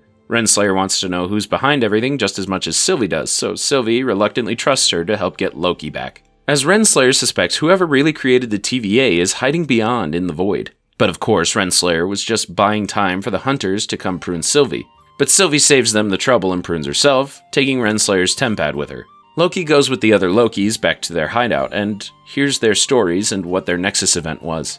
Loki then becomes fed up with them when they won't help him find a way out of the Void, and then meets another group of Lokis led by the worst Loki of them all, President Loki. A fight breaks out between all the Lokis because none of the Lokis can trust one another. Classic Loki helps Loki, Kid Loki, and Alligator Loki escape, and they agree to help Loki take down the TVA after hearing about Sylvie. Meanwhile, Mobius rescues Sylvie from Alioth, and Sylvie learns whoever created the TVA is inside Alioth, during which Mobius apologizes for trying to hunt her down, and the two of them reconcile. They reunite with Loki and the others, and Sylvie tells them her plan to enchant Alioth in order to see what it is guarding. Loki then says goodbye to Mobius as he portals back to the TVA. Loki and Sylvie confront Alioth, with Loki acting as bait, but Alioth doesn't take the bait and goes for Sylvie. Classic Loki then sacrifices himself to create a big enough distraction for Loki and Sylvie, allowing for them to enchant Alioth together. Alioth then reveals a citadel beyond the void, and they walk towards it.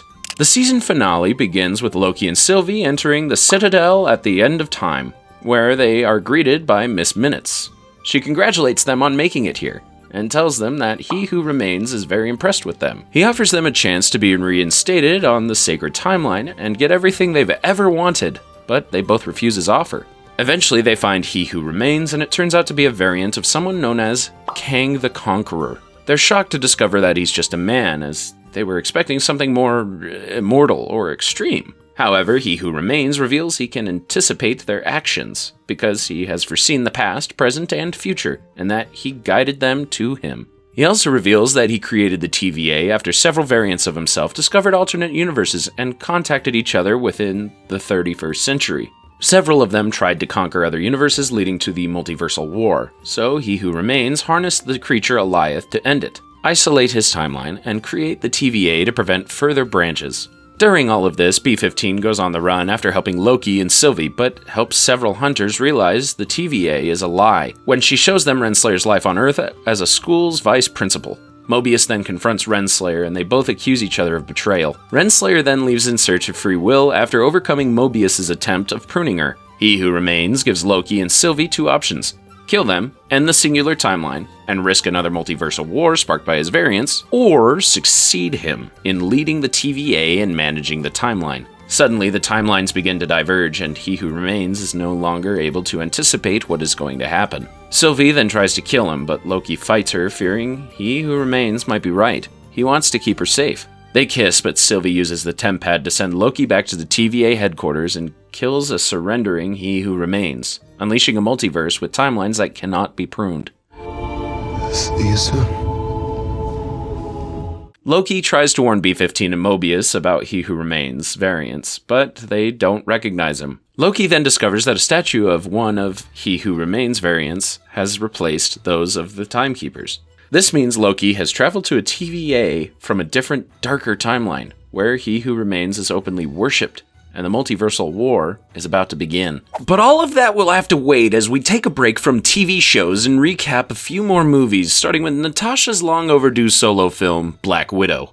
The film begins in the year 1995, where a young Natasha lives a typical suburban life with her parents, Alexei and Melina, along with her younger sister, Yelena. However, they are actually Russian undercover agents posing as a family, as none of them are related. The day finally comes when Alexei, who's actually super soldier known as the Red Guardian, basically the Russian equivalent of Captain America, steals intel from S.H.I.E.L.D., forcing everyone to escape to Cuba. Their boss, General Dreykov, takes the intel and then has Natasha and Yelena separated and forcibly taken to the Red Room to be trained as widows, where 1 in 20 girls survive the training. Jumping ahead 20 years later, to shortly after the events of Captain America Civil War, Natasha has to go on the run after violating the Sokovia Accords. She escapes Ross and flees to a safe house in Norway, supplied by her ex-S.H.I.E.L.D. ally of hers, Rick Mason. They have a romantic past, so he offers to stay with her to keep her safe, but Natasha prefers to be alone. Meanwhile, an older Yelena, who still works for the Red Room, has recently been tasked with killing a rogue widow in Morocco. She kills the widow, but then comes into contact with a synthetic gas that neutralizes some sort of mind control on her. With the widow's dying breath, she hands Yelena more vials and tells her to free the others. Yelena takes her tracking chip out of her body and leaves to find Natasha. Another widow calls in Yelena's desertion, so Dreykov initiates the Taskmaster protocol. Taskmaster finds Natasha in Norway and attacks her, as Taskmaster is trained to know every move and tactic of his opponent. Natasha recently got some mail which contained the vials Yelena sent her, and realizes Taskmaster is here for the vials. She escapes with them despite not knowing what exactly they are, and goes looking for her adoptive sister. Natasha finds Yelena in Budapest, and learns that Dreykov and the Red Room are still alive. See, Natasha was able to defect to S.H.I.E.L.D. with Clint's help when she blew up Dreykov and his daughter Antonia, thus ending the Red Room, but apparently she didn't succeed. Yelena explains that the vials contain a synthetic gas called red dust. which neutralizes the Red Room's mind control chemical agent Dreykov combined with his pheromones, making them subservient and incapable of attacking him. Unfortunately, they are discovered by other widows, leading to an epic chase that ends with Dreykov forcing a badly wounded widow to self-delete. Natasha and Yelena are then chased again, this time by Taskmaster, inside a heavily armored car. He crashes their car, but they're able to hide in an area of the subway only Natasha and Clint knew about many years ago. They escape and reconcile after so many years as if they were sisters, and decide to take down Dreykov in the Red Room. The problem is, they don't know where it is, but they know Alexei does, who is currently imprisoned in a Russian prison after Dreykov deemed him expendable. They help him escape in his prison in the frozen wasteland, and Natasha has to help him on the ground when there are too many guards. They accidentally trigger an avalanche and rescue Alexei at the last second. They demand Alexei to tell them where the Red Room is, but Alexei is too overjoyed to see his girls again. He continues to piss Natasha and Yelena off when he reveals he doesn't know where the Red Room is, so Alexei suggests they track down Melina and ask her. Melina was Dreykov's top scientist and worked closely with Dreykov all the time. So they find Melina living on a farm near St. Petersburg, where she's been refining the mind control process used on the widows. Things are really awkward because the family is back together again, despite not actually being a real family. They're still able to reconcile a bit, and that's when Melina warns Natasha that she alerted Dreykov to their presence, so they plan a little deception. They're taken to the Red Room, which turns out to be a floating fortress in the sky. Alexei, Natasha, and Yelena are taken into custody, while Dreykov speaks with Melina. But Dreykov sees through her deception as it's revealed Melina and Natasha used face mask technology to deceive him. Melina frees Alexei and Yelena, and tasks Yelena with exposing the other widows to the red dust. Dreykov then reveals that all this time, the Taskmaster has been his daughter, Antonia, as she also survived the explosion. Dreykov sends Taskmaster away to stop Alexei and the others, giving Natasha the chance to kill him, but she doesn't do it because of his pheromones. So Natasha breaks her nose, severing the nerve that allows her to smell him, but then Dreykov summons the widows on the station to him, commanding them to fight Natasha. Meanwhile, Melina destroys one of the engines, sending the Red Room into a controlled crash. Yelena then saves Natasha by exploding the red dust on all the widows, freeing them from Dreykov's control. Natasha then copies locations of the other widows worldwide from Dreykov's computer as the facility begins to explode. She retrieves 2 surviving antidote vials and frees Taskmaster from the locked cell. Alexei and Melina manage to escape in a plane, while Yelena kills Dreykov by blowing up his aircraft.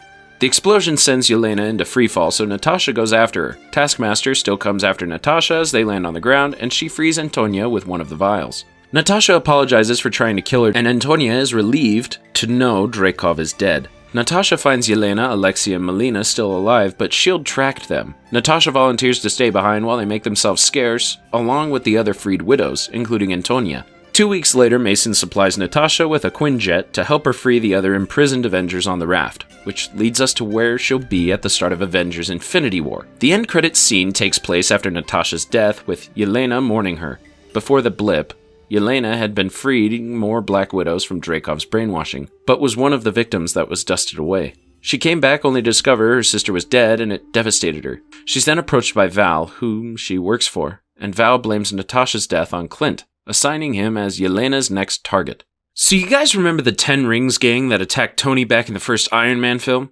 Well, in the next film, Shang-Chi and the Legend of the 10 Rings, we're going to learn the origins of that gang and who the Mandarin actually is. 1,000 years ago, an ancient warlord named Zhu Wenwu discovered the mystical 10 Rings that grant him godlike powers and immortality. Instead of using them for good, he conquered the lands with the 10 Rings, and for the next 1,000 years, his terrorist group worked in the shadows, toppling governments and causing chaos. But then in 1996, something changed.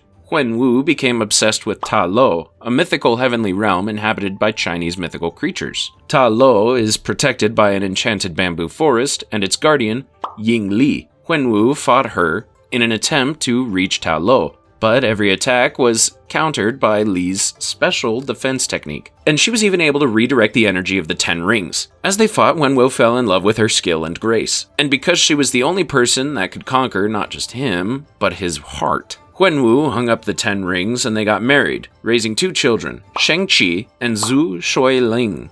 When Shang-Chi got older, Li gave him a jade pendant that would help him find his way back home, but it actually has a bigger purpose than just a compass pointing the way home.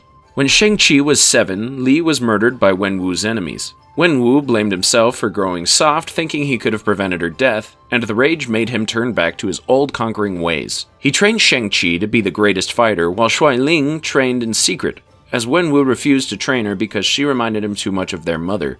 When Shang-Chi turned 14, Wenwu gave him his first assignment, which was to exact revenge on the people that murdered Li. In the end, Shang-Chi did carry out their revenge, but he hated the man he became, so he ran, hoping his dad would never find him again. In the present day, Shang-Chi has been hiding out in San Francisco, working as a parking valet with his best friend Katie. One day, while riding the bus, Shang-Chi and Katie are attacked by the Ten Rings men, led by Razor Fist, as they try to take Shang-Chi's pendant. An epic martial arts fight breaks out on the bus, which shocks Katie because Shang-Chi never told her anything about his past. The brakes to the bus are cut during the fight, so Katie has to drive the bus while Shang-Chi fights for his life on a bus that is being cut in half. They manage to evade Razor Fist and the 10 rings, but they get his pendant in the end. Katie has so many questions about what just happened, but Shang-Chi can't answer everything now, because he has to go get to Macau before they come after his sister. Katie refuses to let him rescue her alone and goes with him, despite her having zero combat skills. They arrive in Macau and search for Xiaoling at a fight pit called the Golden Daggers Club, during which we get to see Wong fighting Abomination in the main arena. So this is what Wong does when he's not ruling Kamar Taj. Shang-Chi is then forced to fight in the main arena after he unknowingly signs his name on the roster, and just so happens to be fighting his sister. Shang-Chi had told her that he'd be back in 3 days, but when he never came back, it devastated her. She learned to not rely on other people, escaped their dad, and opened this fighting pit. She's still upset at him for leaving her behind, so she shows no mercy during the fight. Shang-Chi warns her that their dad has his pendant, and will be coming for hers too. But before they can run, Razor Fist and more 10 Rings minions attack the fight pit. An epic fight breaks out on the dangerous scaffolding outside when Wenwu reveals himself, taking Xiaoling's pendant. He's overjoyed to see his son still alive, and takes them all home. Wenwu reveals he never lost track of Shang-Chi when he ran, but allowed him to live his life for 10 years.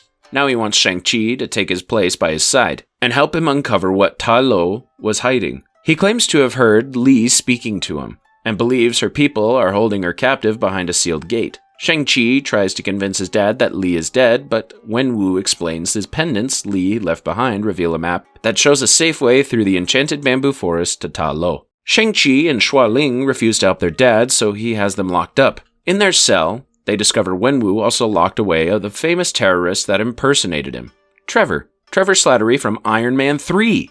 Wenwu is about to kill him for what he did, but Trevor impressed him with his idiot charm, so he's now become Wenwu's jester. Trevor is also here with a Hundun from Ta Lo named Morris. Morris reveals he can help Shang-Chi and the others get to Ta Lo, as he really wants to go home. So Xiaoling breaks them out of the cell using the same underground tunnel system she used to escape the first time. Morris guides them through the bamboo forest, which leads to a separate dimension with various Chinese mythological creatures. They find the village Li was from and are welcomed by Li's sister, Ying Nan. Nan explains that for thousands of years they have been the protectors of the sealed gate, known as the Dark Gate, which keeps the soul-consuming dweller in darkness and his soul eaters from getting out. A Chinese dragon known as the Great Protector imprisoned in there after sealing the Dark Gate, and gave them dragon scales to fashion into armor and weapons. They even have cool dragon scale outfits for both Shang-Chi and Xiaoling, as Li knew they would one day find their way here. Nan also believes the dweller has been impersonating Li and tricking Wenwu into opening a gate so it can be free. So they all join Nan and the villagers in preparing for Wenwu and the 10 Rings' arrival. Xiaoling is given a rope dart.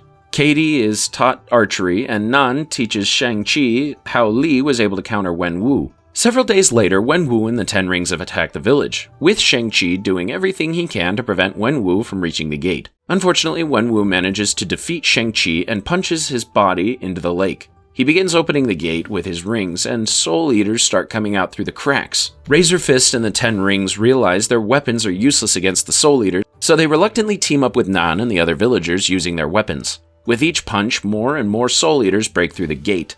There's too many of them for the villagers to fend off, but luckily Shang-Chi regained consciousness and found the Great Protector at the bottom of the lake. Shang-Chi then fights his father using the same counter technique Li used on Wenwu against the rings. He's able to gain the upper hand when he successfully redirects the energy of the rings to him, stripping Wenwu of his powers. Shang-Chi then has the chance to kill his father and take revenge on him, but he instead chooses to spare his life. Suddenly, the Dweller breaks free from the gate and attacks Wenwu before his soul is eaten. Wenwu beats the 10 rings to Shang-Chi, and then he dies. Shang-Chi, along with Xua Ling and the Great Protector, protect the village from the Dweller, but the Dweller becomes too powerful and tries to eat the Great Protector's soul. They get a little help from Katie when she fires an arrow at the Dweller's throat, giving Shang-Chi the chance to kill the Dweller.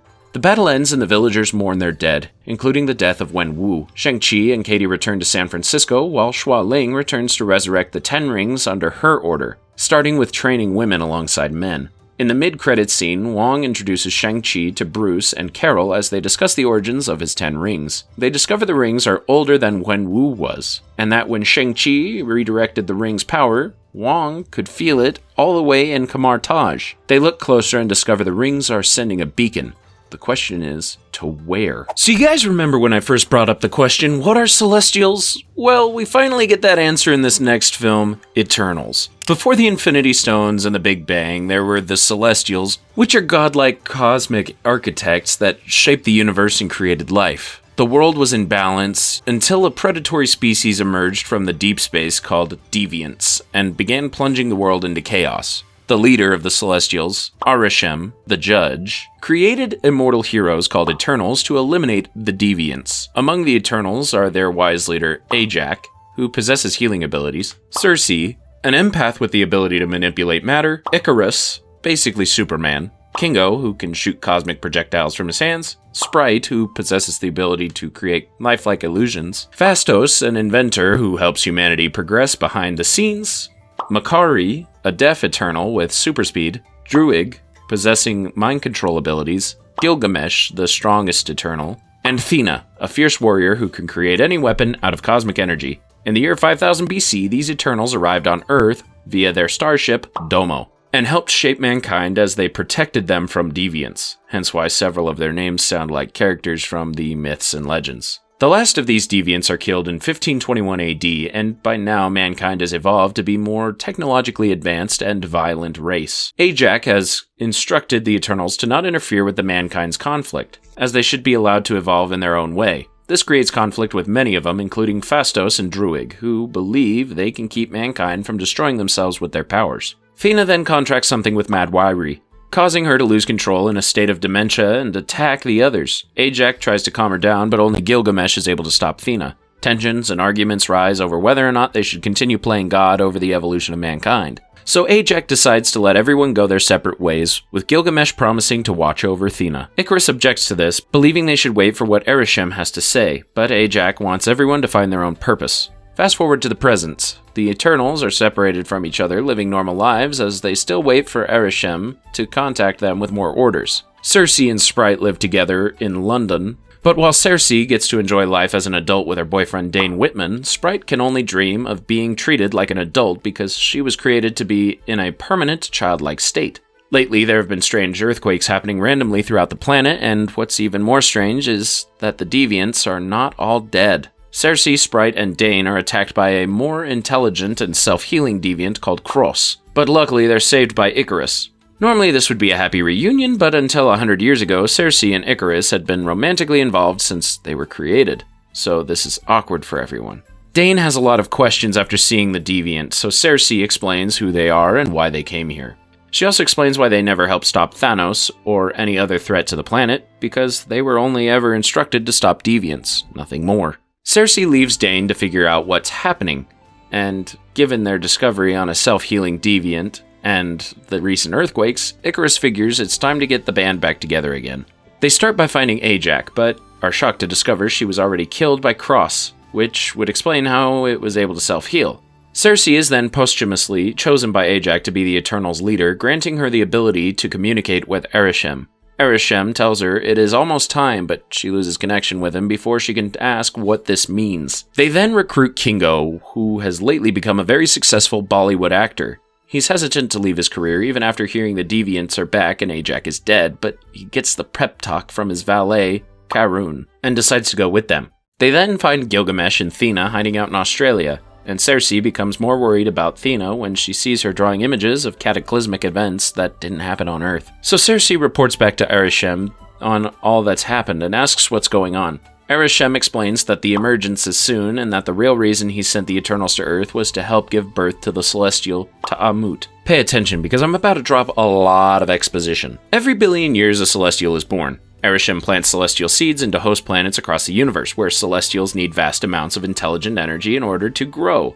Deviants prevented humans from evolving, so Arishem sent the Eternals to Earth to kill the deviants. Not to simply protect the humans, but to allow Ta'amut to feed on more human intelligence. By now, humanity has evolved enough for Ta'amut to be born, and will soon emerge from within the planet's core, destroying Earth and killing humanity. This is how things are because the universe needs a constant exchange of energy. Arishem then explains that Cersei, along with every other Eternal, has been doing this for millions of years, meaning that Earth was never their first mission. Arishem created the Eternals in the World Forge, revealing that they are nothing more than advanced synthetic beings. After each emergence, their memories are erased and reset, which means Thena's mad wiry is not mad dementia, but Thena is slipping in and out of her past memories. Arishem also created the Deviants to wipe out each host planet's unique predators, allowing intelligent life to grow.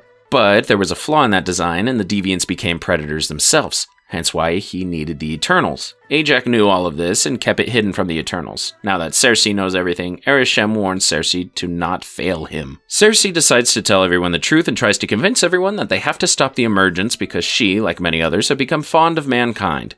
Gilgamesh suggests Druig can control Tiamat's mind and put it to sleep so it doesn't emerge. So they find Druig, who's made a life helping the people Ajax refused to let him help 500 years ago. Druig still hates all of them, and even more so when Cersei tells him his entire existence has been a lie. Suddenly they're attacked by Cross and several deviants, with Icarus killing most of them. At one point, Cersei is about to be killed by one, but then she manipulates the deviant into something else. This is significant because till now, Cersei could only manipulate non-organic material. Unfortunately, Gilgamesh is killed by Cross while he was protecting Thena, and Cross absorbed Gilgamesh's powers and memories like he did Ajax. Cross evolves to the point that he can speak and leaves, vowing to avenge the deaths of his deviant brethren at the hands of the Eternals. Druig finally agrees to help them, but he can't do it without Phastos. The only problem is that Phastos isn't a big fan of humanity anymore. He gave up on them after helping them build the atomic bomb, blaming himself for it. But over time, Phastos regained his faith in humanity when he had a family with his husband, Ben, and his son, Jack. But then he refuses to leave them and go with the Eternals. Luckily, Ben convinces Phastos to go with them, and Phastos takes them to where he hid the Domo. Makari reveals to have been living inside it all this time, waiting for when they could finally go home. Phastos comes up with the idea to create a Unimind, allowing Druig to absorb all the cosmic power, making him strong enough to put Ta'amut to sleep. Many of them believe his plan to be too risky, and it's here that we learn Icarus was the one who killed Ajax. He was also the only other one who knew about their true mission here, and he deferred with Ajax when she changed her mind about humanity. When Thanos erased half of all of life, it delayed the emergence, and she used this time to admire humanity. But when the Avengers brought everyone back, it restarted the countdown to the emergence. So does this mean that Thanos was right all along? Icarus revealed to Ajax that several deviants survived after being frozen in glaciers, only to be thawed thanks to humanity's contributions to global warming. Icarus is still loyal to Arishem, so he fed Ajax to the deviants, and Cross absorbed her power. Forget Superman, Icarus is more like Homelander. Back in the present, Kingo sides with Icarus, but doesn't want to hurt his friends, so he leaves. The emergence begins, and Cersei tries to convince Icarus to not side against them, but he remains loyal to Arishem. Sprite sides with him, as she's always had a crush on Icarus. An epic battle ensues between the Eternals and Icarus as Ta'amut slowly emerges from the planet's core. Cross enters the fight, and Thena gets to avenge Gilgamesh's death by killing him. By now, the Eternals have realized that Druig can't stop Ta'amut, but Cersei can. After all, she was able to manipulate the deviant, and this kind of felt like that. Icarus has a chance to stop Cersei, but he can't bring himself to kill her because he still loves her. With the Eternals' help, including Icarus, Cersei turns Ta'amut into metal, more specifically, adamantium.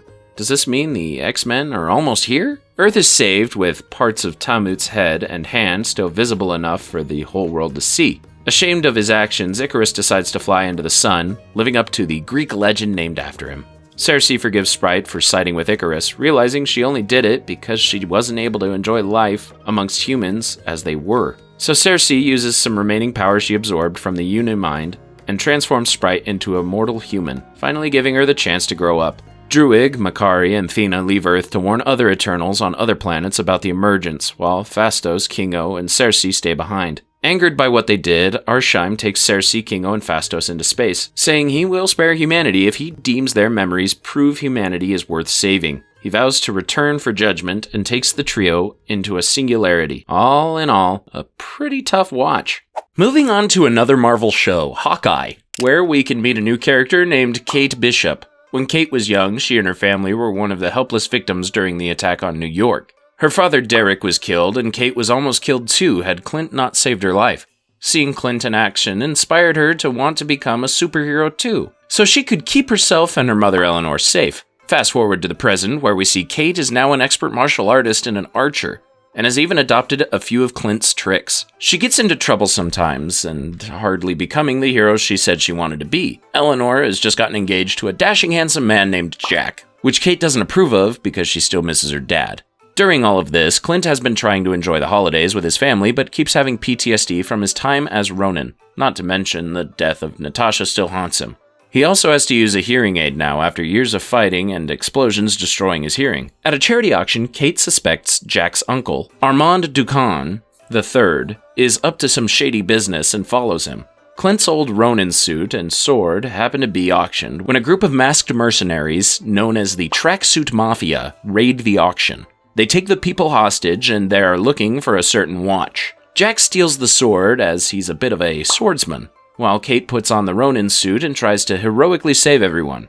She gets the watch back from the mercenaries and befriends a one-eyed dog she later names Lucky. Later, Clint sees Kate on the news saving the day in his old Ronin outfit, while Kate tries to find any suspicious information regarding Armand. She instead finds Armand dead in his apartment with a sword wound, making her suspect Jack was the responsible one because he was promised a large inheritance. She flees the scene only to be ambushed by more tracksuits. They think Kate is the real Ronin, and they're here for revenge because Ronin brutally massacred a lot of them. Luckily, she is rescued by Clint, wondering why she is impersonating his dark past. Episode 2 begins with Clint being shocked to discover someone as young and as naive as Kate got a hold of his suit. He takes her back to her apartment and makes sure she's going to be safe before he takes the suit back. Kate says she was careful, but then the tracksuits attack her apartment. Clint and Kate escape as the apartment catches on fire and are forced to leave the suit behind. He takes Kate to her aunt's place while he goes back for the suit. He disguises himself as a firefighter and searches every inch of the burned apartment, but the suit is gone. He suspects one of the firefighters took the suit when he discovered one of them, named Grills, plans to wear the suit next time he does LARPing. Clint is forced to leave his family so he can fix the mess Kate got herself into, promising to be home for Christmas. Clint finds the LARPers, which are mostly cops and firefighters, and is forced to roleplay with them in order to get the suit back. He fights his way to Grills, and Grills agrees to give the suit back, but only if Clint lets him kill him. So Clint humiliates himself and lets Grills kill him during a glorious trial by combat, but in the end Clint admits he did enjoy LARPing with them. With the suit now safe, Clint allows himself to be captured by the tracksuits so he can make peace with them. Kate finds out thinking Clint is in danger and tries to rescue him. She ends up making a fool of herself and getting captured with Clint, despite him not needing her help. Damn it, Kate! In episode 3, we learn that the new leader of the tracksuits is a woman named Maya Lopez, also known as Echo. Growing up was hard for her because she was an amputee and deaf, but her dad William protected her, and she learned to be a deadly fighter by reading her opponent through observation. During the blip, William was killed by Ronin, and then Clint stopped being Ronin before she could avenge her father's death, and now that he's back, Maya has the chance to avenge her father's death. She has her second-in-command, Kazi, translate for her as Clint tries to explain that all of this is a misunderstanding. Clint explains that he isn't Ronin anymore, but Maya isn't buying it.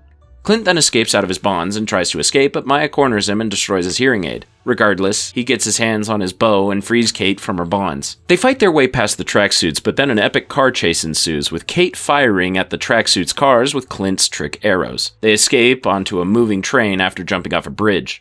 They make it back to Kate's aunt's apartment, and Clint gets a call from his youngest son, Nathaniel.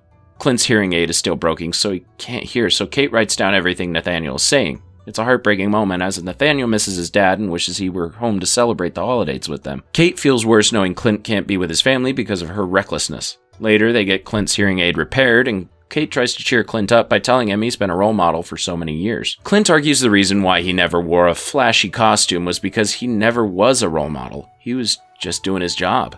In a way, Kate reminds Clint of himself when he was her age, which is why he's so desperate to make sure she doesn't make the same mistakes he did. Eleanor works at a security company called Bishop Security, so Clint and Kate decide to access their files to find anything on the tracksuits. They do this at Eleanor's luxurious apartment, and the episode ends with Jack threatening Clint with his old Ronin sword. Episode 4 picks up right where we left off, and Jack sheathes this blade when he realizes Hawkeye is in his house. Eleanor doesn't like Kate risking her life to help an Avenger, and urges Clint to keep Kate out of his case. Clint agrees to, and when he leaves, he secretly steals the sword back. With Laura's help, Clint discovers that Jack is the CEO of Sloan Limited, a shell corporation that launders money for the tracksuit mafia. This means Clint still can't go home to his family, and it makes them all sad. To cheer Clint up, Kate brings over a little holiday cheer for the two of them to enjoy as they plan their next move, during which Clint opens up about the mission he met Natasha and how he was ordered by S.H.I.E.L.D. to take her out. But when he had her in his sights, he couldn't pull the trigger. She just looked like someone looking for a way out. It's also why her death devastated him, because he still believes it should have been him. She gave him a second chance at life, just like he gave her a second chance. It's also why he's so desperate to resolve his Ronin situation so he can finally atone for all of his mistakes. The next day, Clint talks with Kazi, hoping he can convince Maya to forgive and forget. Meanwhile, Kate enlists the help of the LARPers to help retrieve Clint's trick arrows, in exchange for some new costumes. Laura then informs Clint that the watch stolen by the tracksuits is sending out tracking signals from an apartment building. This watch is very important, and I'll explain why a little bit later. But just know that the watch could put Clint's family in danger. Clint and Kate go to retrieve it, and it turns out to be in Maya's apartment. Maya finds Kate and fights her, while an unknown assassin fights Clint on the rooftop. Pretty soon, all four of them are fighting each other, and the unknown assassin is revealed to be Yelena trying to avenge her sister's death. Yelena leaves, and Clint tells Kate he's doing this mission alone now because a Black Widow is involved. Kate tries to argue, saying they're a team, but Clint forces her to go home. Episode 5 begins with a devastated Kate returning home and crying in her mom's arms. As Eleanor tends to her wounds, Kate warns her about Jack, including the shell company. Kate then returns to her damaged apartment and finds Yelena there, just wanting to talk. Yelena reveals she's here to kill Clint and can't understand why Kate looks up to him after everything Clint has done. Kate defends Clint, but Yelena is convinced no amount of nice words can erase Clint's violent past. Kate then returns home to find Jack being arrested, but he's a good sport about it as he claims he's been framed. Knowing that there's no other way to resolve this, Clint dons the Ronin suit again and meets with Maya. He takes out her goons and then defeats her. Clint threatens her to stay away from his family and reveals that William's boss was the one who sent Ronin to kill him. Maya doesn't believe it, as she and her boss are close, and tries to kill Clint, but he's saved by Kate. The episode ends with Yelena dropping a bombshell on Kate. Turns out it was Eleanor who hired her, and she is currently meeting with Maya's ruthless boss, Wilson Fisk, aka the Kingpin. The final episode begins with us learning the reason why Eleanor worked with the Kingpin was to pay off a criminal debt Derek owed him. She killed Armand and framed Jack, revealing her to be the CEO of Sloan Limited, a laundering company owned by Kingpin.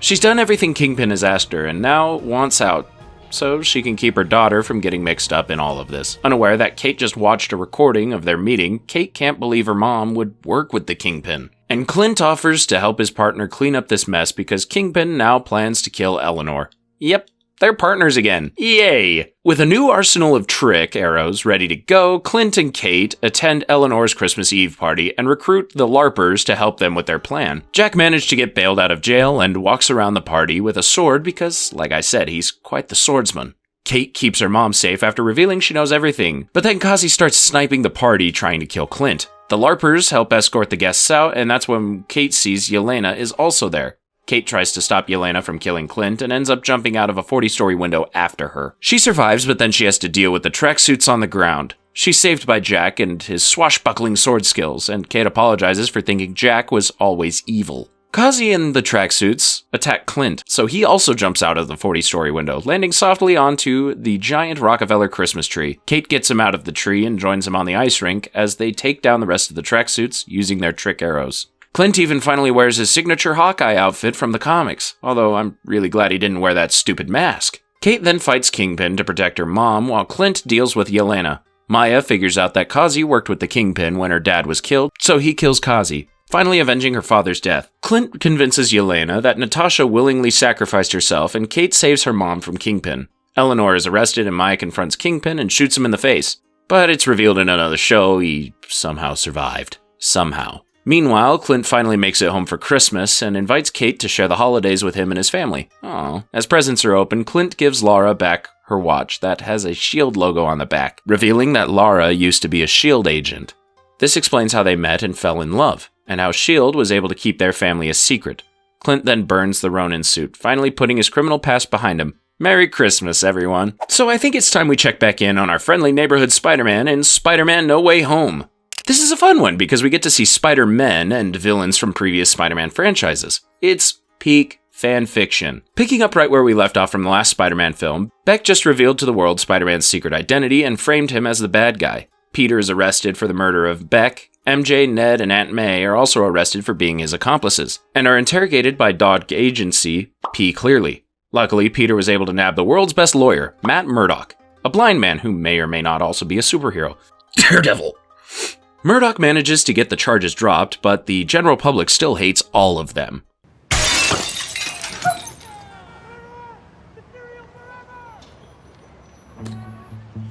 So Peter and May have to move into Happy's condo, hoping to get away from everything. But when Peter's senior year at school begins, he and his friends are forcefully thrown back into the spotlight. Peter, MJ, and Ned all have plans to enroll in MIT when they graduate, but all their applications are rejected because all of the controversy surrounding them. Peter doesn't think it's fair that his friends have to suffer for something pinned on him, and he blames himself for everything. That's when he gets the idea to ask the legendary master of the mystic arts himself to see if there's a way to reverse everything that's happened. Strange feels bad for Peter and for everything bad that's happened to him and his friends, but he doesn't have the Time Stone anymore, so there's no way to go back in time and stop Beck. Wong, who's now the Sorcerer Supreme, gives Strange the idea to make everyone in the world forget that Peter is Spider-Man. But as Strange starts doing the spell, Peter realizes that this means even his closest friends, including Strange, MJ, Ned, and Aunt May, won't remember that he's Spider-Man. Peter starts requesting alterations to the spell, and Strange is casting it, causing him to corrupt the spell and almost destroy the very fabric of their universe.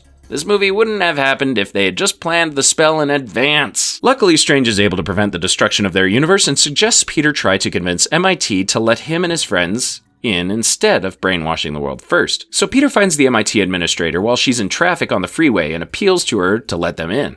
Suddenly, a mysterious man with 4 mechanical arms named Dr. Otto Octavius attacks the freeway, and he talks to Peter as if they are really old friends. Peter doesn't recognize him and is more confused when Otto keeps going on about holding the power of the sun and his machine. They fight each other and Peter saves the MIT administrator from dying, convincing her to let him and his friends into MIT. Peter's nanotechnology from his iron spider suit bonds with Otto's arms, allowing Peter to control them. Otto becomes confused and becomes even more confused when he sees Peter's face because he's not Peter Parker. Suddenly, they're attacked by another person wearing a goblin suit and a flying glider. But Strange portals them back to the New York Sanctum. Strange explains that instead of the spell making everyone in his universe forget Peter was Spider-Man, it pulled everyone that knew Peter was Spider-Man from other universes into this one. More specifically, they pulled other Spider-Man villains from other universes that other Spider-Men fought. This shouldn't even be possible. But I thought you stopped the spell. No, I contained it, but it would appear that a few of them squeaked through.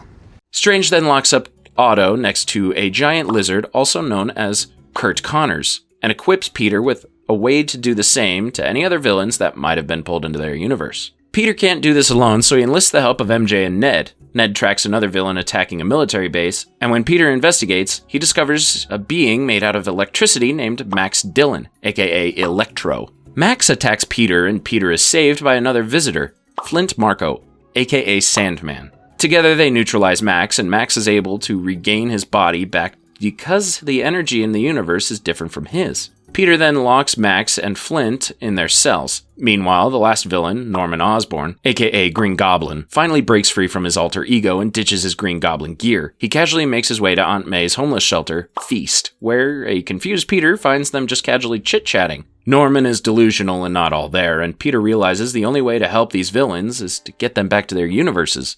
Peter takes them back to the Sanctum and learns that each villain was pulled here right before the exact minute their Spider-Man kills them. Peter has a change of heart and doesn't want to send them back, believing there's a way to change their fate. So Peter prevents Strange from sending them back and steals the Machina de Cadavas, a device Strange created that keeps all 6 universes intact. Strange sends them both into the mirror dimension before Peter can escape, and they end up battling each other there. Peter manages to trap Strange in the mirror dimension and steals his sling ring. Peter then tells the villains his plan to save them, and they all agree to let Peter try. No lab, no facilities, just performing miracles in a condominium?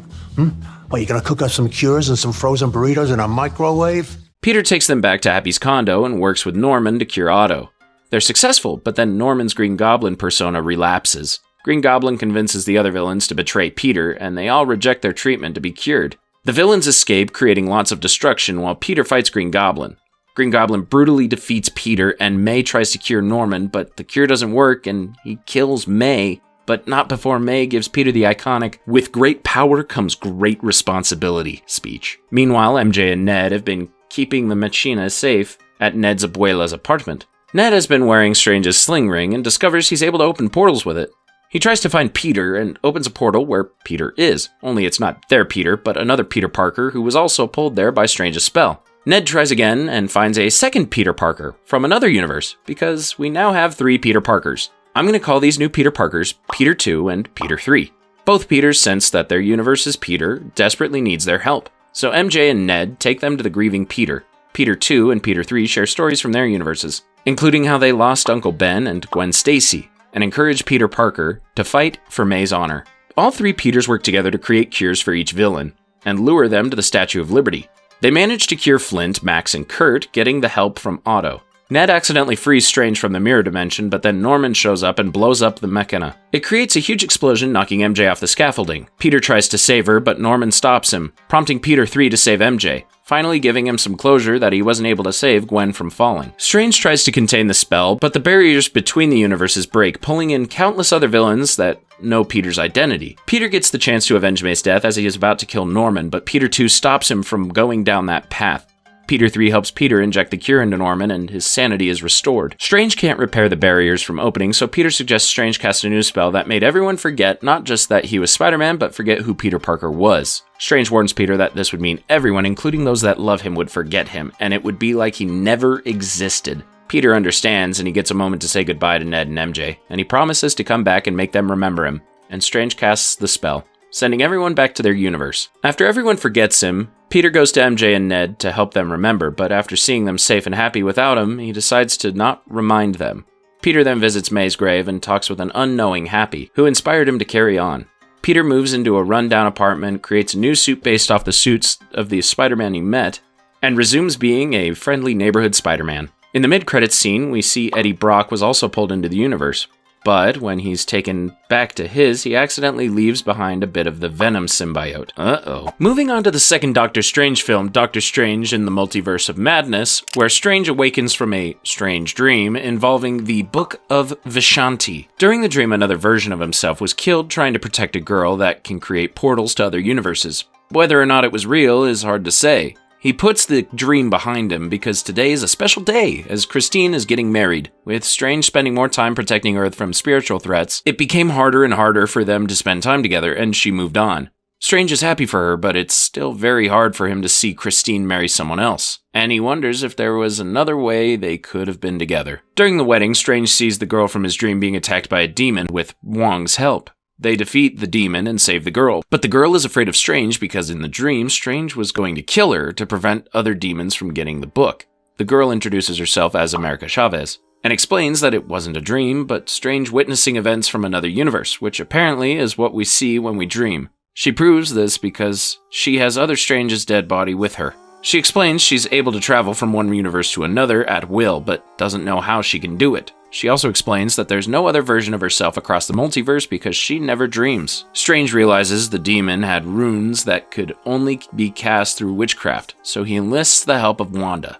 But when Strange visits Wanda, he realizes that Wanda was the one responsible for the attack. After the Westview incident, Wanda misses her children and constantly dreams about them every night, proving they exist in another universe. And when Wanda heard about America's powers, she tried to take her powers so she could be reunited with her children. Strange discovers that Wanda has the Darkhold, the Book of the Damned, which she got from Agatha when they battled at Westview. Its powers corrupt whoever reads it, and is the antithesis of the Book of Vishanti, which is why the other Strange in America were trying to reach it. Strange accidentally told Wanda that they were keeping America at Kamar Taj, so he and Wong enlist the help of every sorcerer, including those from other sanctums, to prepare for the secret witch's arrival. Wanda arrives, but Strange refuses to give America up, so Wanda attacks them with her powerful magic. She brutally kills many sorcerers, but then Strange traps Wanda in the mirror dimension. Wanda escapes using reflections and begins taking America's powers, prompting America to portal her and Strange across the multiverse. They arrive at Earth 838, and Strange decides to enlist the help of this universe's Doctor Strange to help them defeat Wanda,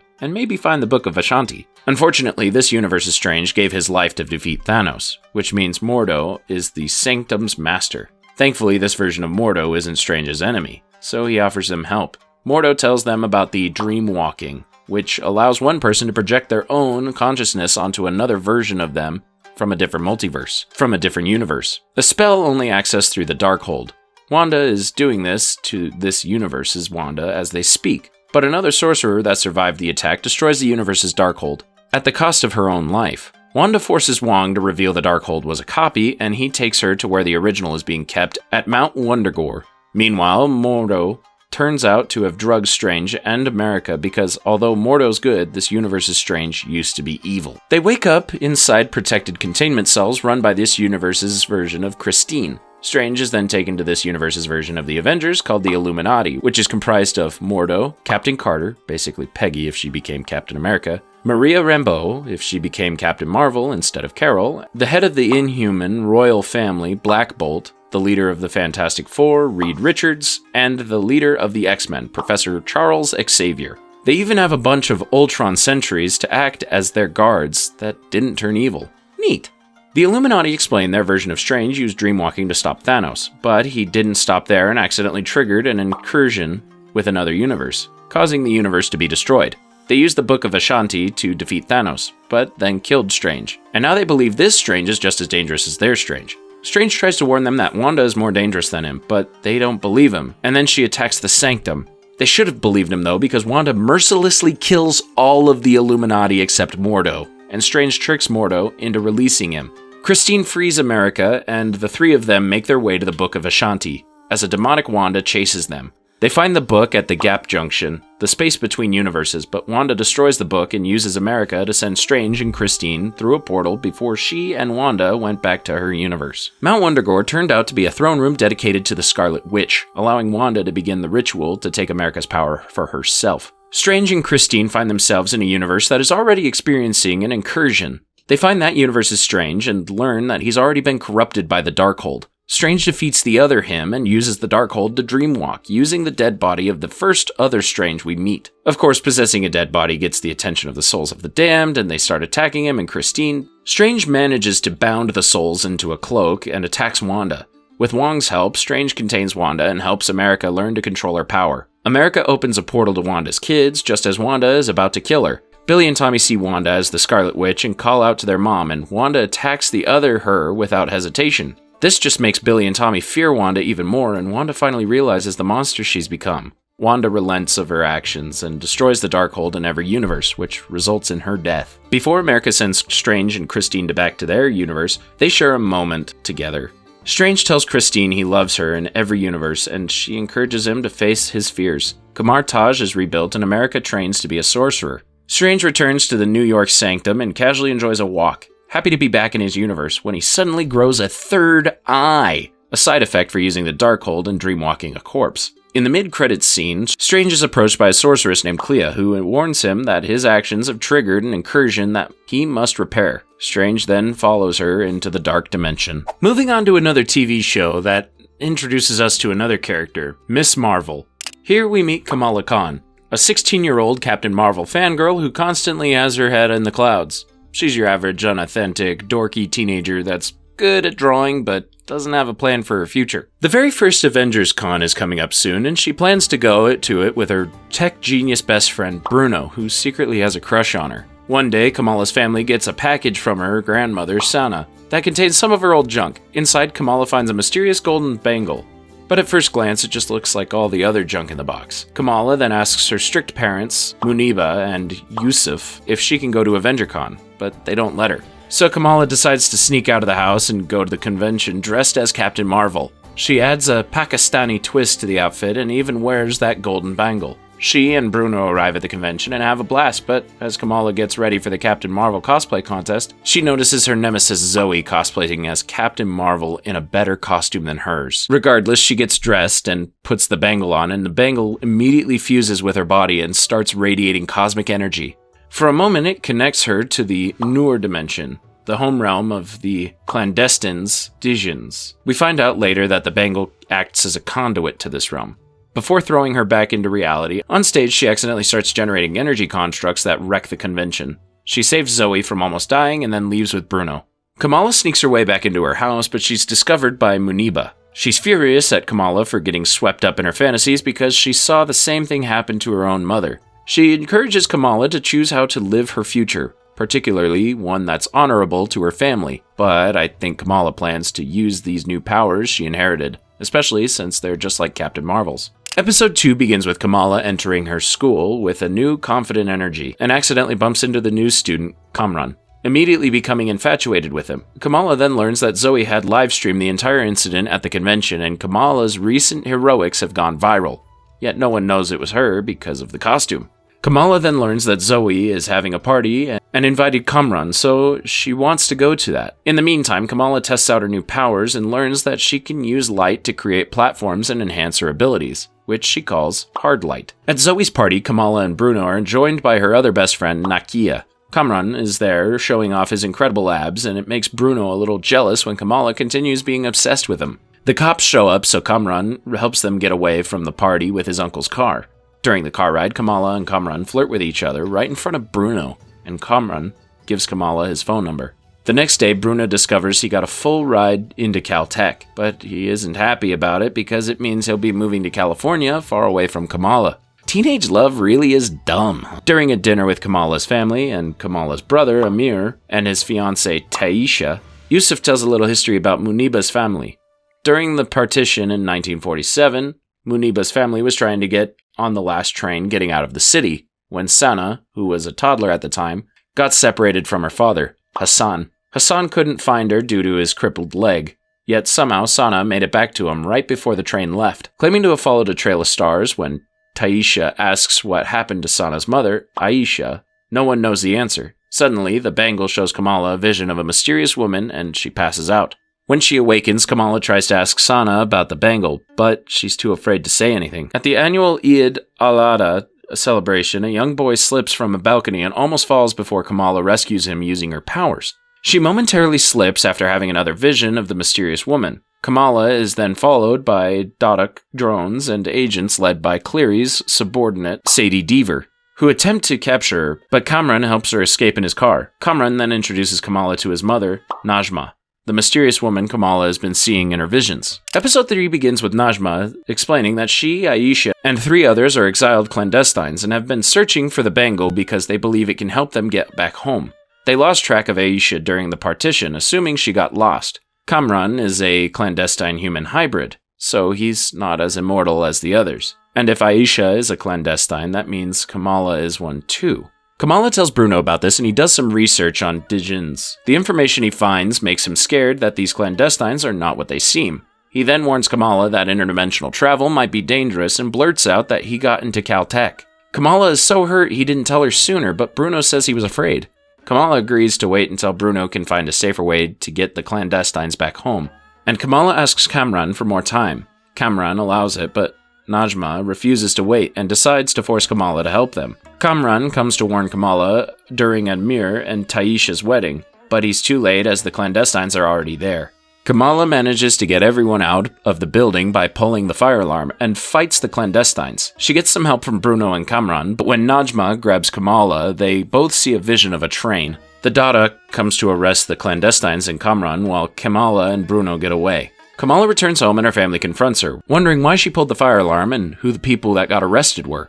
Kamala is afraid to explain everything and disappoints her family. Later, Sana calls Kamala, asking if she saw the vision of the train, and tells her that she needs to come to Karachi now. Episode 4 begins with Kamala and Muniba arriving in Karachi, and Sana taking them back to her house. Sana confirms that she and Kamala are both Dijin, and the train they both saw in their visions is the same train Sana barely got on during the partition. Sana believes the bangle is trying to tell them something, but she doesn't know what exactly, and she called Kamala here so they can find out together. So Kamala investigates the train station, hoping to find answers there, but instead she is attacked by Kareem, a member of a vigilante group called the Red Daggers. He mistakes her for one of the clandestines, and he starts asking questions about Aisha, and he takes her back to the Red Daggers' hideout, where Kamala learns from the Red Daggers' leader, Waleed, that the clandestines are actually trying to get home by breaking the barrier separating the Noor dimension from the human world, in order to expand and take over both worlds. Waleed then reads the mysterious inscription on the bangle which says, "What you seek is seeking you," and Kamala has no idea what that means. Meanwhile, the clandestines escape from their prison, but Najma leaves Kamran behind because he sided with Kamala. They attack the Red Daggers and Kamala and then chase them through the city. Waleed ends up sacrificing himself to save Kareem and Kamala. Najma then tries to stab Kamala, only to stab the bangle, sending Kamala into a more vivid vision of the partition. Episode 5 begins with a flashback to India 1942. Aisha, who at this point still has the bangle, has been on the run from the other clandestines and takes refuge in a village, where she meets Indian independence activist Hassan. They fall in love, and sometime later, Aisha gives birth to Sana. 5 years later, Najma finds her. Aisha convinces Hassan that they should leave the city. Hassan knows Aisha isn't telling him everything, so Aisha reveals who she actually is, making Hassan promise that no matter what happens, that they are on the last train. Najma finds Aisha and stabs her for betraying them, but Hassan and Sana get away. Sana gets separated from Hassan, just like in the story, but then it's revealed that Aisha was the one who brought Kamala here before she died. Kamala finds Sana and guides her back to her dad, using her cosmic energy that looks just like a trail of stars. Hassan and Sana leave on the last train, and Kamala is teleported back to the present. Once she's back, Kamala discovers that Najma's strike opened the veil to the Noor dimension, but it vaporizes anyone that enters. The veil will continue to grow and vaporize everything in this dimension, so Najma relents and sacrifices herself to close the veil, but not before transferring her power to Kamran. Muniba and Sana see what just happened and realize Kamala has been the vigilante everyone's been talking about recently. Muniba finally understands what her daughter has been going through and accepts her and her powers. Before she leaves, Kareem gives her his Red Dagger scarf, which I guess makes her one of them now. Kamran then makes his way back to Bruno, but he's followed by a Dodok drone, so he attacks it with his new powers, destroying the convenience store below him. The final episode begins with Kamala telling her family that she has powers and they all support her. She then gets a call from Nakia asking if she's heard from Bruno, as he and Kamran are on the run from the Dodok. Kamala wants to help find them, but Muniba surprises Kamala with her very own super suit, which is basically a Pakistani version of the Captain Marvel suit. Kamala finds Bruno and Kamran, but Kamran can't control his new powers, and he keeps alerting Dodok to their presence. Kamala calls Kareem to help get Kamran out of town, and Kareem tells her to get Kamran to the harbor by midnight. They hide out in the school where they're joined by Nakia, Zoe, and Amir, but the Dodok finds them there, so Kamala and the rest use a little misdirection and public awareness to defeat the Dodok agents. The plan goes well at first, but then everyone but Kamala and Kamran are captured. Kamran then finds out Kamala is taking him to the Red Daggers, and that his mother is dead, and it causes him to go all supervillain. Kamran attacks the Dodok agents, and Kamala does her best to keep everyone alive and stop Kamran. She finally calms him down and buys him time to get to the harbor undetected. Dodok agents then try to apprehend Kamala, but her family and community shield her from the agents, giving Kamala time to flee. In the end, Kamran makes it to Kareem safely and is promised protection, while Kamala becomes the talk of the town. Kamala still hasn't workshopped a superhero name yet until her dad mentions that her name means Marvel in Urdu. Imagine that. 1 week later, Bruno is about to leave for Caltech when he informs Kamala that he did some more research into her genes and discovers that she's the only one in her family that can access the powers. It's almost like a mutation. Mutants! Moving on to the fourth Thor film, Thor Love and Thunder, which opens on a sad note, we see a father named Gorr carry his barely alive daughter Love across a barren desert. They're the last of their race, and Gorr has been praying day and night for their god, Rapu, to give them food and water. But his prayers go unanswered and Love ends up dying, and as he buries her, Gorr hears a voice calling to him, and he follows it to an oasis. He finds food and water, including a well-fed Rapu celebrating his killing of the holder of the god-killing Necros word. Rapu cruelly mocks Gorr for believing there was an eternal reward for his suffering and doesn't care that Gorr's daughter is dead. Gorr renounces Rapu and Rapu starts strangling Gorr. That's when the Necros word offers itself to Gorr, and he kills Rapu with it. Gorr vows to kill all gods and is granted the ability to manipulate shadows and produce monsters, but is cursed with impending death and corruption under the sword's influence. Ever since the Avengers defeated Thanos, Thor has gotten back into shape and has been assisting the Guardians of the Galaxy as he tries to rediscover his purpose in life, especially since he still misses Jane. Lately, the Guardians have been receiving a lot of distress signals regarding dead gods, one of them from Sif, begging Thor to come help her. So Thor, along with his best bud Korg and some random screaming goats, leave the Guardians to deal with all the god butcherings. Meanwhile, back on Earth, Jane has been diagnosed with stage 4 terminal cancer, probably a side effect from being fused with the Aether.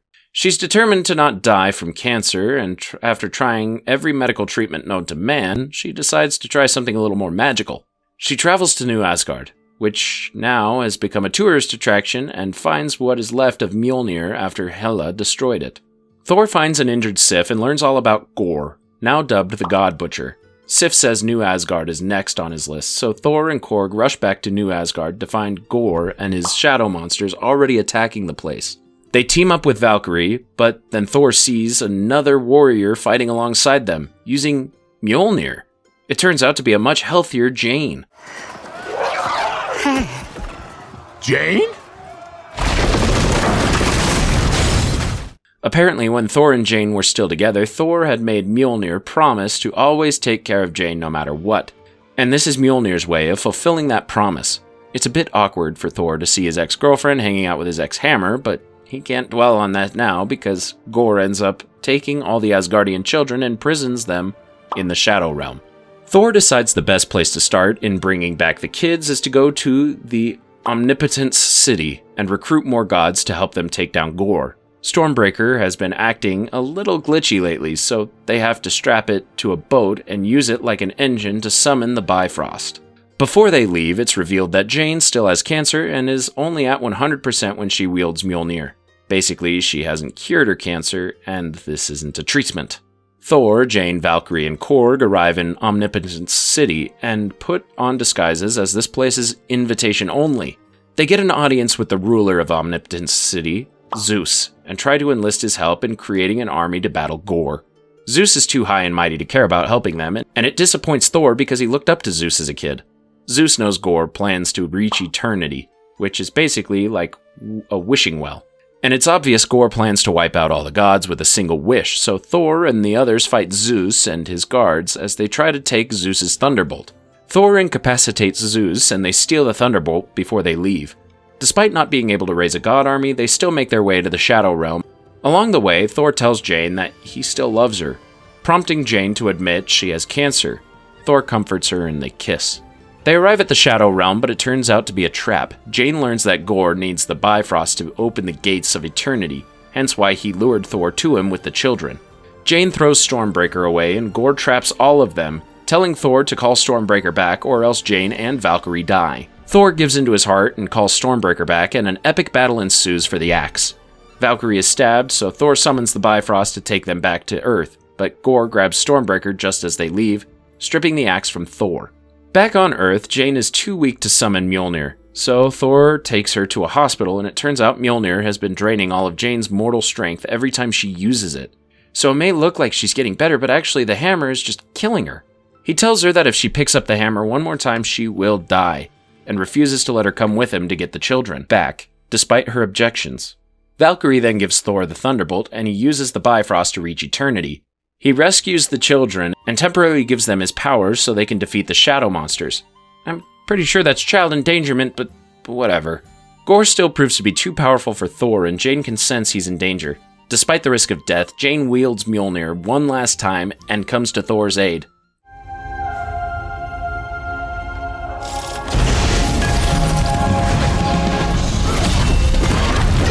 Thor releases Stormbreaker, allowing the kids to get home, while Jane destroys the Necrosword. But the gate to eternity was opened and Gorr enters, taking Thor and Jane with him. Thor convinces a dying Gorr to use his wish to bring his daughter back, and Thor promises to care for her. Gore and Jane die, but with Jane's dying breath, she tells Thor to keep his heart open. She dusts away like Odin did and wakes up in Valhalla, where she's greeted by Heimdall. At least she made it to heaven. Peace returns back to New Asgard, and Thor learns how to be a father to Love, who possesses eternity's cosmic powers. She joins him in his heroics, with Thor wielding Mjolnir and Love wielding Stormbreaker, and the duo is forever known as Love and Thunder. The final film in Phase 4, Black Panther: Wakanda Forever, also begins on a sad note, except this one was impacted by real-life events. Chadwick Boseman, the actor who played T'Challa, died from colon cancer a year after Avengers Endgame came out. So this film opens with the death of his character. Shuri had been trying to create a heart-shaped herb that would heal T'Challa in time, especially since Killmonger destroyed the rest, and it devastates her when she couldn't produce one in time. The entire nation of Wakanda mourns his death, and Shuri becomes the next in line for the throne. 1 year later, Wakanda faces pressure from other nations to share their vibranium, especially since there's a growing fear Wakanda could easily conquer every other nation with their valuable resource. Ramonda is brought before the UN and proves they have every right to not share their vibranium because the other nations have made numerous attempts to steal their vibranium. Ramonda promises a harsher response if the other nations continue to steal their vibranium. Despite this warning, the US ignores this threat and finds an underwater deposit in the Atlantic Ocean using a vibranium detector. There, they are attacked, but not by Wakandans, but by some sort of blue-skinned, water-breathing superhumans that have hypnotic siren calls, known as the Talakans. During all of this, Ramonda has been repeatedly pressuring Shuri to recreate the heart-shaped herb and take her place as the next Black Panther. But all that is the last thing on her mind. Ramonda knows she still blames herself for T'Challa's death, so she encourages her to move on by burning their funeral garments, a symbolic ritual that signifies the mourning period is over. Shuri can't bring herself to do it, and their ritual is interrupted by an unexpected visitor, Namor, the ruler of the Talakans and king of the sea. He comes here in peace and explains that ever since the world found out that Wakanda has more vibranium, his nation has also become compromised. He wants Wakanda to fix what they've started and find the American scientist that was responsible for creating the vibranium detector, or he will attack Wakanda. So he came in peace, with a threat. Later, Shuri, accompanied by Okoye, visits their old CIA friend Everett and learns that the scientist that built the vibranium detector is an MIT student named Riri Williams. This complicates things because Shuri doesn't want to hand over a kid to Namor, and it makes her wonder if there is another way. Riri takes them to her workshop to get all her data on the detector, but the CIA tracks them there. They chase Shuri and Okoye on the ground while Riri takes to the sky in her discount Iron Man suit called Ironheart. They evade the CIA, but then the Talakans confront them. Okoye tries to protect an unconscious Shuri and Riri, but Namor's two fiercest warriors, Namora and Atuma, are too powerful for her. They take Shuri and Riri to their underwater empire, leaving behind a devastated Okoye. The next morning, Everett meets at the crime scene with Val, and it turns out these two used to be married. He then finds Shuri's kimoyo beads and hides them from Val. Meanwhile, Okoye reports back to Ramonda and the Wakandan Council, which now consists of M'Baku and the Jabari. A shattered Ramonda strips Okoye of her rank as a general in the Dora Milaje, giving the title of general to Ayo.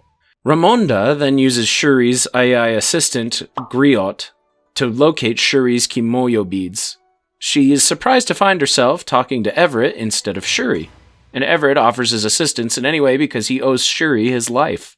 Griot then informs Ramonda that he lost track of Shuri in the Atlantic somewhere near the Yucatan Peninsula. So she tracks down Nakia because she knows a thing or two about infiltration. Nakia isn't about that life anymore and now helps children in Haiti. Ramonda convinces Nakia to do this one job for her and infiltrate the Talakans because she trusts no one but Nakia. Meanwhile, Shuri is brought before Namor, where she learns the history of him and his people. In the late 16th century, the Spanish conquistadors brought smallpox to his mother's village in the Yucatan Peninsula. Their god of rain and abundance, Chak, led their shaman to an underwater plant growing out of a blue rock. He made a potion with it and had everyone drink it, and it caused everyone to develop blue skin and gills. Namor's mother was pregnant with him when she drank it, and when she gave birth to him, he was different compared to the others. He had wings on his ankles and could breathe air and water. And he aged slower than the rest. As Namor called it, he was a mutant. Again with the mutants! When his mother died, she requested to be buried on land, but when Namor returned to his ancestors' home, he found it ravaged by conquistadors.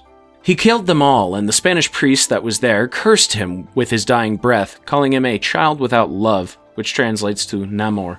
Hence why he calls himself that, and why he has a hatred for the surface world. Shuri understands now why he has to kill Riri. But Shuri offers to take Riri back to Wakanda so she won't help the outside world again. Namor can't risk that. But he does allow Shuri to see the vibranium-fueled empire of Talokan, so she can better understand what he's trying to protect. Namor then offers another proposal. Talokan and Wakanda form an alliance against the rest of the world, or he will attack Wakanda before invading the world. He then gives Shuri his mother's bracelet as a show of good faith. He lets Shuri think it over, and that's when Nakia rescues Shuri and Riri. The rescue resulted in the death of 2 Talokan guards, and Namor sees this as an act of war. Namor attacks Wakanda with his army, and despite a valiant defense effort from the Wakandans, Ramonda is killed by Namor. This shatters an already devastated Shuri, and she distances herself from everyone. Meanwhile, Val reveals she knew Everett had been secretly communicating with Wakanda, because she had the beads bugged all this time. Everett justifies his actions and defends the people of Wakanda from a power-hungry Val. With Wakanda flooded and in ruin from the attack, M'Baku and the Jabari offer to provide sanctuary for the people of Wakanda until they can decide what to do next. Shuri finishes mourning her mother's death and realizes she must put aside her grief and guilt in order to save her people. She reopens her work in building the heart-shaped herb and uses the bracelet Namor gave her to extract a richer vibranium supplement. She successfully creates the herb and consumes it. She goes to the ancestral plane, expecting to find her mother, but instead finds Killmonger. He questions Shuri on whether or not she will take revenge against the death of her mother, or be honorable like T'Challa. She awakens and discovers the herb successfully gave her the powers of the Black Panther, so she designs a new Black Panther suit. She presents herself before the council, and M'Baku proudly proclaims the Black Panther lives. Shuri tells them that they need to go on the offensive and strike Namor, but M'Baku urges her not to start a war, believing killing Namor for revenge is not the right thing to do. Shuri and the Wakandans lure Namor and his forces into a trap, and they attack him with near gear and weapons that Shuri designed to help aid them, including new suits for the Okoye and the Dora Milaje, and an advanced Ironheart suit for Riri. Shuri manages to get Namor away from the battle and starts drying his body as she learned he uses diffusion to breathe underwater. She manages to defeat him and has the chance to avenge her mother's death, but she realizes that they are the same, and doesn't go through with it. She promises to protect the oceans, and he yields. With an alliance now forged between the Wakandans and the Talokans, Riri is allowed to safely return home. Shuri grows more heart-shaped herbs for future Black Panthers, but during coronation, M'Baku challenges her for the throne, allowing Shuri to remain as the Black Panther. Okoye frees Everett as he's on his way to the prison, and Shuri takes some time to visit Nakia in Haiti. Shuri takes this opportunity to burn her funeral garments, finally allowing herself to let go of her grief and pain, and move on. When she's done, Nakia introduces Shuri to a boy named Toussaint, T'Challa's son. What? Moving on to Phase 5, which begins with Ant-Man and the Wasp, Quantumania. Ever since the events of the Avengers Endgame, Scott's life has been great. He's published a memoir, he and Hope's relationship has been going great, and together they've been using Pym particles to help the world. The only hiccup is Cassie, who constantly is getting in trouble with the police. She's become an activist trying to help people that were displaced during the blip. It puts a bit of a strain on her relationship with Scott because despite her supporting a good cause, she's been carelessly using their shrinking tech. She has, however, managed to find a way to communicate with people in the quantum realm, which causes Janet to panic because she knows how dangerous the quantum realm is. She tries to shut the device off, but a message is sent back, resulting in a portal that opens and sucks the 5 of them into the quantum realm. They get separated, with Scott and Cassie being found by the quantum realm natives/rebels. While Hope and Hank follow Janet to a city, hoping to get some answers. While Janet and the others meet with an old acquaintance of hers, Lord Kryler, Scott and Cassie ask the rebels for a way back home, and they learn that things have become terrible after Kang the Conqueror arrived. It's revealed that Janet worked with Kang, but when she learned his true intention, she escaped from the quantum realm. Kang learns that Janet is back and sends his soldiers to capture all of them. Scott and Cassie join the rebels in the fight, and it's revealed Cassie now has an Ant-Man suit, just like her dad. Suddenly, they're attacked by Kang's killing machine, MODOK, who turns out to be a deformed Darren. MODOK captures Scott and Cassie and reveals to be the one who answered Cassie's signal. Hope and Hank have so many questions regarding Janet's life in the quantum realm, so Janet explains that Kang crash-landed here, claiming to be a scientist that went off course.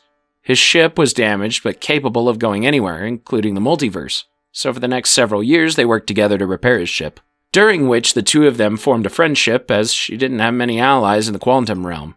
Eventually, they managed to fix his ship, and Janet learned it was neurokinetic and capable of connecting to his thoughts.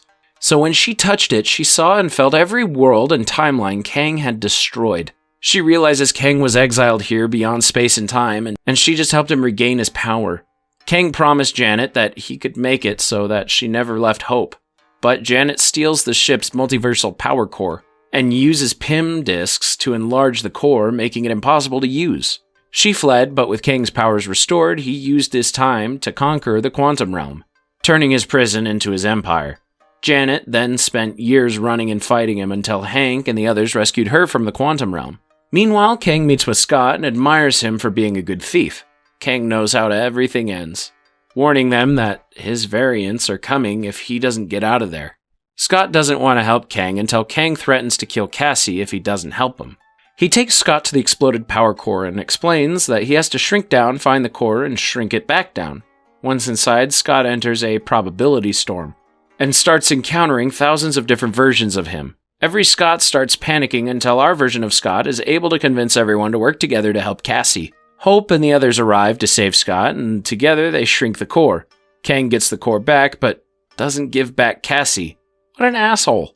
Kang then takes Janet with him, knowing the others will be helpless without her, but they get a little help from Hank's ants that also got trapped down here with them. And Cassie manages to escape and rescue the captured rebel leader, Gentora.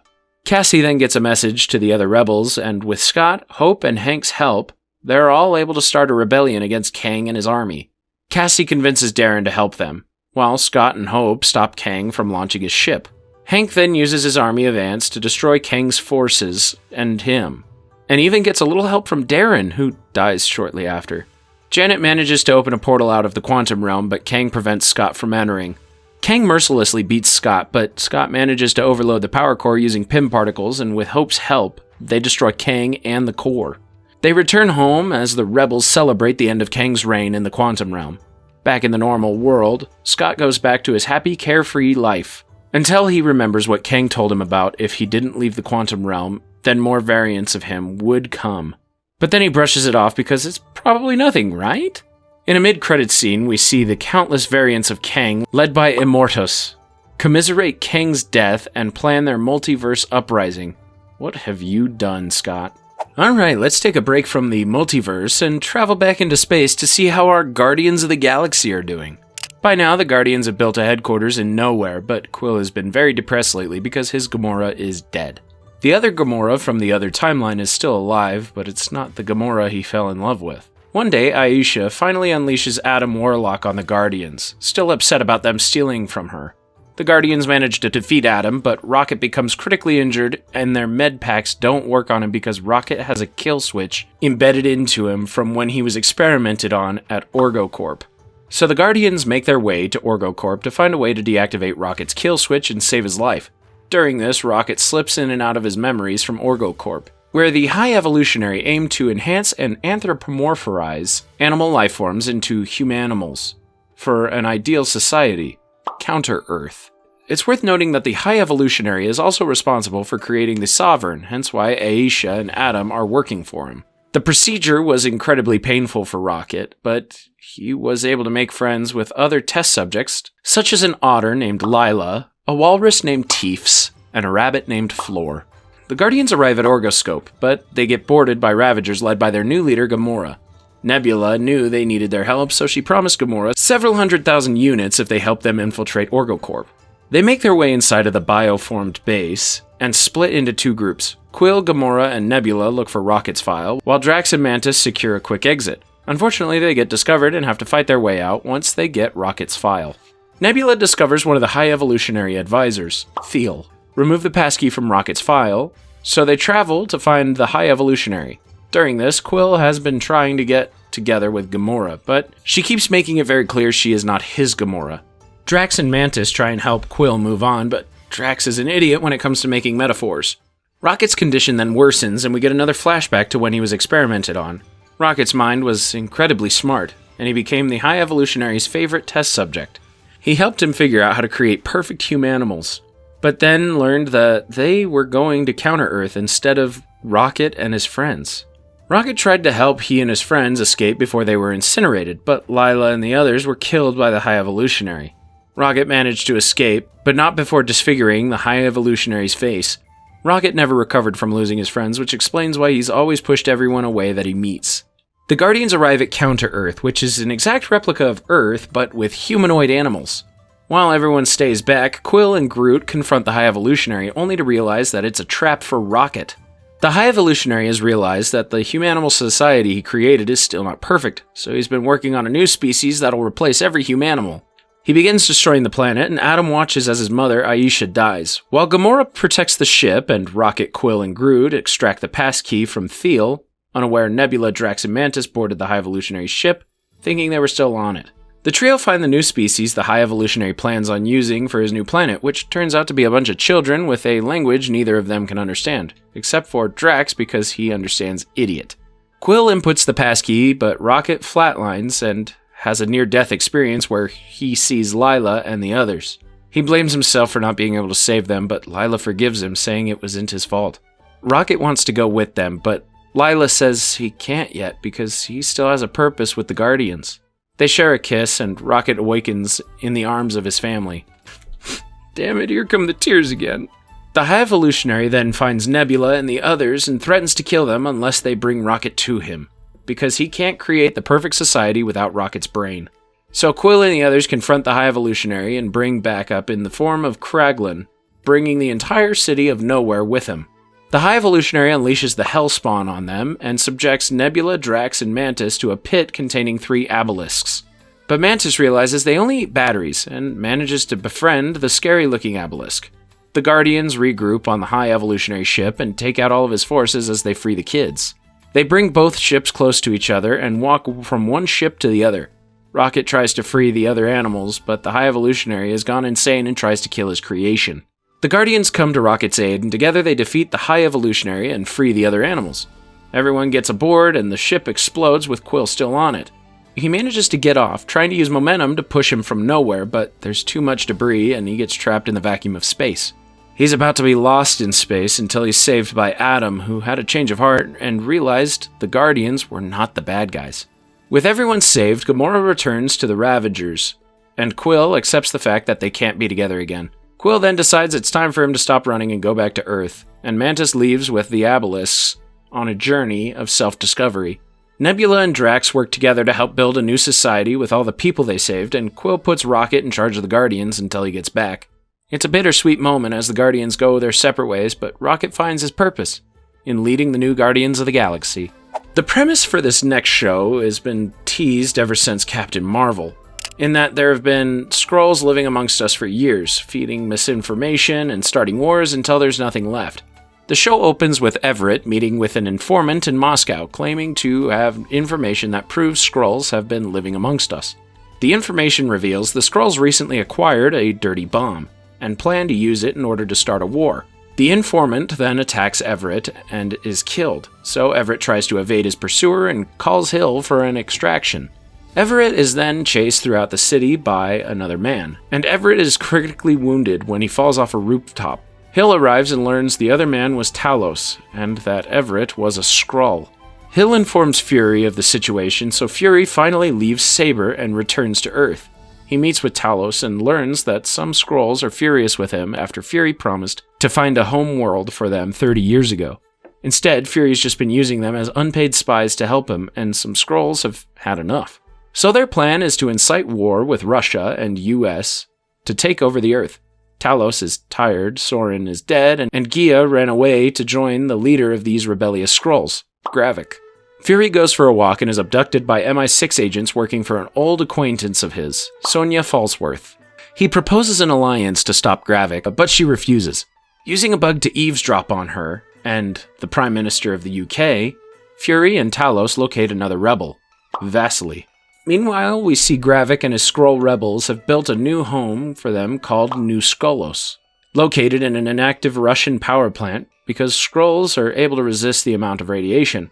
Gia is one of Gravik's lieutenants and helps integrate new refugees into their society, as well as oversees Skrulls taking the form and memory of humans. Fury, Hill, and Talos move to intercept Vasily, but Fury is forced to kill him when he refuses to comply. Hill sees Gia nearby with a bag containing the bomb and follows her, but Gia sees her and attacks her. Hill is rescued by Talos and points a gun at his daughter, demanding she hand over the bomb. Talos informs her that Gravik killed her mother, but Gia still refuses to give up the bomb. She eventually comes around and tells Talos that Gravik plans on attacking Moscow on Unity Day, and marks the bomb's locations. Talos asks her to leave Gravik and come home, but she can't, so she decides to become a double agent for him.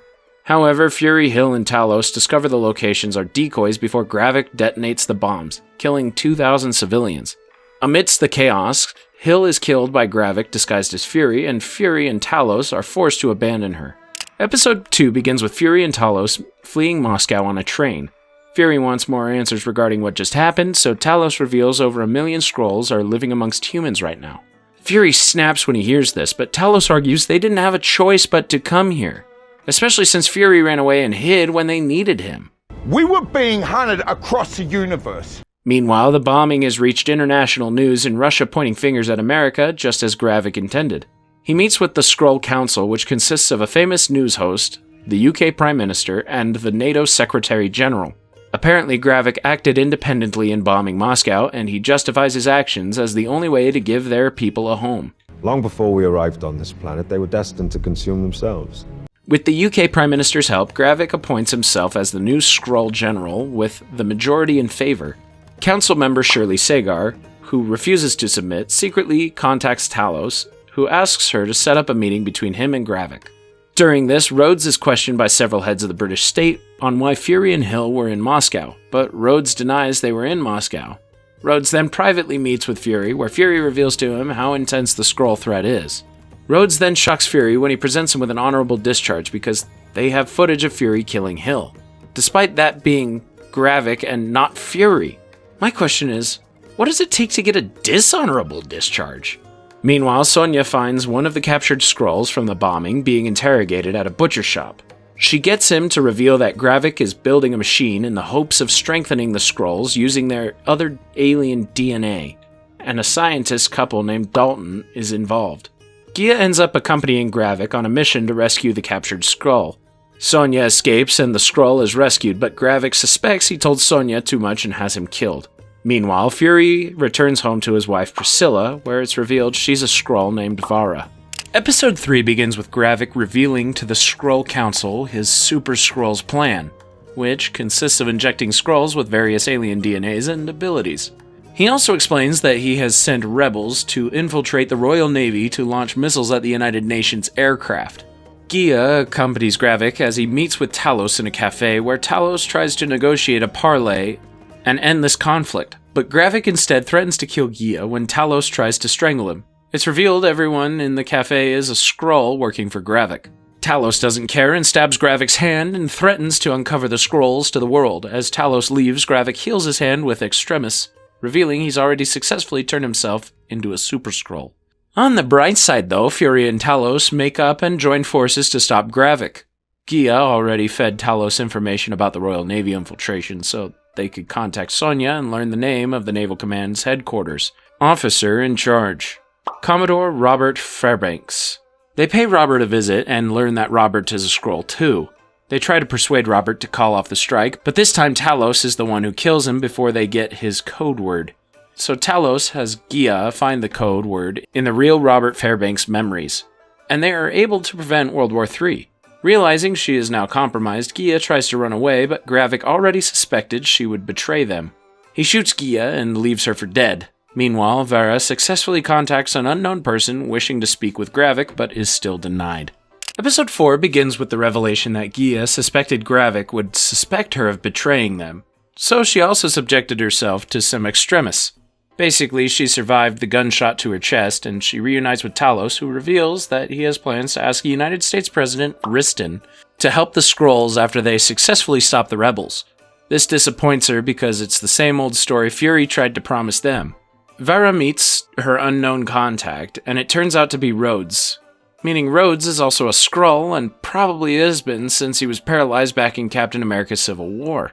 Rhodes, or should I say, a female Skrull named Rava, instructs Vera to kill Fury, and she's aware that Fury is listening to their conversation. Fury had suspected for some time that his wife was a Skrull, later confronting Vera over her allegiance. But they make amends after Vera reveals she took an oath to the real Priscilla to never harm her lover. To call myself beloved. Fury then has a friendly drink with Rava, and Rava drinks Fury's prized alcohol, not knowing there were liquid trackers in the drink. Fury and Talos follow Rava the next time she picks up Riston, and Rava helps Gravik and the Skrull rebels attack the president's convoy, disguised as Russian terrorists. Fury and Talos, with the aid of the British army, extract an unconscious Riston, but Talos is injured and ultimately killed by Gravik. Fury just can't keep his friends alive. Following the failed assassination attempt on President Riston, the Skrull rebels begin to lose faith with Gravik as a leader. A recent recruit named Beto leads a mutiny against Gravik, but Gravik kills all of them. Gravik then has Rava make sure Riston recovers so he can reveal to them that there are Skrulls living in Russia, in order to implicate Russia as Skrull sympathizers. To keep Fury from getting anywhere near the president, Rava uploads the footage of Fury killing Hill to the world, forcing Fury to run. Vara then helps Gia bury her father in traditional Skrull fashion, but afterwards they are attacked by Gravik's men. Somehow they survive the attack while Fury stealthily makes his way to Finland, after Gia told him Gravik is interested in something called the Harvest. The Harvest is a vial that contains the blood/DNA of almost every Avenger that fought and bled in the final battle against Thanos. Fury recovers the vial in a tomb with his name in Finland, and also recovers his iconic trench coat and eye patch. Nick Fury is back. The final episode begins with Rava trying to pressure Riston to attack Russia per Gravik's command, but Riston is determined to not start World War III. Rava goes beyond Riston's head and then gets a tip from Sonya informing her that Fury is on the way to kill Riston. So Rava has Riston moved from the hospital. Sonya and Fury tranquilize the president's security team and then expose Rava as a Skrull. Riston then calls off the attack on Russia. While this was taking place, Gia, disguised as Fury, confronts Gravik at New Skrullos. She offers Gravik the Harvest in exchange for Gravik taking the forces and leaving Earth. But, of course, Gravik doesn't keep his end of the bargain. He subjects both of them to the Harvest for some stupid reason, and then Gia reveals herself to Gravik. They fight each other and Gia kills Gravik, avenging the deaths of her parents. Gia then frees the real people of everyone the Skrulls were impersonating, including the real Rhodes and Everett. Riston warns the world about the Skrulls and issues a new bill that threatens any Skrulls listening to leave, or else they will be killed. This causes unrest with civilians and public officials, as no one can tell if anyone is a Skrull or not. So Sonya meets with Gia to propose a partnership to protect the Skrulls against Riston's bill. Fury then asks Vara to come to Saber with him to help negotiate a peace summit with the Kree. She agrees and they leave Earth together, with Fury accepting his wife as a Skrull. So I guess they're not getting a divorce after all. Alright, let's check in with Loki in Season 2 of Loki. After arriving at the different, darker timeline, Loki is chased throughout the TVA because everyone thinks he's just another variant, which, I mean, he is, but he's a very friendly variant. He then starts warping across time at the same location, which is odd since time doesn't exist in the TVA. In the past, Loki discovers a recording of He Who Remains praising Renslayer for working with them, and learns He Who Remains' presence is all over the TVA, it's just been hidden. When he warps back to the present, he tries to warn everyone, but they're more concerned about the countless new branches in the timeline and the fact that they are all variants. General Dox and former hunter, Gamble, prioritize their efforts in locating Sylvie, because they need to know what happened at the end of time. Loki explains everything to Mobius and that they can't trust Miss Minutes anymore, but Mobius is more concerned about trying to fix Loki's warping. So Mobius takes Loki to the lowest section of the TVA and introduces him to Ouroboros, or OB, who's been working alone for centuries, hence why he's a little eccentric and overworked. OB immediately recognizes Loki's warping as time slipping. suggesting that it is caused by the timeline branches dangerously overloading the TVA's temporal loom, which could also explain all of the power failures the TVA has been having lately. Thanks to Loki time-slipping to a past OB, he already has a solution to Loki's problem and instructs Mobius to approach the temporal loom with the temporal aura extractor device to extract Loki from the time stream as Loki prunes himself, which would release him from time. Before they proceed, Loki time-slips again to the future where the loom has gone critical and the TVA is being evacuated. He tries to find a time stick to prune himself and hears a random phone ringing. He follows the ringing and finds Sylvie trying to break free from an elevator. Before he can say anything, Loki is pruned by someone behind him and is successfully pulled from the time stream. Loki stops time slipping and everything goes back to normal. Nah, I'm kidding, we're still... Episode 2 begins with Loki, Mobius, and B-15 searching for Sylvie across the timeline. Before they left, General Dox had sent all hunters to look for Sylvie, and one of them, Hunter X5, stopped reporting in, with his last location being 1970s London. Thinking Sylvie got him, they investigate, only to discover that X5 has now become a very famous actor named Brad Wolfe. Brad gets past Mobius and B-15, so Loki resorts to his magic to apprehend him, and brings him back to the TVA. Meanwhile, OB attempts to repair the temporal loom to safely accommodate the branching timelines without causing a meltdown, but finds he cannot access the loom without the temporal aura of He Who Remains, or the help of Miss Minutes, who is currently helping Renslayer stay off the grid. Loki and Mobius then take Brad's modified Tempad to OB, and he gives them the Tempad handbook because he's too busy trying to prevent a temporal meltdown. They can't read the gibberish in the handbook, but Casey has already memorized it, so he deciphers the Tempad while Loki and Mobius interrogate Brad. Brad mocks Loki as a loser and criticizes Mobius for never checking what his life was like on the sacred timeline before he joined the TVA. Mobius loses his cool, so Loki interrogates Wolfe alone, using a device to physically squeeze Brad until he admits abandoning Dox's mission and Sylvie's location. Brad takes them to a McDonald's in 1982 Oklahoma, and they are shocked to see Sylvie working there as a cashier. See, after she completed her revenge mission, she wanted to find peace and normalcy. And she could only find that at McDonald's because of how simple and safe it was. Loki explains to her all that's happened and tries to understand why she was in an elevator at the TVA in the future, but Sylvie says she's done with anything TVA related. Brad then starts acting jumpy and reveals that Dox is planning to simultaneously blow up all the branched timelines. Loki, Mobius, and Sylvie find Dox and the Hunters and stop them before they kill trillions more. But by then, the damage has already been done. Casey then gets a hit on Renslayer's Tempad on one of the remaining branched timelines, and Sylvie returns to her McDonald's life, along with He Who Remains Tempad that she still has. Episode 3 begins with a flashback to 1868, where we see Miss Minutes has brought Renslayer here because He Who Remains instructed Renslayer to drop off a package at a certain window. Renslayer doesn't understand, but follows her instructions. A small boy picks up the package and opens it, and it's a TVA handbook. If you haven't guessed already, the small boy is a young Victor Timely, a variant of Kang the Conqueror, more specifically, a failsafe for He Who Remains. Meanwhile, Loki and Mobius track Renslayer's Tempad to 1868, but then discover she arrived there in 1893, in the exact location, so they head there, arriving at the Chicago World Fair. They find Renslayer at a scientific demonstration where an older Victor Timely is demonstrating a real prototype of the time loom, as well as scamming people with fake inventions for money. What? You made him sound like this terrifying figure. Don't be shocked.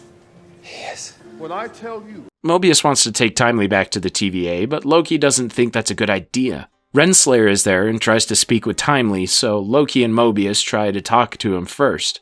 Pretty soon, Timely has 4 groups chasing him. A robber baron who wants revenge for Timely scamming him, Loki and Mobius who need Timely's temporal aura to fix the loom, Renslayer and Miss Minutes who want Timely to take his variant's place, leading the TVA with them, and Sylvie who wants to kill Timely to prevent the rise to power.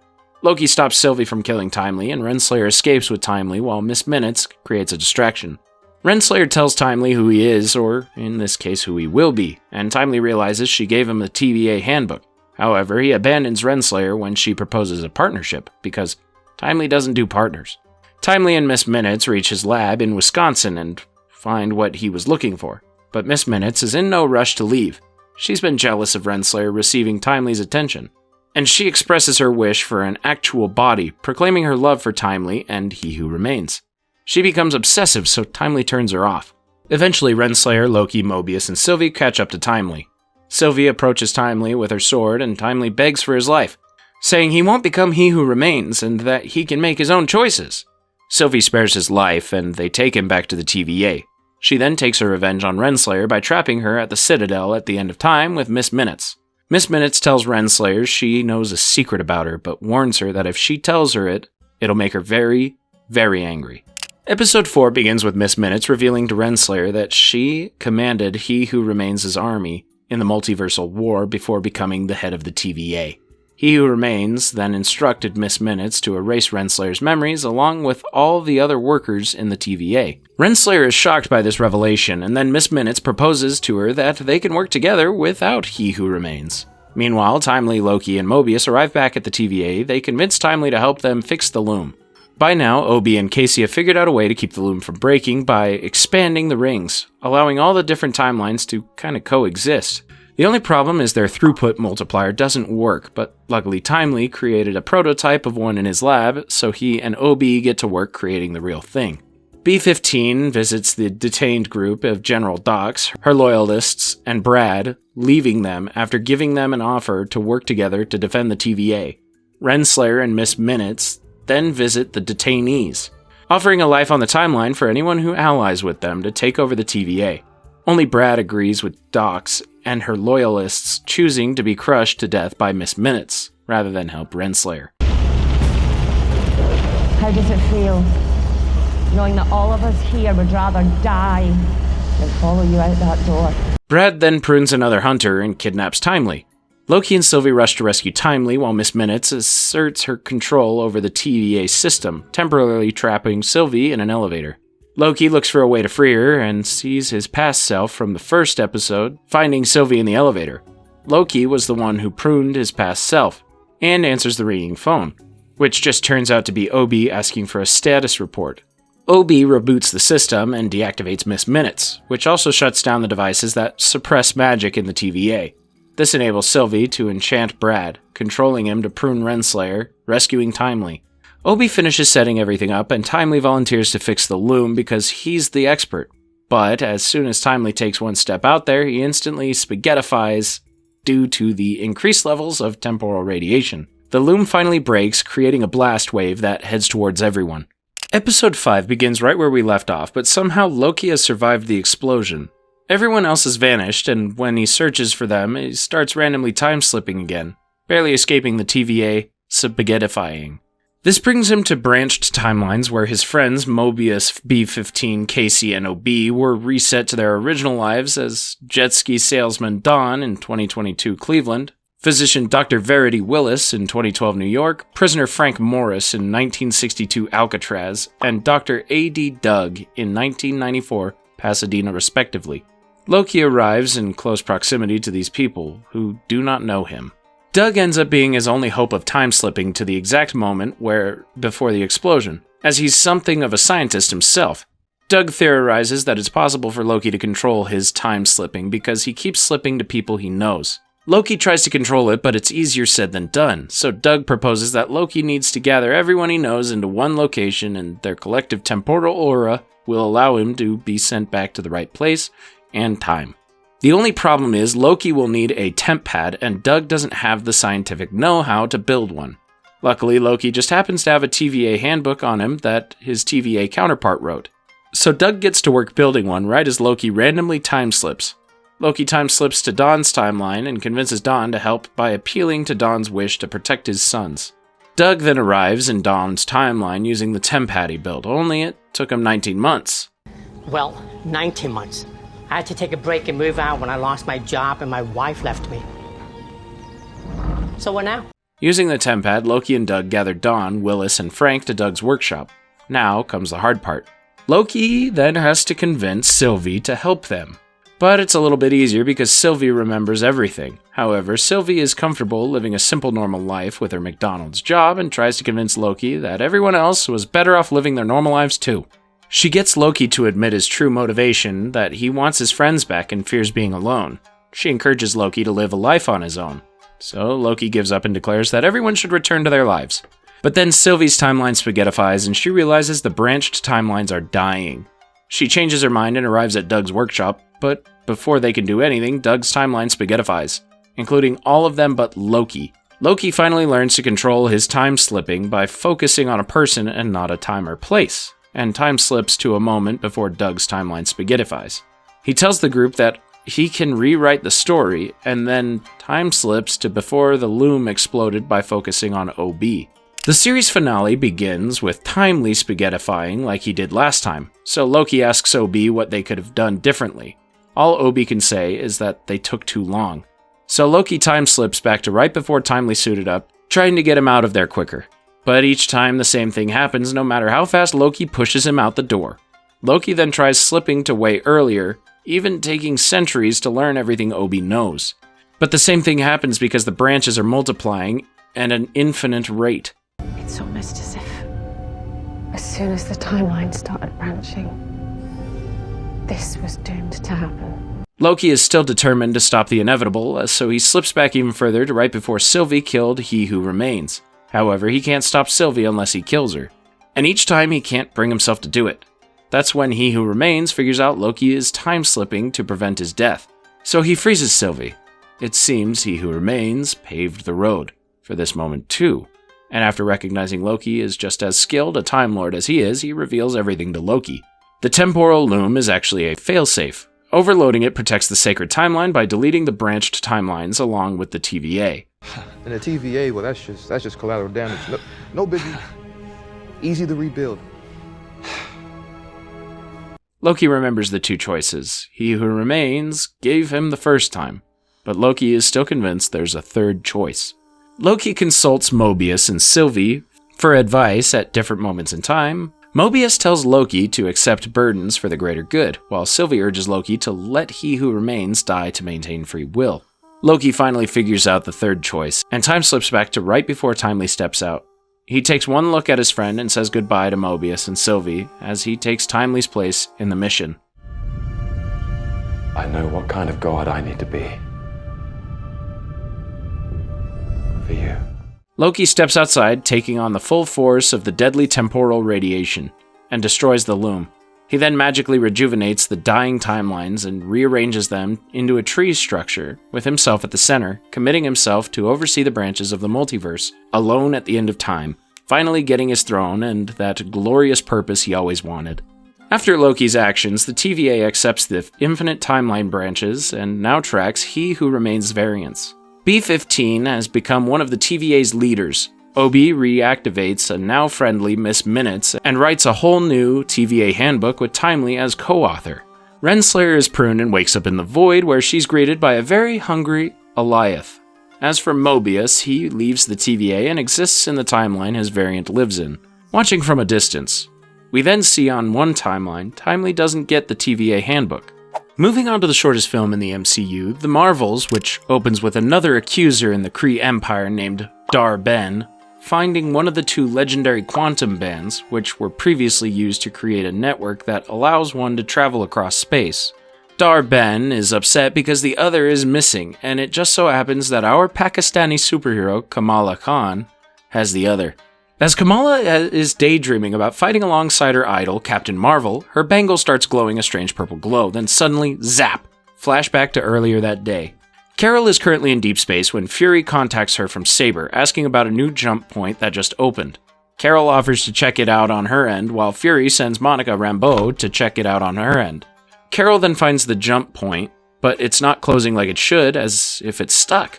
Carol and Monica end up touching the jump point right as Kamala's bangle activates, causing all three of them to switch places.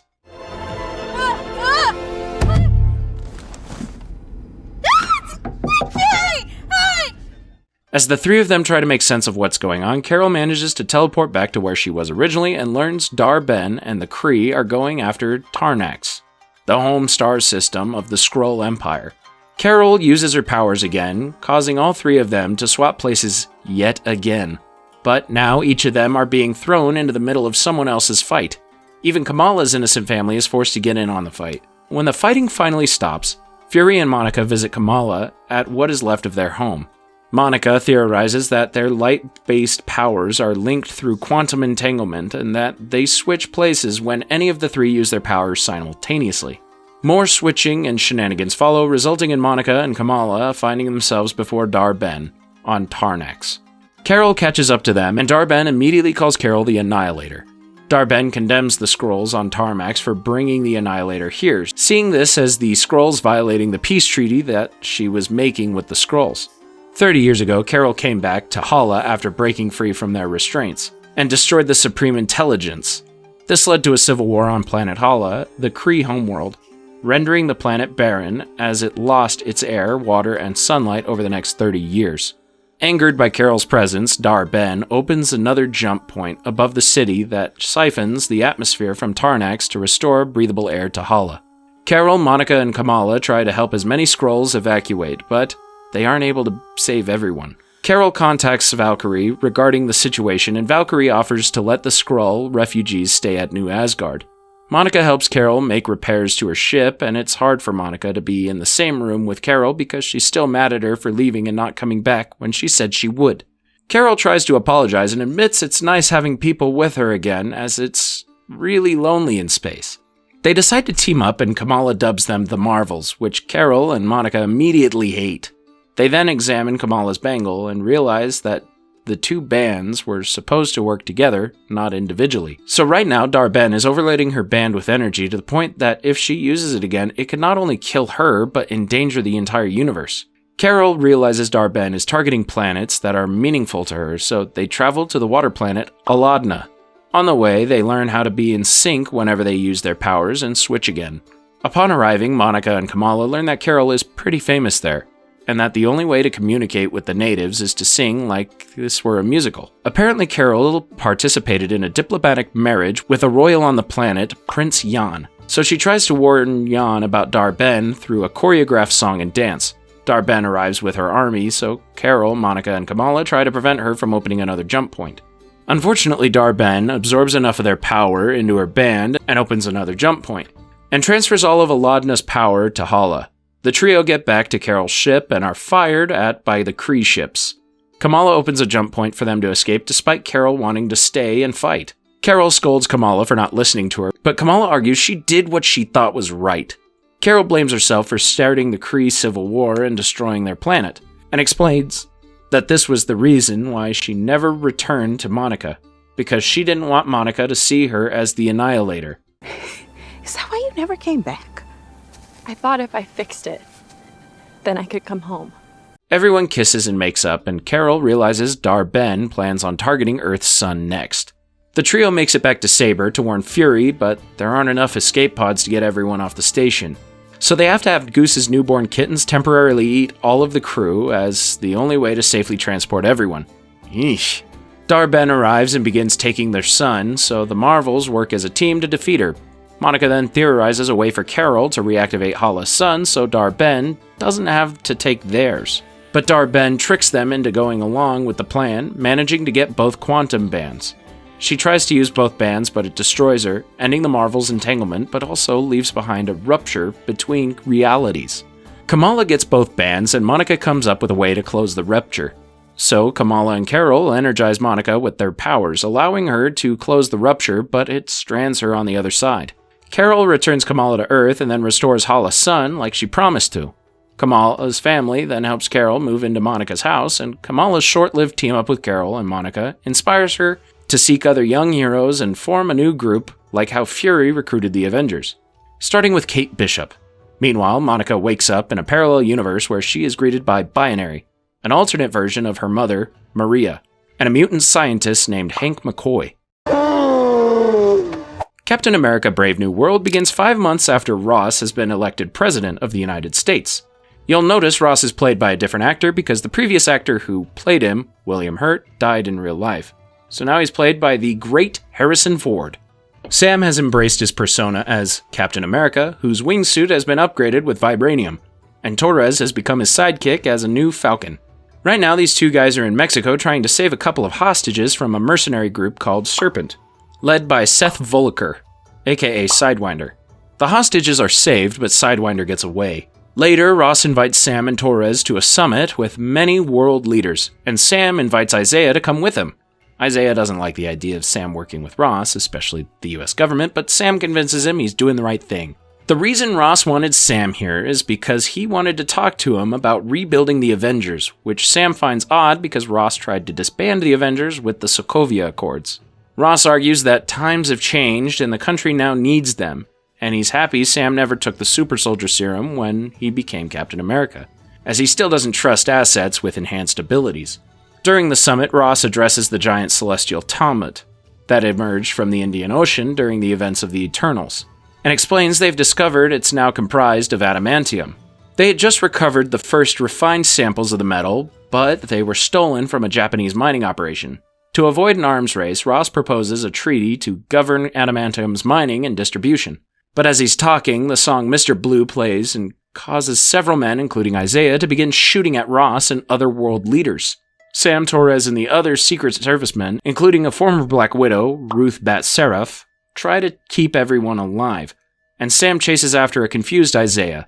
Isaiah wants to keep running because he's afraid to get locked up again, but Sam sympathizes with him, saying it'll only make things worse if he runs. Ross has Isaiah and the others locked up, but Sam is convinced someone else was behind the attack and hypnotized Isaiah and the others. Ross rejects Sam's request to investigate an attack on the president's life, reminding Sam that he's not Steve Rogers. Sam still goes rogue and investigates. Torres reviews the security cam footage and notices that Isaiah and each attacker's phones went haywire and flashed bright lights at them before they attacked. Sam is then attacked by Sidewinder, and when Sam defeats him, he gets an anonymous phone call from the mastermind who hired Sidewinder to steal the adamantium. Sam has Torres trace the call to a hidden black site in West Virginia called Camp Echo 1. As they make their way there, whoever is behind this hypnotizes a soldier to kill all the other attackers except for Isaiah, so Ruth moves Isaiah to a more secure cell. Sam and Torres make it to Camp Echo 1 and learn the mastermind is our old friend Samuel Stearns. I told you he'd be important again in 34 films. Ross imprisoned Stearns at Camp Echo 1, publicly blamed him for the Abomination's actions, and promised to release him if Stearns helped advance him to the presidency. Ross never fulfilled his end of the bargain, so Stearns is trying to destroy Ross's reputation. They then fight their way out past Stearns' hypnotized henchmen and are joined by Ruth after Ross sent her there to clean up his mess. Meanwhile, Ross has been unable to salvage his treaty with Japan, as the Japanese government blames him for the theft of their adamantium and the subsequent White House attack. So now there's a race between the two countries to claim the adamantium at what they now call Celestial Island. Sam, Torres, and Ruth make their way to the forefront, where Sam confronts Ross on why he needs Stearns' help. Ross admits he's dying, so he had Stearns save his life. But Ross became dependent on the pills Stearns gave him, and when Ross didn't release him, Stearns got his revenge by lacing pills with something else. Something that I will reveal to you later. Both armies reach Celestial Island and are ordered to not engage, but then Stearns hypnotizes two fighter pilots and fire upon the Japanese fleet. Sam and Torres go after them and try to de-escalate the situation, as the Japanese believe America wants to start a war with them. They manage to neutralize the two American pilots who were dodging attacks from the Japanese fleet, but Torres is critically injured in the process. With another war averted, Sam blames himself for not doing more and wonders if he should have taken a super soldier serum. He gets some advice from future Congressman Bucky, who reminds him that Steve didn't make a mistake in giving him the shield. Steve gave people something to believe in, but you give him something to aspire to. Later, Stearns surrenders himself to Sam as part of a calculated final move to destroy Ross's legacy. Ross is currently holding a press conference when Stearns reveals to the public that they were working together. Ross's heart rate starts rapidly accelerating, and then he mutates into a Red Hulk.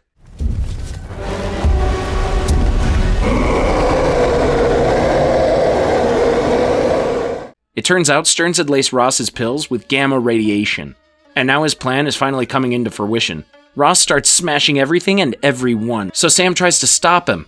He manages to take down the Red Hulk without any super soldier serum, and Ross is taken into custody to the raft. Isaiah is released from prison, Torres recovers from his injuries, and the world tries to return to normalcy after everything. Sam does something nice for Ross and allows Betty to see her dad at the raft. It's an emotional moment for the two of them. Sam then visits Stearns in the post-credits scene, and Stearns warns Sam of an upcoming attack from other worlds. The final film in Phase 5, Thunderbolts, begins with Val hiring Yelena to destroy a secret laboratory in Malaysia that specialized in something called Project Sentry. Yelena has become Val's favorite person to clean up the CIA's messes, but Yelena is only working for Val because she's bored. However, she later reveals to Alexei that she's tired of working for Val and wants out. Currently, Val is facing impeachment due to her involvement in the OXE Group, a shadowy, powerful holding company and Black Ops Science Division. Val had worked with OXE to develop her own super soldier, all which she denies during her impeachment hearing. But there are still too many loose ends that could ruin everything for her, so Val dispatches Yelena to take care of those loose ends, promising Yelena that when she completes her mission, they are done. Yelena arrives at an OXE warehouse containing incriminating stuff, where Val told her a rogue operative plans to steal something and leak it to the public. When Yelena engages and discovers John, Ava, and Antonia have also been sent here to stop a thief, Val had tricked them all here to kill each other as they are also loose ends Val needs to get rid of. Ava kills Antonia, which is kind of a letdown because the marketing for this film teased that Taskmaster would be an entire film kind of character. Rest in peace. During their fight, Yelena accidentally awoke another asset in the warehouse, and it turns out to be an amnesiac named Bob.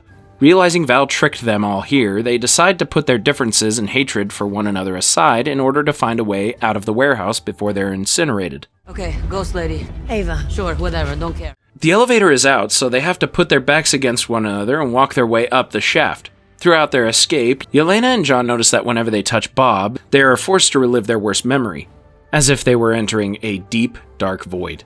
For Yelena, it's when she was back in the Red Room, and for John, it's when his wife left him because he couldn't get over losing the Captain America title. By now, Val has realized her little cleanup plan didn't work, so she dispatches every available unit to stop them from escaping. However, she's more worried about Bob than the others because he was the sole survivor in Project Sentry, meaning this messed up drug addict is her most dangerous asset. They manage to make it past Val's agents, and they get identified at the checkpoint, prompting Bob to act as a distraction so they can escape. Bob is mercilessly gunned down by a barrage of bullets, yet somehow stands back up as if nothing happened. Apparently Bob is all that is left of Project Sentry, and he now possesses an unstable amount of power, splitting in between two entities, the heroic Sentry and the destructive Void. Bob then starts flying, but he ends up crash landing and captured before being transported to what used to be Avengers Tower, now renamed Watchtower. The next morning, Yelena, Ava, and John are rescued by Alexei. Alexei had inadvertently learned that Val tried to kill his daughter, so he came to rescue her in his limo he uses for his limo service company. Yelena and the others reluctantly ride with Alexei, and Alexei mistakes everyone here as Yelena creating her own superhero team. John then drops the word Thunderbolts, which Yelena mentioned earlier was the name of her winless Pee-wee soccer team when she was a kid. Alexei patents them as the Thunderbolts, making Yelena very uncomfortable. To make things worse, one of Val's convoys spots them and starts firing at Alexei's incredibly slow limo when they are rescued by Bucky. But it turns out Bucky only rescued them so they could testify against Val, as he's become quite the politician lately. The gang tries to warn Bucky that Bob is who they should be concerned about and not Val, but Bucky doesn't take them seriously because none of them can be trusted. It's only when Val's assistant Mel, who's been secretly feeding Bucky information on Val, confirms Bob is the threat that he starts taking them seriously. Bob. Bucky then enlists their help in stopping Bob, but everyone objects because they were just trying to get home and because they're not heroes. Bucky knows what it's like to be them, and he urges them not to make the same mistakes he did. They arrive at the Watchtower and confront Val, but are shocked to see Val was able to unlock Bob's potential as Sentry. Val's managed to poison Bob against them, convincing him that they are all criminals, so he fights them. Bob easily defeats all of them and even turns John's shield into a taco. As they retreat, Bob realizes he's more powerful than Val and therefore doesn't need her. He starts strangling her, but then Mel comes to her rescue and presses Bob's kill switch button. It neutralizes Bob and they leave, but then that's when Bob enters the Void, the embodiment of his depression and insecurities, which have been amplified by the Sentry procedure. Void begins engulfing people into the Void, trapping everyone in a supernatural darkness filled with visions of their most traumatic memories. That's what you said. We're all alone. All of us. Yelena realizes the only way to stop Void is to enter the darkness, so she enters it, trying to reach Bob's consciousness. She makes her way from one traumatic memory to the next and manages to find Bob in one of his memories. She sees his abusive upbringing and tries to comfort him, saying she was wrong to think she could just bury his trauma inside and try to ignore it. Earlier, she had told him this because she thought it was the only way to deal with past trauma, but after opening up to Alexei, she's felt so much better. Bob wants to believe her, but the void won't let him let go of his pain. That's when Yelena is aided by the others, and together they find a way out of the void by traveling to Bob's most traumatic memory. It turns out to be the lab Yelena blew up in Malaysia, which is where Bob was experimented on. Void is there and begins hurting Yelena and the others, trying to convince Bob that they don't care about him and that he will always be alone. Bob loses control and begins mercilessly beating the void, not realizing this is causing him to be consumed by the void. Yelena manages to break free and hugs Bob. The others quickly do the same, creating an emotional pain-relieving moment for Bob as they help him believe he has friends that care about him. They escape the void and the darkness is lifted, releasing the city and everyone else from the void. Bob doesn't remember what happened, so everyone decides to stay close to Bob to make sure he doesn't turn into the void again. They then see Val trying to escape, so they try to apprehend her, only to find themselves suddenly in front of a bunch of reporters and Val announcing them as the new Avengers. Wait, what? The end credits scene takes place 14 months later, where the new Avengers' biggest threat is Sam suing them for copyright infringement, because he's already created his own Avengers team. There's also an ongoing problem in outer space, and the group is interrupted when the Watchtower detects the arrival of an extra-dimensional spacecraft that has a large 4 emblem on the side. Gotta say, it's fantastic. Say that again? Phase 6 begins with the long-awaited arrival of the Fantastic Four in The Fantastic Four First Steps. Set on Earth 828 in a retro 1960s setting, the Fantastic Four were created after astronauts Reed Richards, Ben Grimm, Sue Storm, and her brother Johnny were exposed to intense cosmic rays during a mission. When they came back, they acquired superhuman abilities, with Reed gaining the ability to stretch his body, Ben becoming a giant rock-like monster with superhuman strength, Sue, Reed's wife, gained the abilities to create force fields and turn herself into anything invisible, and Johnny gained the ability to control fire and fly. Since then, the team has become celebrities and found one supervillain after another. While Reed's inventions have progressed technology and Sue's diplomacy via the Future Foundation has led to demilitarization and peace for much of the world. When we first meet them, Sue reveals to Reed that she is pregnant, which is a big deal because they've been trying for 2 years and didn't think it was possible with their abilities. Months later, Reed has been baby-proofing the city and their headquarters, the Baxter Building, as the world counts down to the arrival of another member of the Fantastic Four, with the biggest question being, will the baby be born with superpowers? In the meantime, Reed and his robotic companion, Herbie, have been working on a teleportation experiment. The test goes well, but it requires an enormous amount of power, so B+? One night, a mysterious being known as the Silver Surfer arrives from the depths of space with a message for Earth. Their planet has been marked for death and will shortly be consumed by Galactus, a planet-devouring cosmic being. She leaves and Johnny catches up to her in space, where she gives him a message in her native tongue. Reed studies the disappearance of other planets and confirms that she was telling the truth, so the team decides to return to space to stop Galactus from coming to Earth, despite Sue being very pregnant. We will protect you. They track the Silver Surfer to a planet using their FTL engine, and witness the terrifying sight of Galactus bulldozing through it with a massive ship. A tractor beam pulls them inside his ship, and the Silver Surfer escorts them to Galactus once they are inside. They learn that the Silver Surfer chooses which planets to consume, and that, for eons, Galactus has only ever known an intense hunger to consume planets. When they finally meet him, Galactus senses Sue's son possesses an immense cosmic power and could take his place as a planet devourer. He offers to spare Earth in exchange for their son. Reed and Sue are shocked by this, as Reed had run tests on their unborn son and didn't find anything cosmic about him. Galactus is certain their son is hiding his cosmic nature from them, and then Galactus causes Sue to go into the labor. Johnny and Ben attack Galactus and the Silver Surfer, allowing Reed and Sue to get back to the ship. Once on the ship, Ben pilots their way out of there, and they evade the Silver Surfer near a black hole as Sue gives birth to a healthy baby boy named Franklin. The team returns to Earth, and everyone is overjoyed to see them because they assume the Fantastic Four were victorious like always. But Reed has to tell the world the unfortunate news that they couldn't stop Galactus because they didn't want to give up their son. The public then turns on the Fantastic Four because they would rather save one life than save billions. To make things worse, Reed, the smartest guy on the planet, doesn't have a clue how to stop Galactus. The protests worsen to the point that Reed is possibly considering giving Galactus what he wants, but Sue refuses to give up Franklin. So Sue lets the protesters meet Franklin and reminds them that she will not give up Franklin, but that the Fantastic Four still haven't given up on humanity. Her heartwarming speech regains the public's trust in them. Sue's speech also gave Reed the idea to move the planet away from Galactus using his teleportation technology. Obviously, this is going to be a much more colossal undertaking than trying to teleport an egg across a room, so Reed plans to build synchronized teleportation bridges across the globe, and move the planet to another habitable system. This would also mean the entire world would have to come together and share resources to save the planet. This would also mean that everyone has to conserve electricity in order to power enough of these bridges to work. In the meantime, Johnny finally deciphers the Silver Surfer's language. The bridges are completed and the whole world watches as they are activated. However, the Silver Surfer arrived ahead of Galactus and destroyed all the bridges except for one. Johnny stops her from destroying the last one and speaks to her in her native language. He uses recordings the team had uncovered from deep space, tracking them back to their home planet, Zenla. Before she was the Silver Surfer, she was an astronomer named Shala Bal. One day, her planet was marked for death by Galactus, but fearing for her daughter's life, she offered to be Galactus' servant in exchange for the safety of her planet. Galactus kept his word, and all those recordings Johnny found were people from her planet thanking her for saving them. Johnny then plays recordings from all the planets Shala Bal helped Galactus consume, and it shatters her.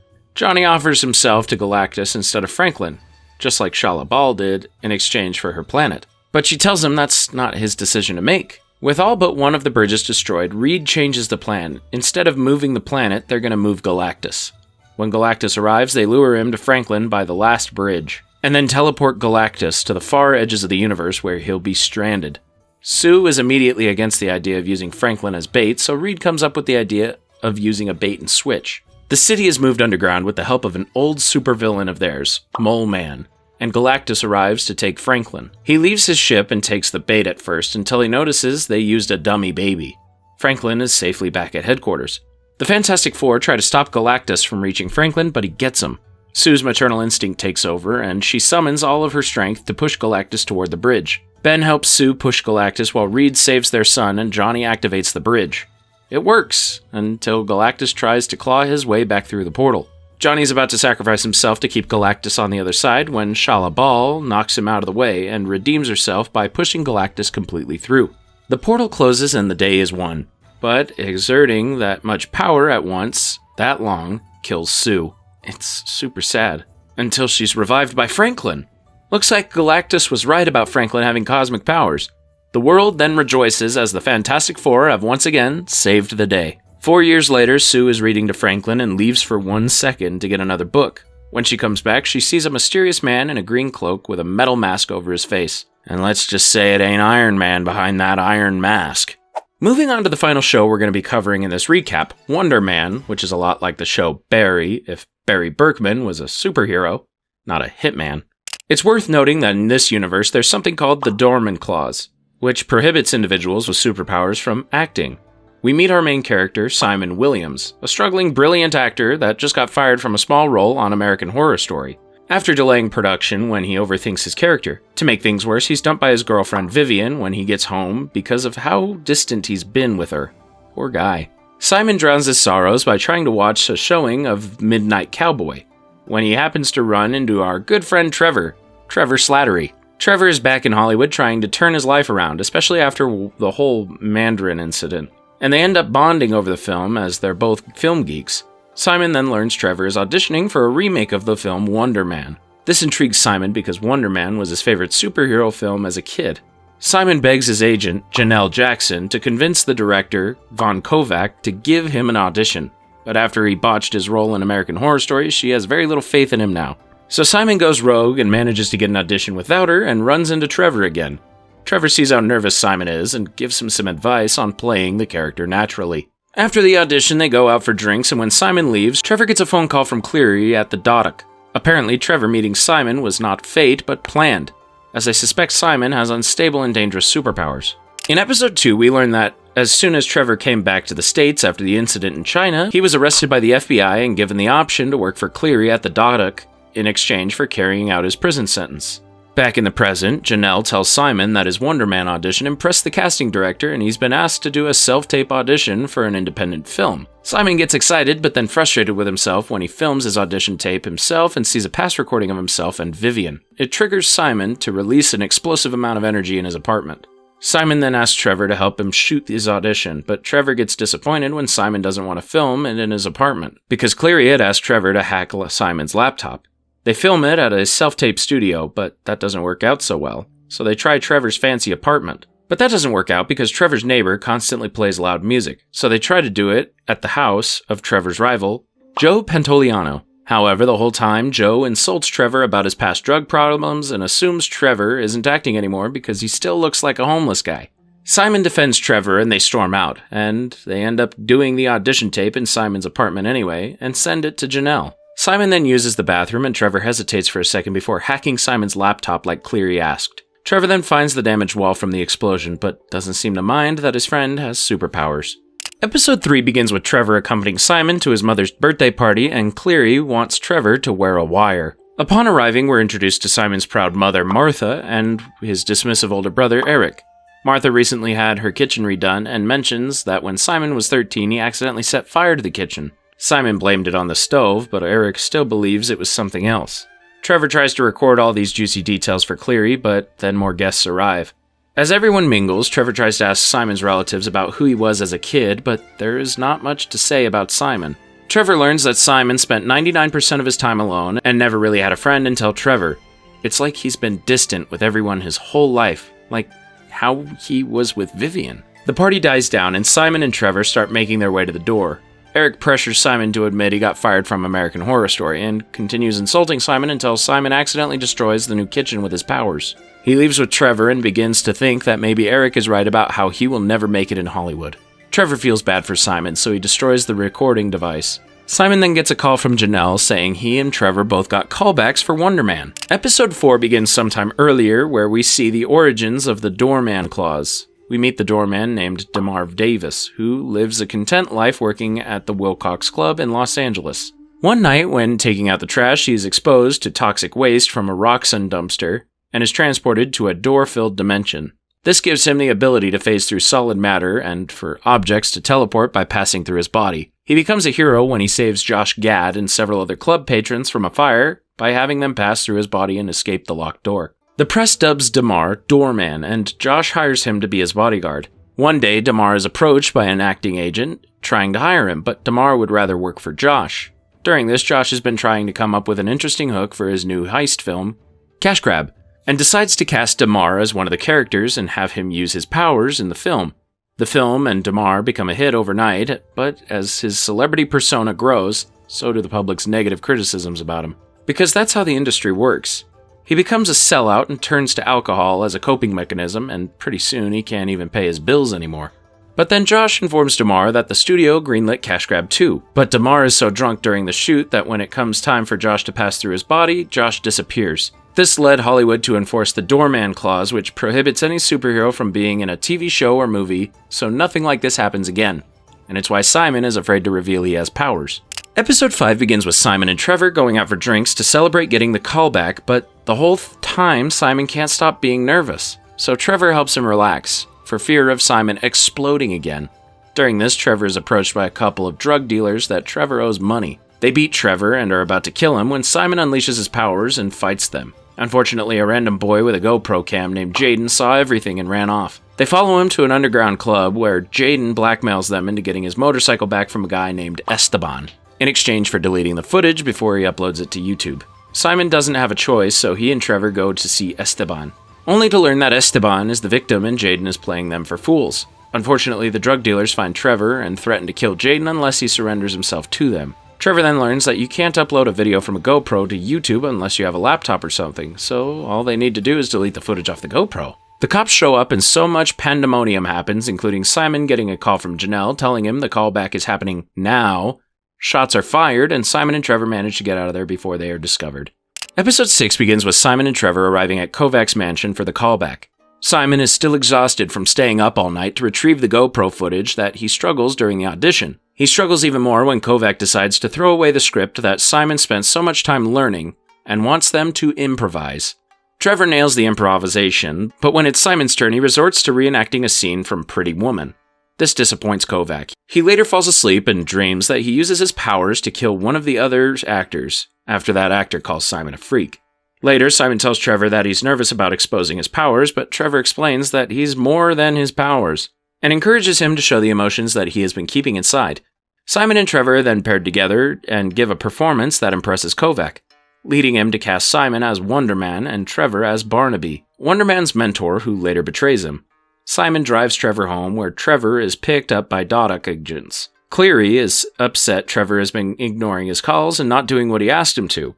And when Trevor is threatened with prison again, Trevor admits Simon has powers and wanted more time to collect evidence. Looks like life imitates art. Episode 7 begins with the filming already taking place for Wonder Man. Simon continues to overthink the script and almost gets in trouble with Kovac until Trevor saves him. During a dinner with Janelle and her team, Janelle informs the pair that Kathy Friedman from the New York Times wants to interview them. This scares Simon because Kathy is known for being a character assassin and could possibly reveal Simon's powers to the world. Kathy shadows Simon the next day so she can see a day in his life, and Simon can't stop being a nervous wreck and making things awkward. He then becomes even more nervous when he learns Kathy already spoke to Vivian, Marth, and Eric about him. Simon asks Vivian what she told Kathy, and Vivian reveals she already knew about Simon's powers but didn't tell Kathy about him. She's actually more hurt that Simon never trusted her with the knowledge that he has powers, and it makes Simon feel ashamed. During the interview with Kathy, Simon is shocked to learn that Eric spoke highly of him. Kathy even turns her attention to Trevor, grilling him about his recent arrest. She exposes the fact that Trevor made a deal with the government to get out of prison, but Trevor denies all of this. Simon then later confronts Trevor about this, and Trevor admits he made a deal with the Dodak to spy on him. Trevor promises to find a way out of it, but Simon is so hurt that his only friend had been conning him that he goes to the Wonder Man set and unleashes a powerful explosion, destroying the set. The final episode begins with the Dodak finding out about the explosion, but by now Simon has returned to his apartment. Certain his secret is out, but then Trevor calls Simon to tell him to not worry, but to make sure that he lives his life to the fullest. Simon then turns on the news and sees Trevor donned the Mandarin outfit again and took the blame for the bombing. Cleary knows that Trevor is just taking the blame for Simon, but goes along with it because the Dodak needs more prisoners to justify their expensive Yucca Valley prison in California. Simon is then called back to set as Kovac never misses a shoot day, and it's hard for Simon at first because he's still processing what just happened. So Kovac tells Simon to use Trevor's betrayal for the scene where Wonder Man is betrayed by Barnaby. Wonder Man is finished with Pantoliano taking over the role of Barnaby, and the film is a success.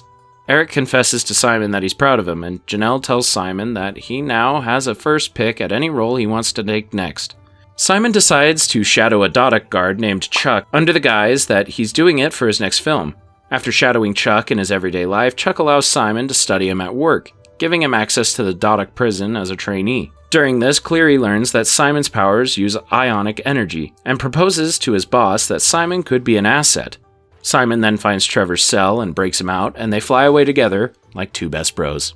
And that, my friends, brings us to the MCU. So far. Holy that was a lot to get through, and obviously we skipped a few entries, so be on the lookout for videos covering what I missed. Drop a like, leave a comment, let me know what your favorite MCU moment was, please. Subscribe, and I'll see you guys next time. I love you all 3000.